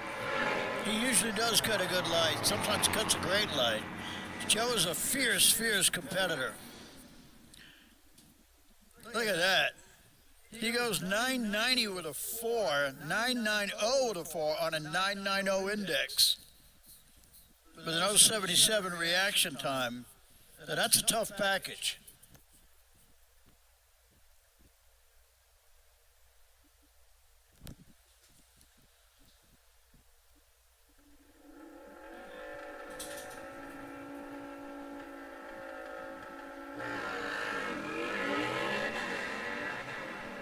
Beautiful, gentle wheel stand on the launch by Jeremy Wilson. Coleman Grantzer. Wilson with the win, 999 on that 990 index. Per Eliminator, top Eliminator, street Eliminator. You should all be in the lanes now, ready to run.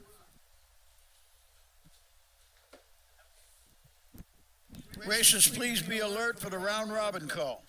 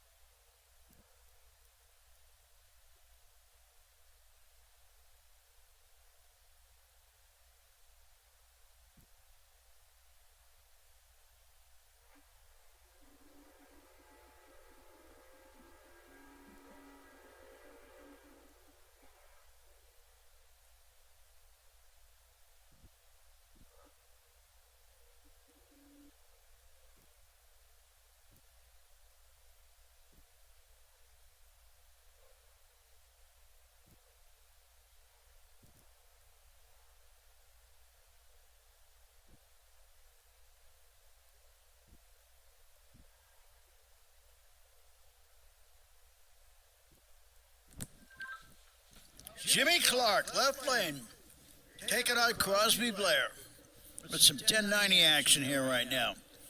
We're going from class to class. We're going to run everybody as quick as we can. Jimmy Clark all over this one. On the big end, the win is Jim Clark. There you go. Tree lit it right up. 1092. And a 10.92 for Crosby Blair. Reaction time is the difference. Once you look at the slip, you'll see it. Jim had the quicker reaction time, and that got him the win. An excellent race by both racers. Excellent. Larry Stevens and John Bradley going at it now.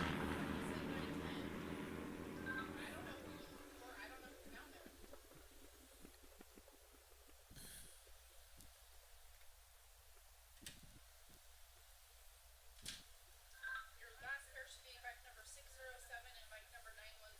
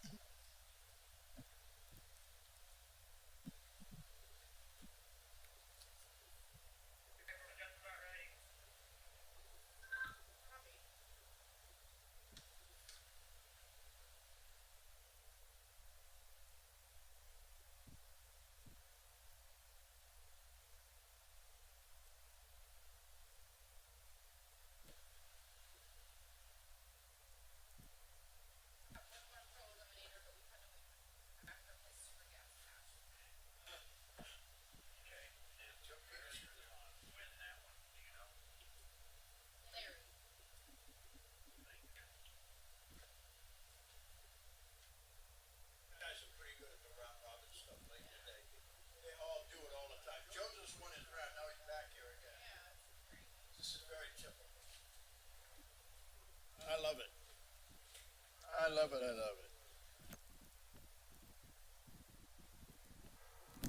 it. All right, Joe Peterson just won his round minutes ago, and he's already back in the water box. When it gets late in the day and we start this round-robin racing stuff, because we got to carve through the classes and wrap it up, it gets very intense.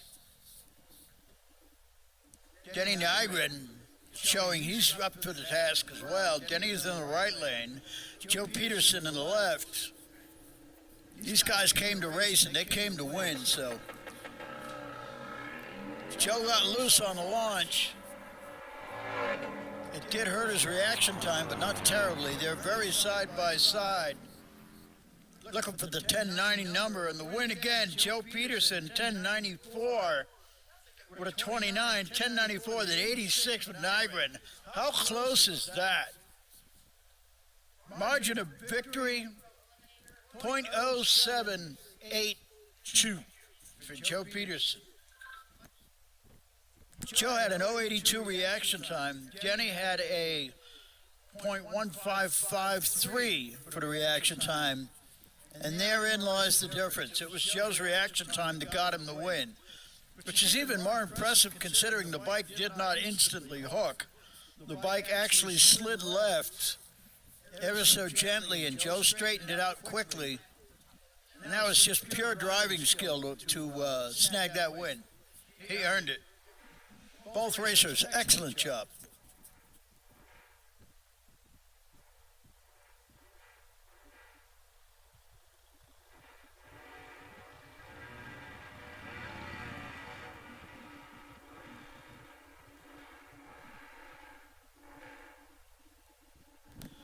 All right, we're going for the finals here in Top Eliminator. David Dormus out of Loveland, Ohio, and Chris Hoppen. Seasoned veterans, both of these guys.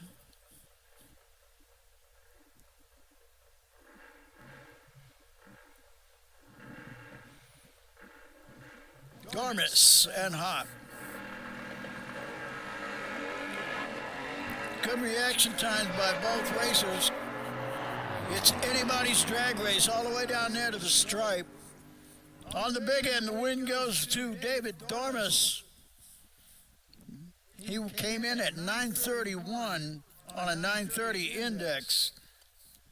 A 933 is certainly a great number for Chris Hopp.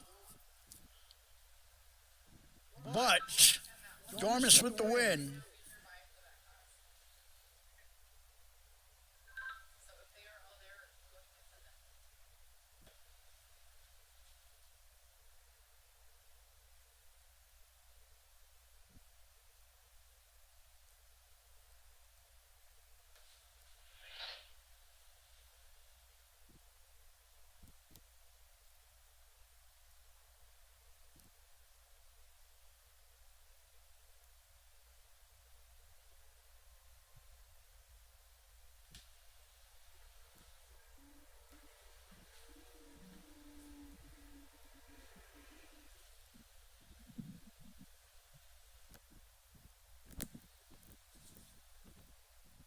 Now we're doing some 1150 elimination work. Chad Trainer bringing it into the beams here.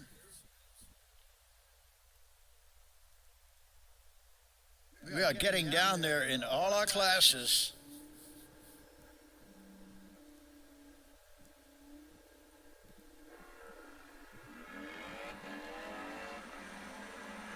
Trainer gets away clean, makes a clean run in that right lane.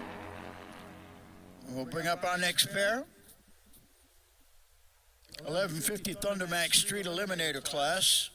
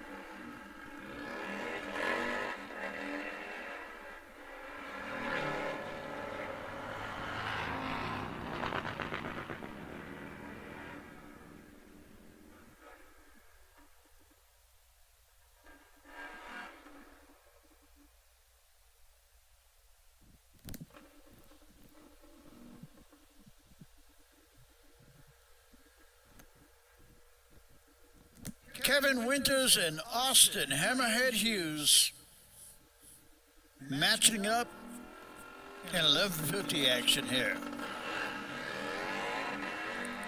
Green light starts on both sides. Winters has him. We'll see who's got it at the stripe on the big end. And it is Winters. 1154 on that 1150 index number. And 1152 for Austin. But Austin's .090 versus the .064 reaction time of Winters. Therein lies the difference and the win for Mr. Winters. Remember, in drag racing, it's not speed that wins, it's quickness. Who's quicker to the stripe? John Poet, Robert Stitz next. Thundermax Street Eliminator. Eliminations are continuing here.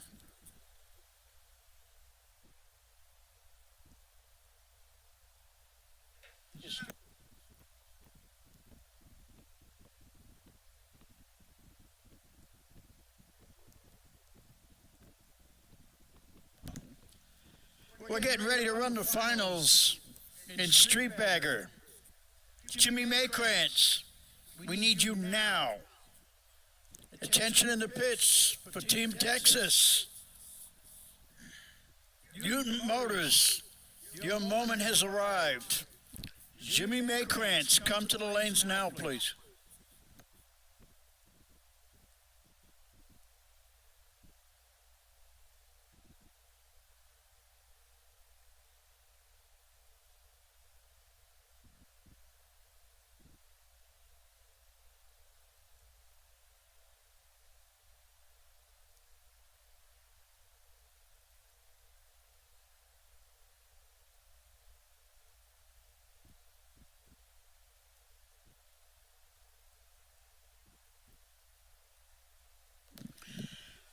Attention in the pits. I need Super Pro.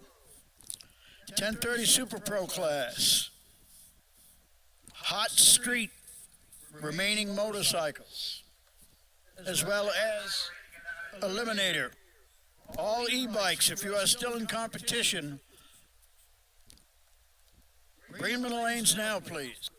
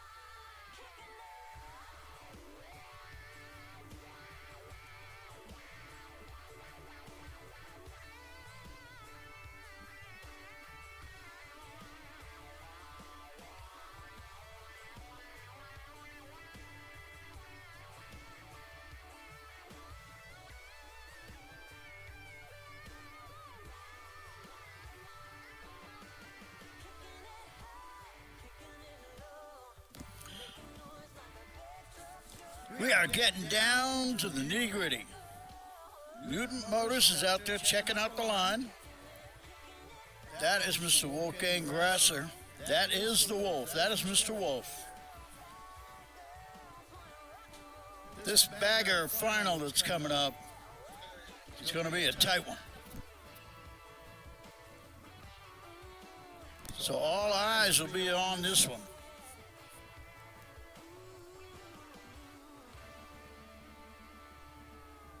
This will be Jimmy Maycrans and Thomas Boone. Boone will be taking the right lane. Jimmy is taking the left. So the Mutant Motors team is lined up on the line, all ready to receive Jim. And Boone is staying with him side by side. And that's exactly how they want it to go down once the tree turns green. Boone is already pre-staged. Jimmy goes into the pre-stage, drops the bike down into low gear. There they go. Big wheel stand by Boone. That is not a good thing. That gives Jimmy an opportunity to run away from him, and Jimmy's doing exactly that. Jimmy Maycrans, 940 at 146. That was an expensive wheel stand. But that's drag racing, ladies and gentlemen. Sometimes these things happen, especially with the baggers out there.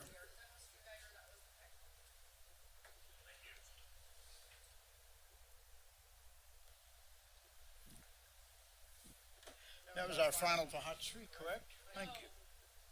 Oh, Street Bagger? Street Bagger, right. That's what I checked. Thank you. Good, now we got 2 classes knocked out. I love hearing that. Okay, Street Bagger's down now. Who else we got done? Well, I consider Nitro Funny Bike done because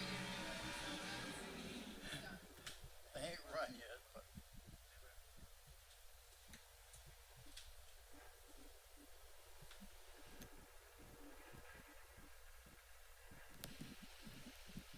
but okay, 10:30 now. Feels like 10:30. Super Pro 1030, sponsored by BK Electric. 1030 is the index number now.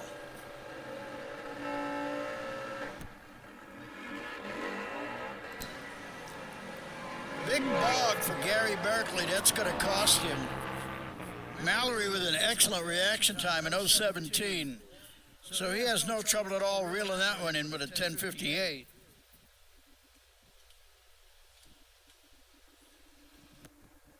On our next pair, Chad Kaplinger will be in the left lane, Steve Lacey in the right lane where he likes that lane. And he's ready to go.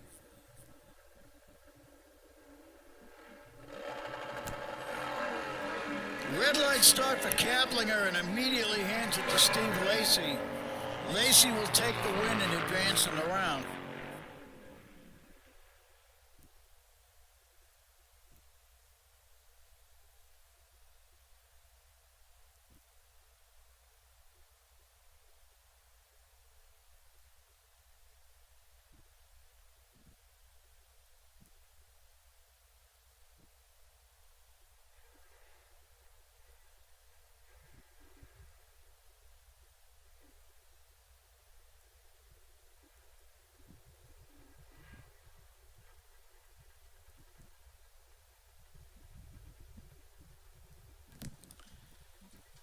From this point in, all sportsman racers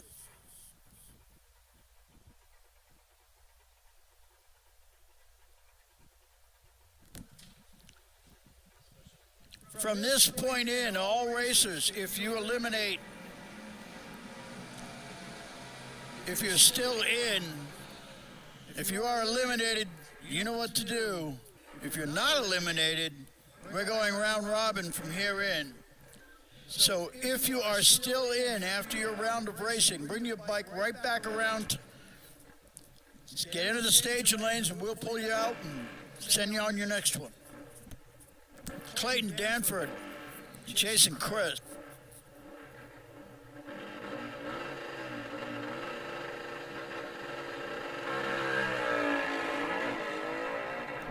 Hot street final action. Jason Crisp continuing to just run away from everybody.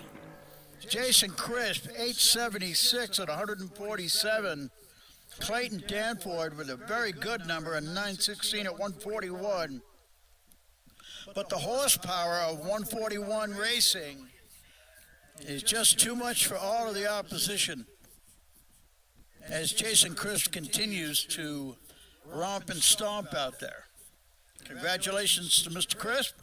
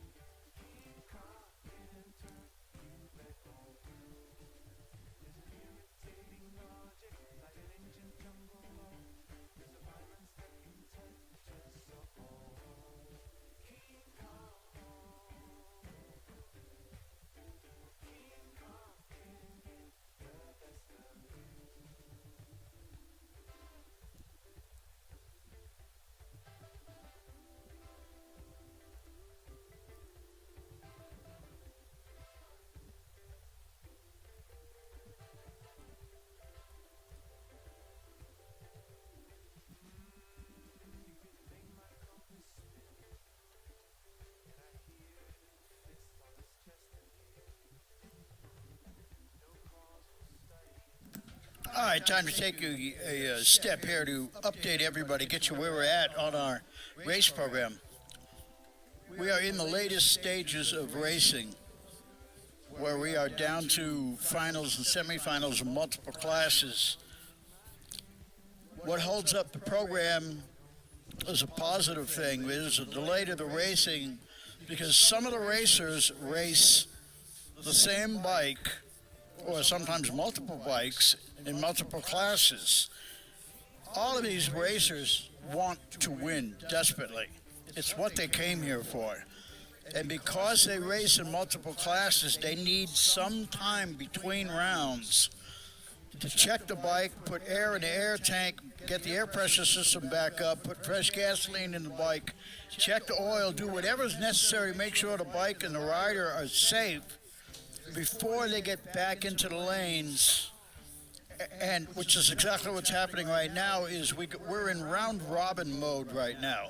Each time bikes go down the racetrack, whoever wins the round, they have to come right back around and get right back into the lanes. But we don't want anybody to just come back into the lanes after making a pass down the racetrack. They first must check the motorcycle, make sure it's safe, make sure they're safe, drink some water, pour a cold one over their head, drop the body temp, whatever it takes, but we want them back in the lanes as quickly and as safely as possible. So this does delay things at this time of the day, but it is normal for late day racing when everything gets seriously intense. Also, there are specific matchups that have to happen according to the progression of the competition ladders, and those things need to be sorted out between tower and head of staging, because head of staging is down there trying to organize the racers and make sure the right people are ready to race the night people. They have to be paired up in the staging lanes before they can even come up and get into the water box. It's a complex ballet, but it's worth it.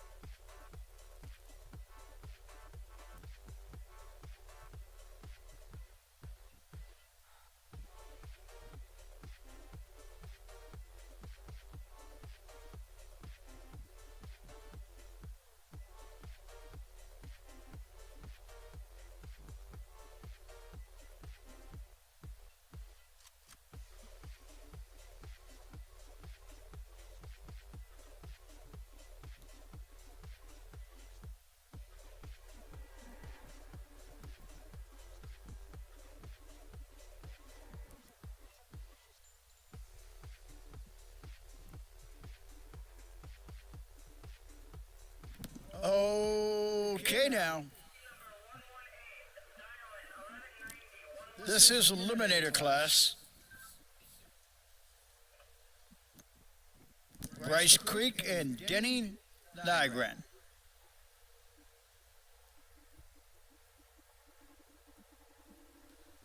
Farm Gang Racing there. Mr. Bryce Creek.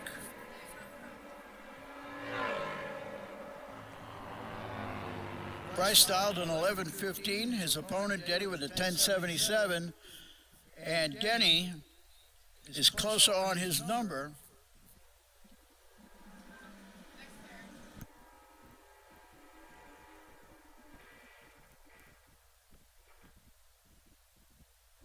That was so close. Margin of victory, .0089 for Denny Nygren. Bryce Creek right on his number. Wow. Both racers. That was impressive.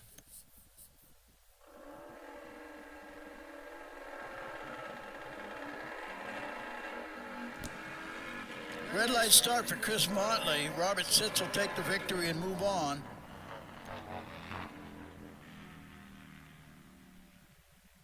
This is Baker Drivetrain E-Class.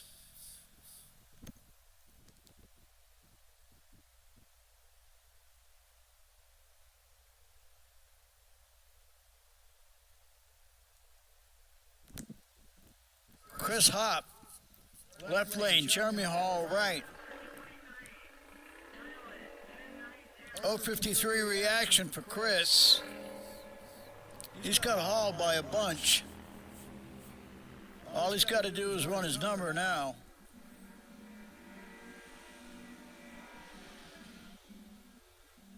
And he went too quick.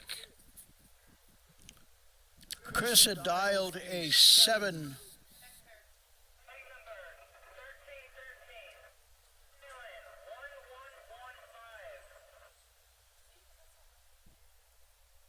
My screens have changed. We'll just move along here.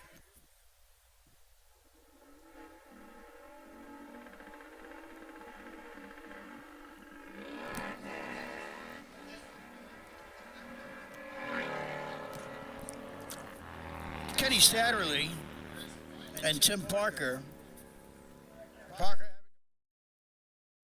He'll take the win on that.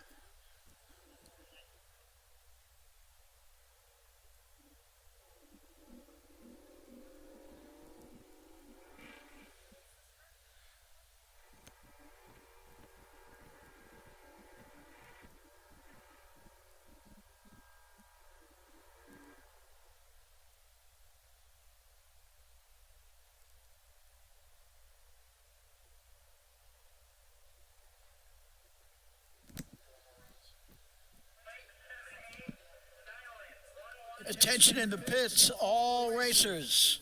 If you are still in competition, service your motorcycle as appropriate. Make sure you and the bike are safe and come right back to the starting line.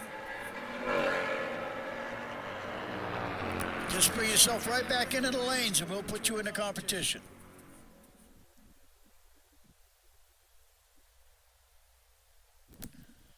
Lacey with the win on that one.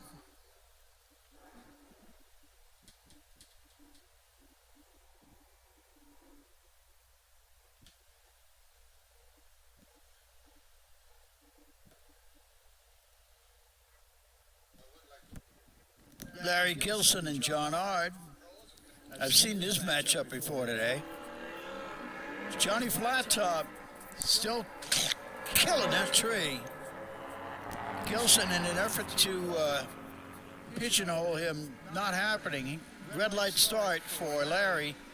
Johnny Ard will take the win.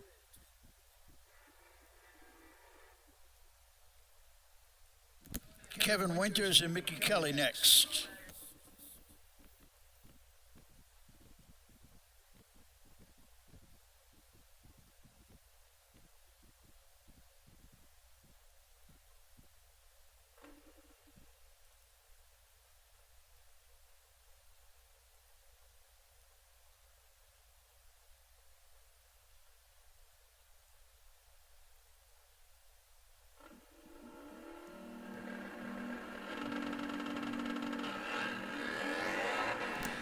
Winters and Kelly.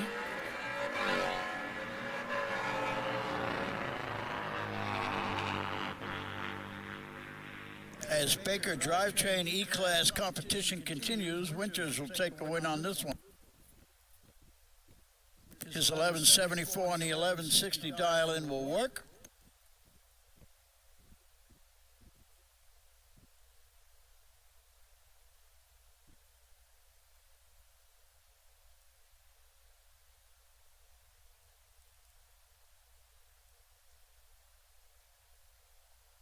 All racers, if you are still in eliminations in your respective class, gas up your bike, air up the air tank, do what is necessary to make sure the bike and you are ready for your next round. Keep safety first and in the forefront, and please return to the staging lanes as quickly as you can. We are in round robin mode, so just come right back down for your next round of competition. All classes.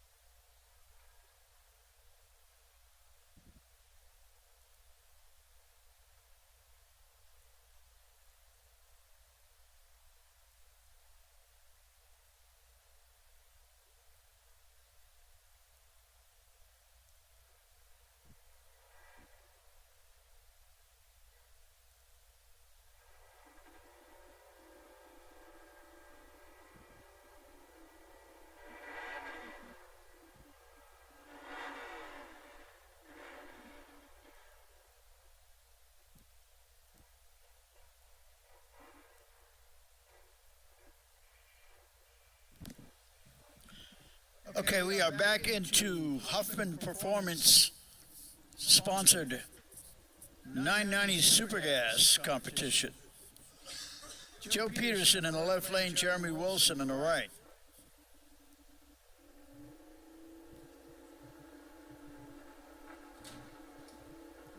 They're going to run as close to that 990 number as they can.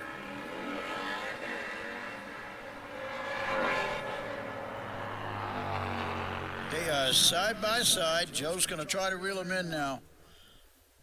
But it's not happening. Jeremy Wilson, 994 versus Joe's 998. Margin of victory, .0806. Peterson is out in Supergas.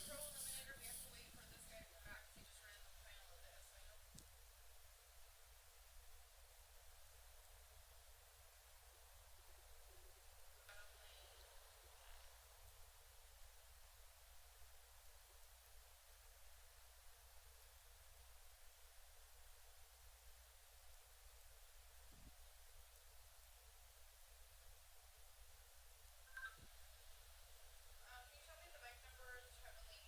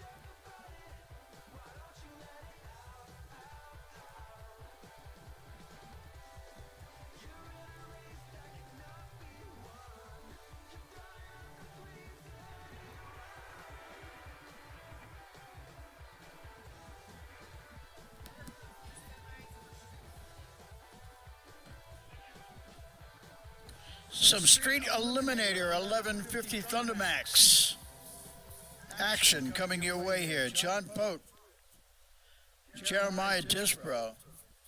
So they're going to be working off the 1150 index. We'll see how this pair does. Great reaction time by John in the left lane. Anybody's drag race, but he's got his opponent by a tenth and a half. And he's got him. John Poet.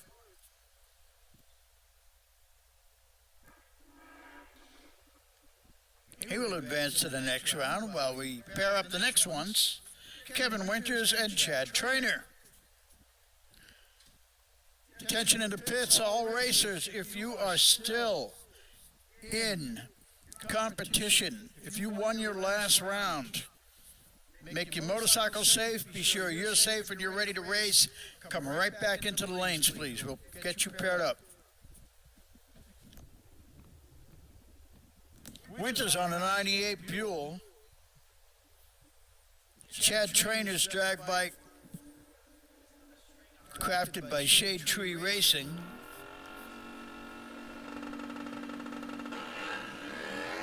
Red light start for Chad. 0.0158 on the red. Putting the win squarely on Kevin Winters.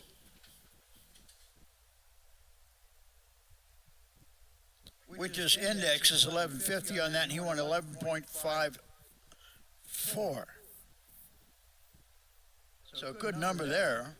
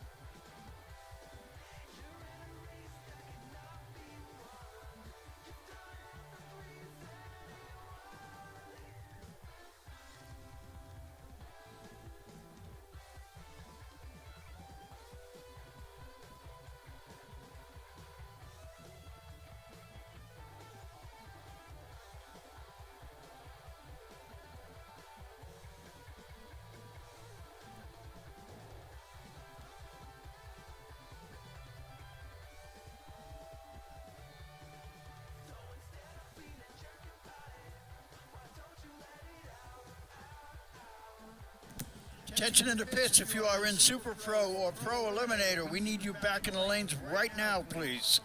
If you are in Super Pro or Pro Eliminator, or even Eliminator for that matter, if you're still in competition, service your motorcycle, get yourself some cold water, make sure you and your bike are safe, come right back into the lanes, please.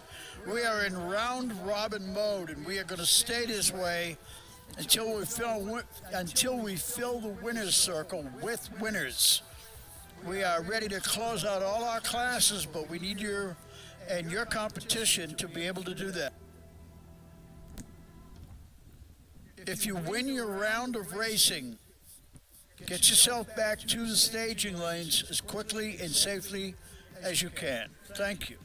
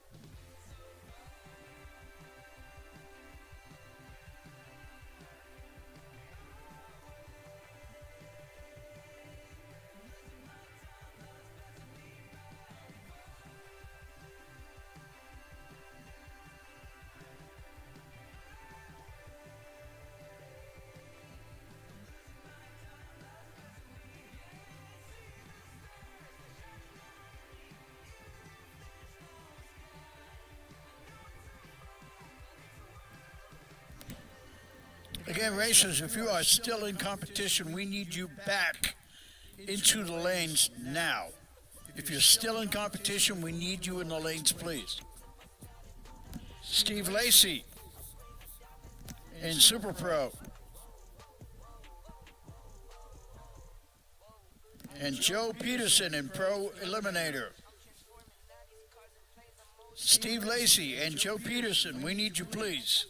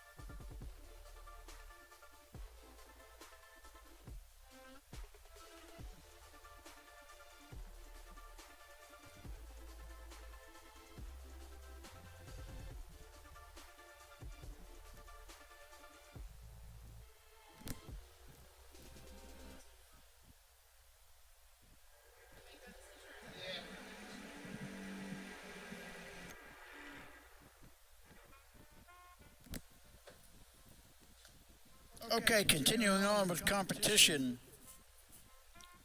for 1030 Super Pro, sponsored by BK Electric. Steve Lacey is in the right lane. He's going to take on Robert Mallory. This is the 1030 Index class.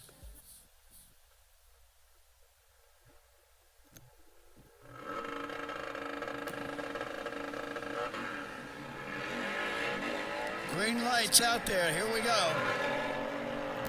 Both races are side by side. Checking each other out. They're headed for the stripe, and Mallory takes it. 1030 was the index number. Mallory goes 1031 on a 1030 index. A 1032 for Steve Lacey. Very, very close.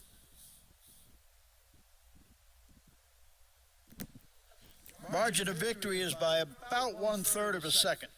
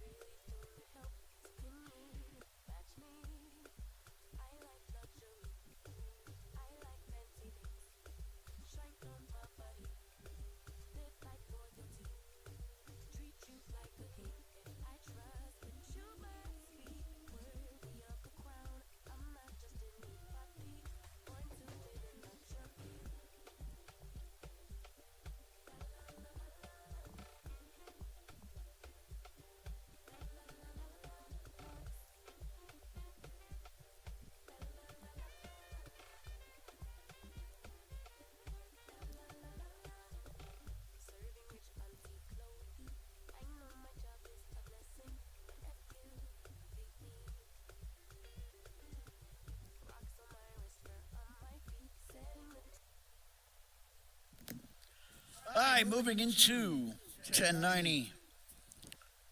Larry Stevens is about to take a competition single here. He's going to break the beam. Joe Peterson would have been with him in this matchup, but for whatever mechanical reason, Joe can't make the call. And he was a gentleman about it, drove down here and let the staging folks know that he's done everything he can to make the call, but he just could not get his bike ready in time. And Mr. Stevens will advance to the next round of 1090.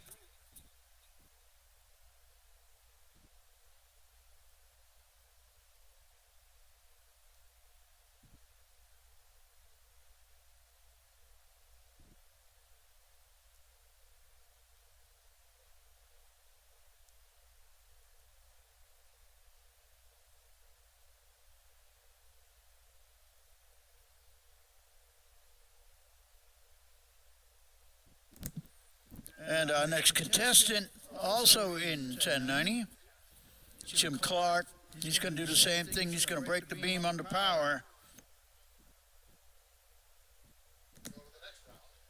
And he will be ready for his next round. So we're going to be able to launch the next round and bring it back to you very quickly.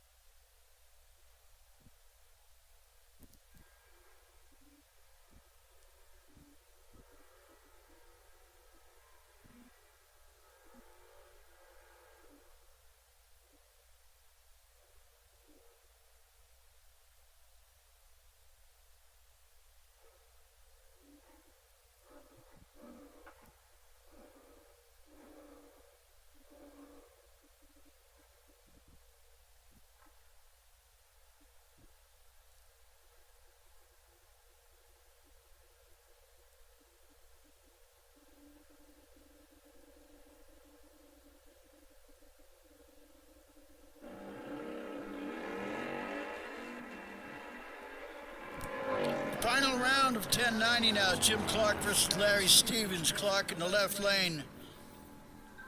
Great light by Larry Stevens, and he takes advantage of it. Larry Stevens with the win. Clark with the runner-up.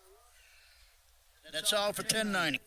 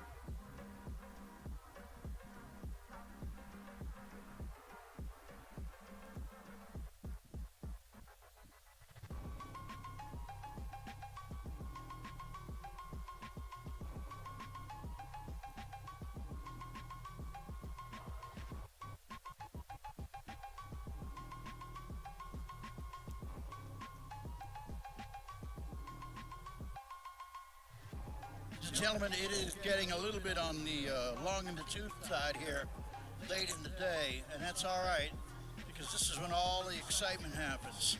We're getting down to the finals on every class, and this is when you know what happens. Yeah, it does. So stand by, we'll bring you the action.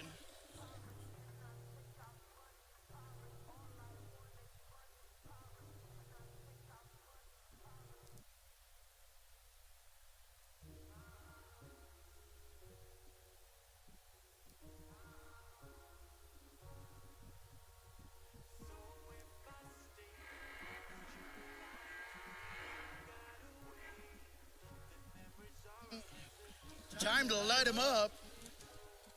Light him up and bring him into the beams.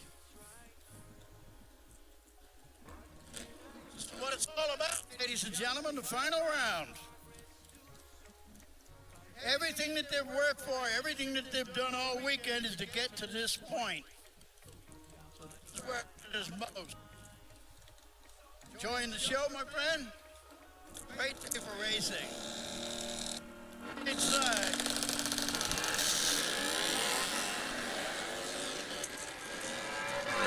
He was right on that exhaust. Right on that light. And yes, he wins it, you betcha.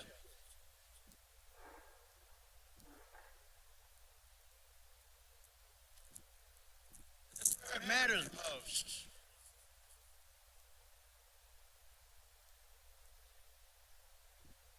Steve Lacey in the left side. He just won his last round, and here we are just minutes later, and he's once again back in the water box.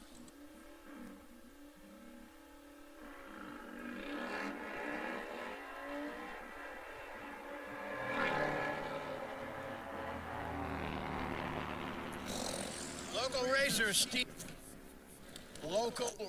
Steve Lacey, all ready to drop that hammer again. Let's again take the right lane. It is his favorite. 1087 dial for Lacey on the right side.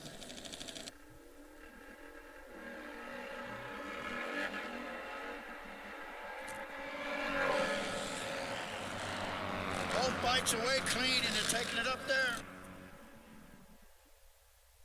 He wins it.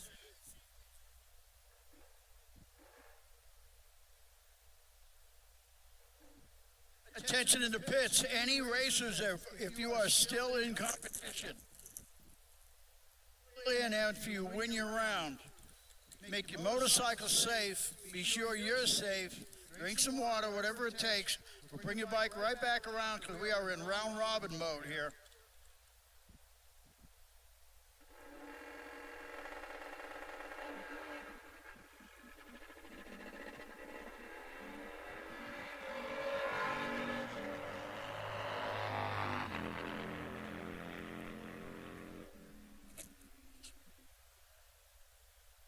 Sweet sounds of the E-Class bikes out there wrapping it up.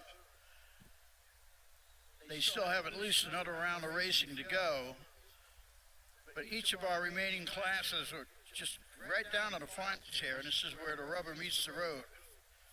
This is the most important part of the weekend. Got about a half a dozen racers here right now ready to find out if they get that W or not. This is winner's circle photos. Mr. Clark, once again, congratulations, sir.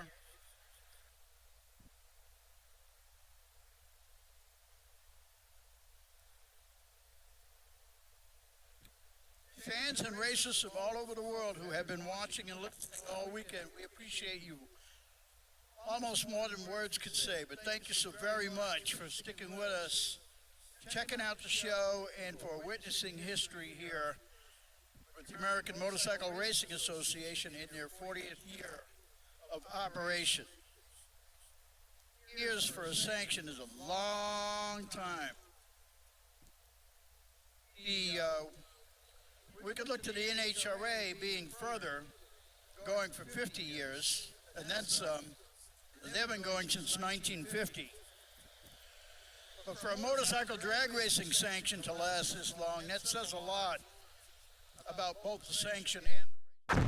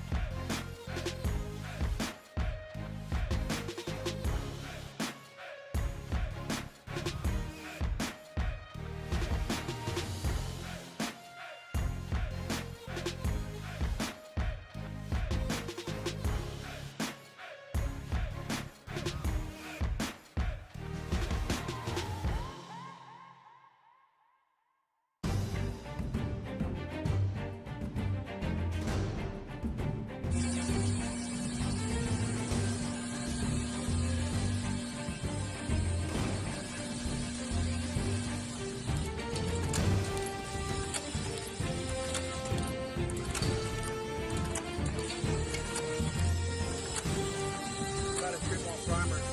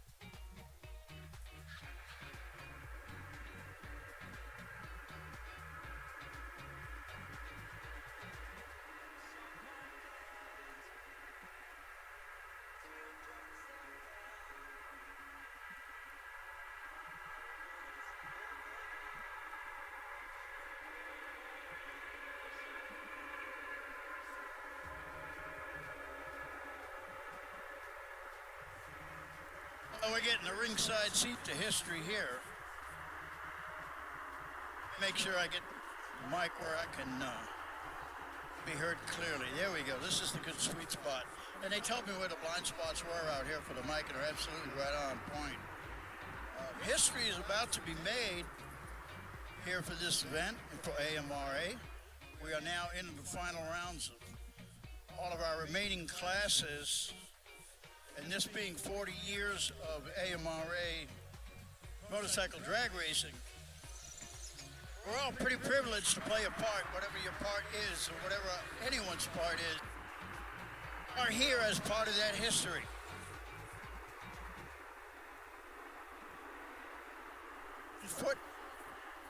An important footnote on history is that a lot of people look over their shoulder and say, I wish I'd been there to see this, or I wish I'd been there to see that. You're missing the point. You're already here. This is where history is happening. Our time is now, my friend. Anderson's bike is making its way to the water box now.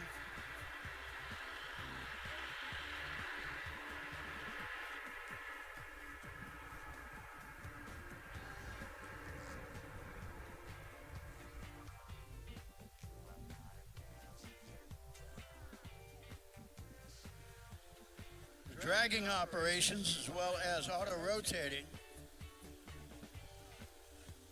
have concluded.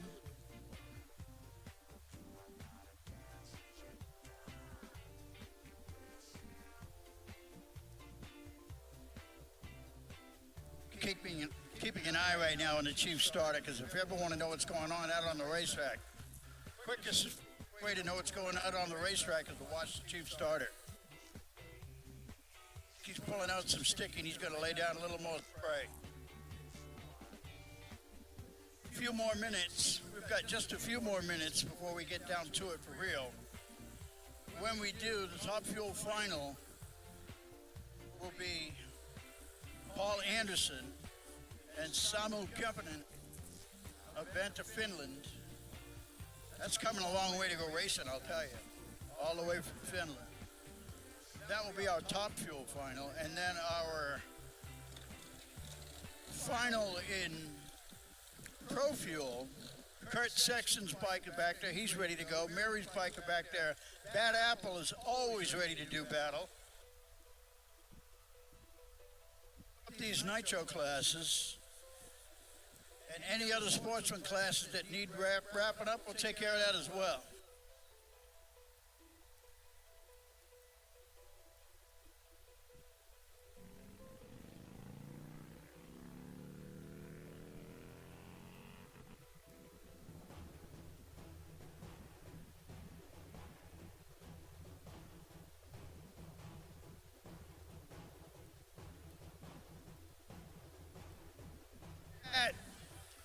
Our hat is certainly off.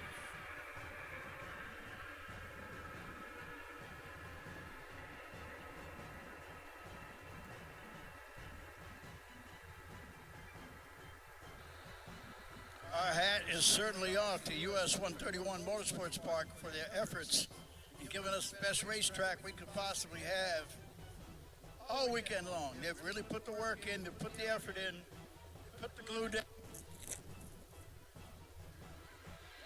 And if you look back at the last few rounds of top fuel, nobody's gone up in smoke.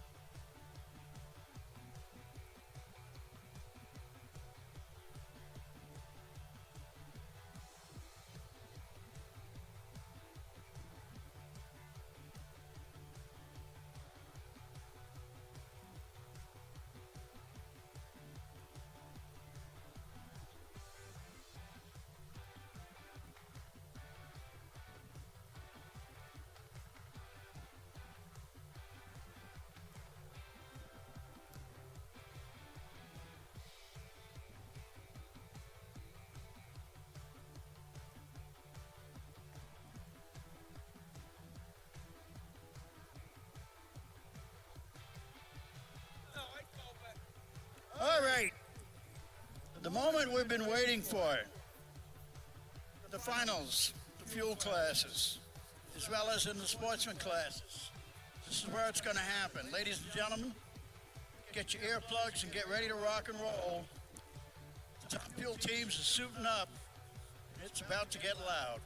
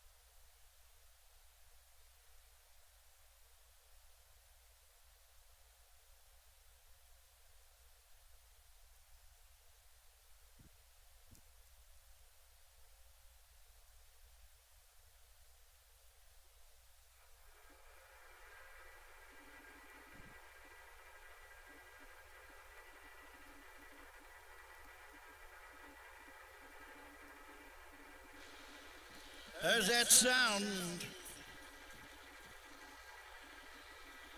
Nitro Thunder coming your way. Samu Company in the right lane. Paul Anderson in the left. Here we go.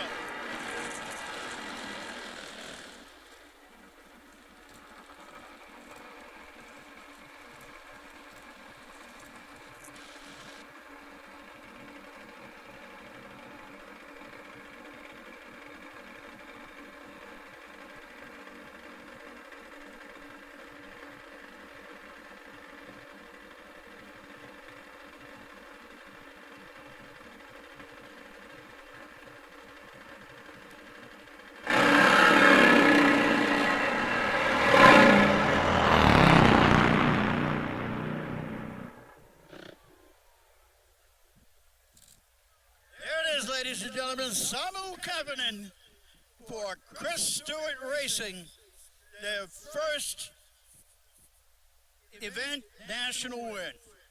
Congratulations to the team.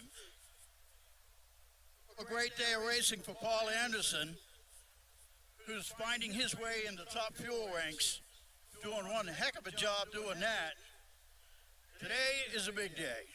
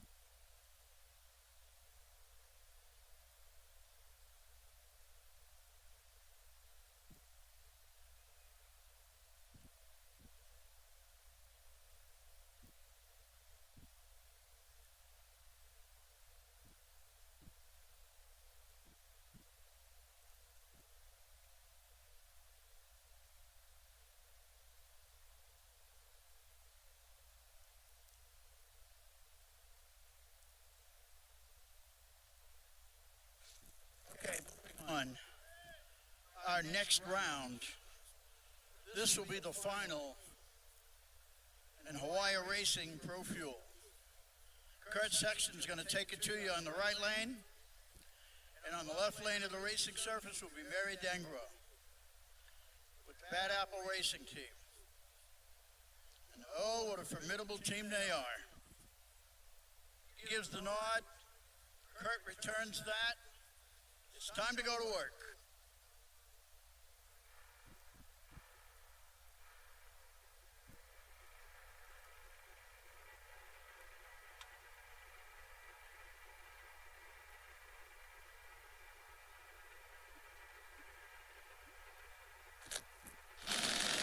Doesn't get any better than this, brother.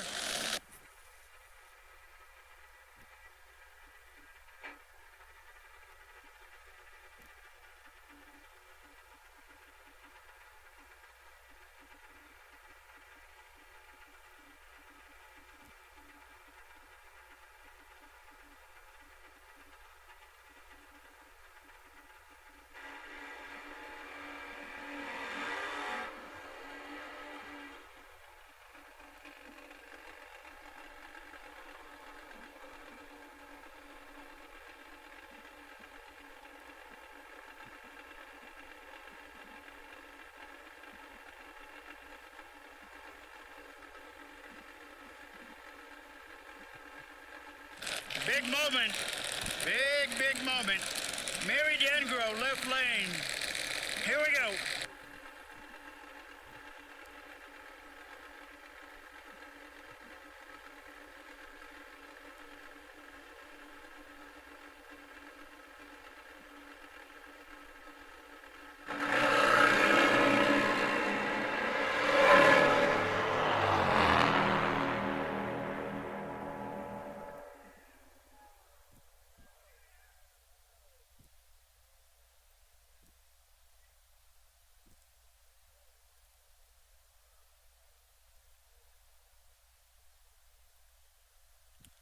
As you could tell by the excitement on the starting line, we know who won that round. And we saw it coming.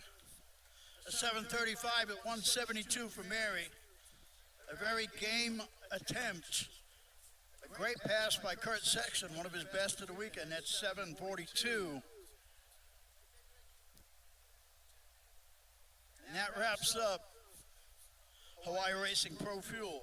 We will continue on and we will go round robin and we will go round and round, however long it takes to wrap this up. We'll make it happen. Eliminator, we got 4 left. I need you back to the lanes, please. Eliminator, you got 4 left. I need you all back. Eliminator. E-Class motorcycles, return to the lanes as soon as you safely can, please. E-Class motorcycles, we've got 4 of you left. Please bring them back to the lanes.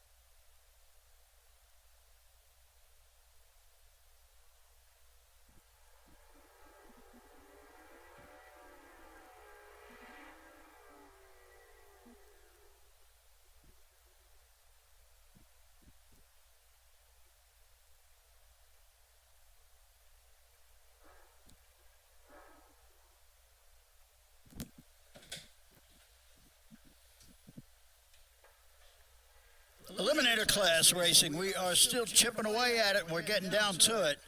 This is Steve Lacey and John Ard.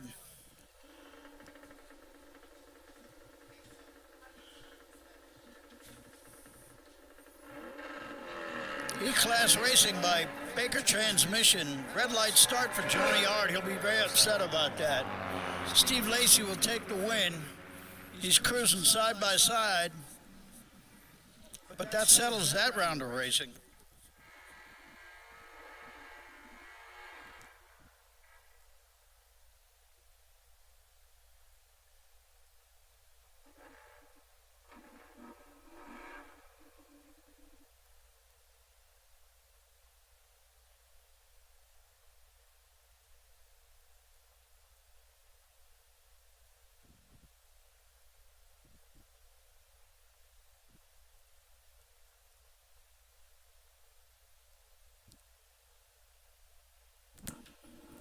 Our next pair, which will form up our finals, this is Kevin Winters and Robert Sitz.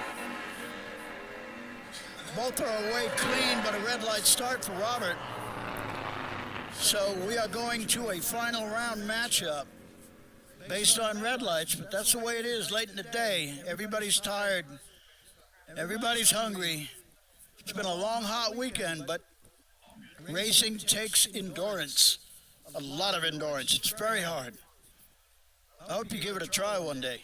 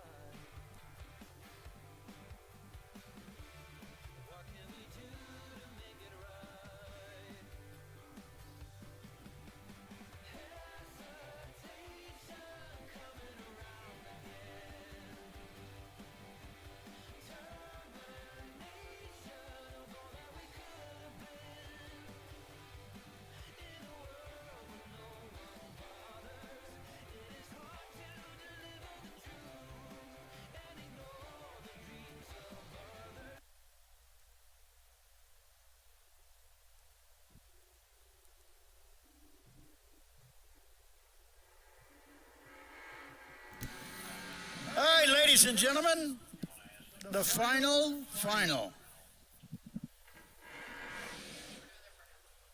Kevin Winters and Steve Lacy. This is a very big redemption for Stevie Lacy. Last year at this race, he left the starting line and had an unfortunate step-off on the bike just after the tree. It was a tough weekend for him last year at this race. This race is the polar opposite. Total redemption for Mr. Lacy.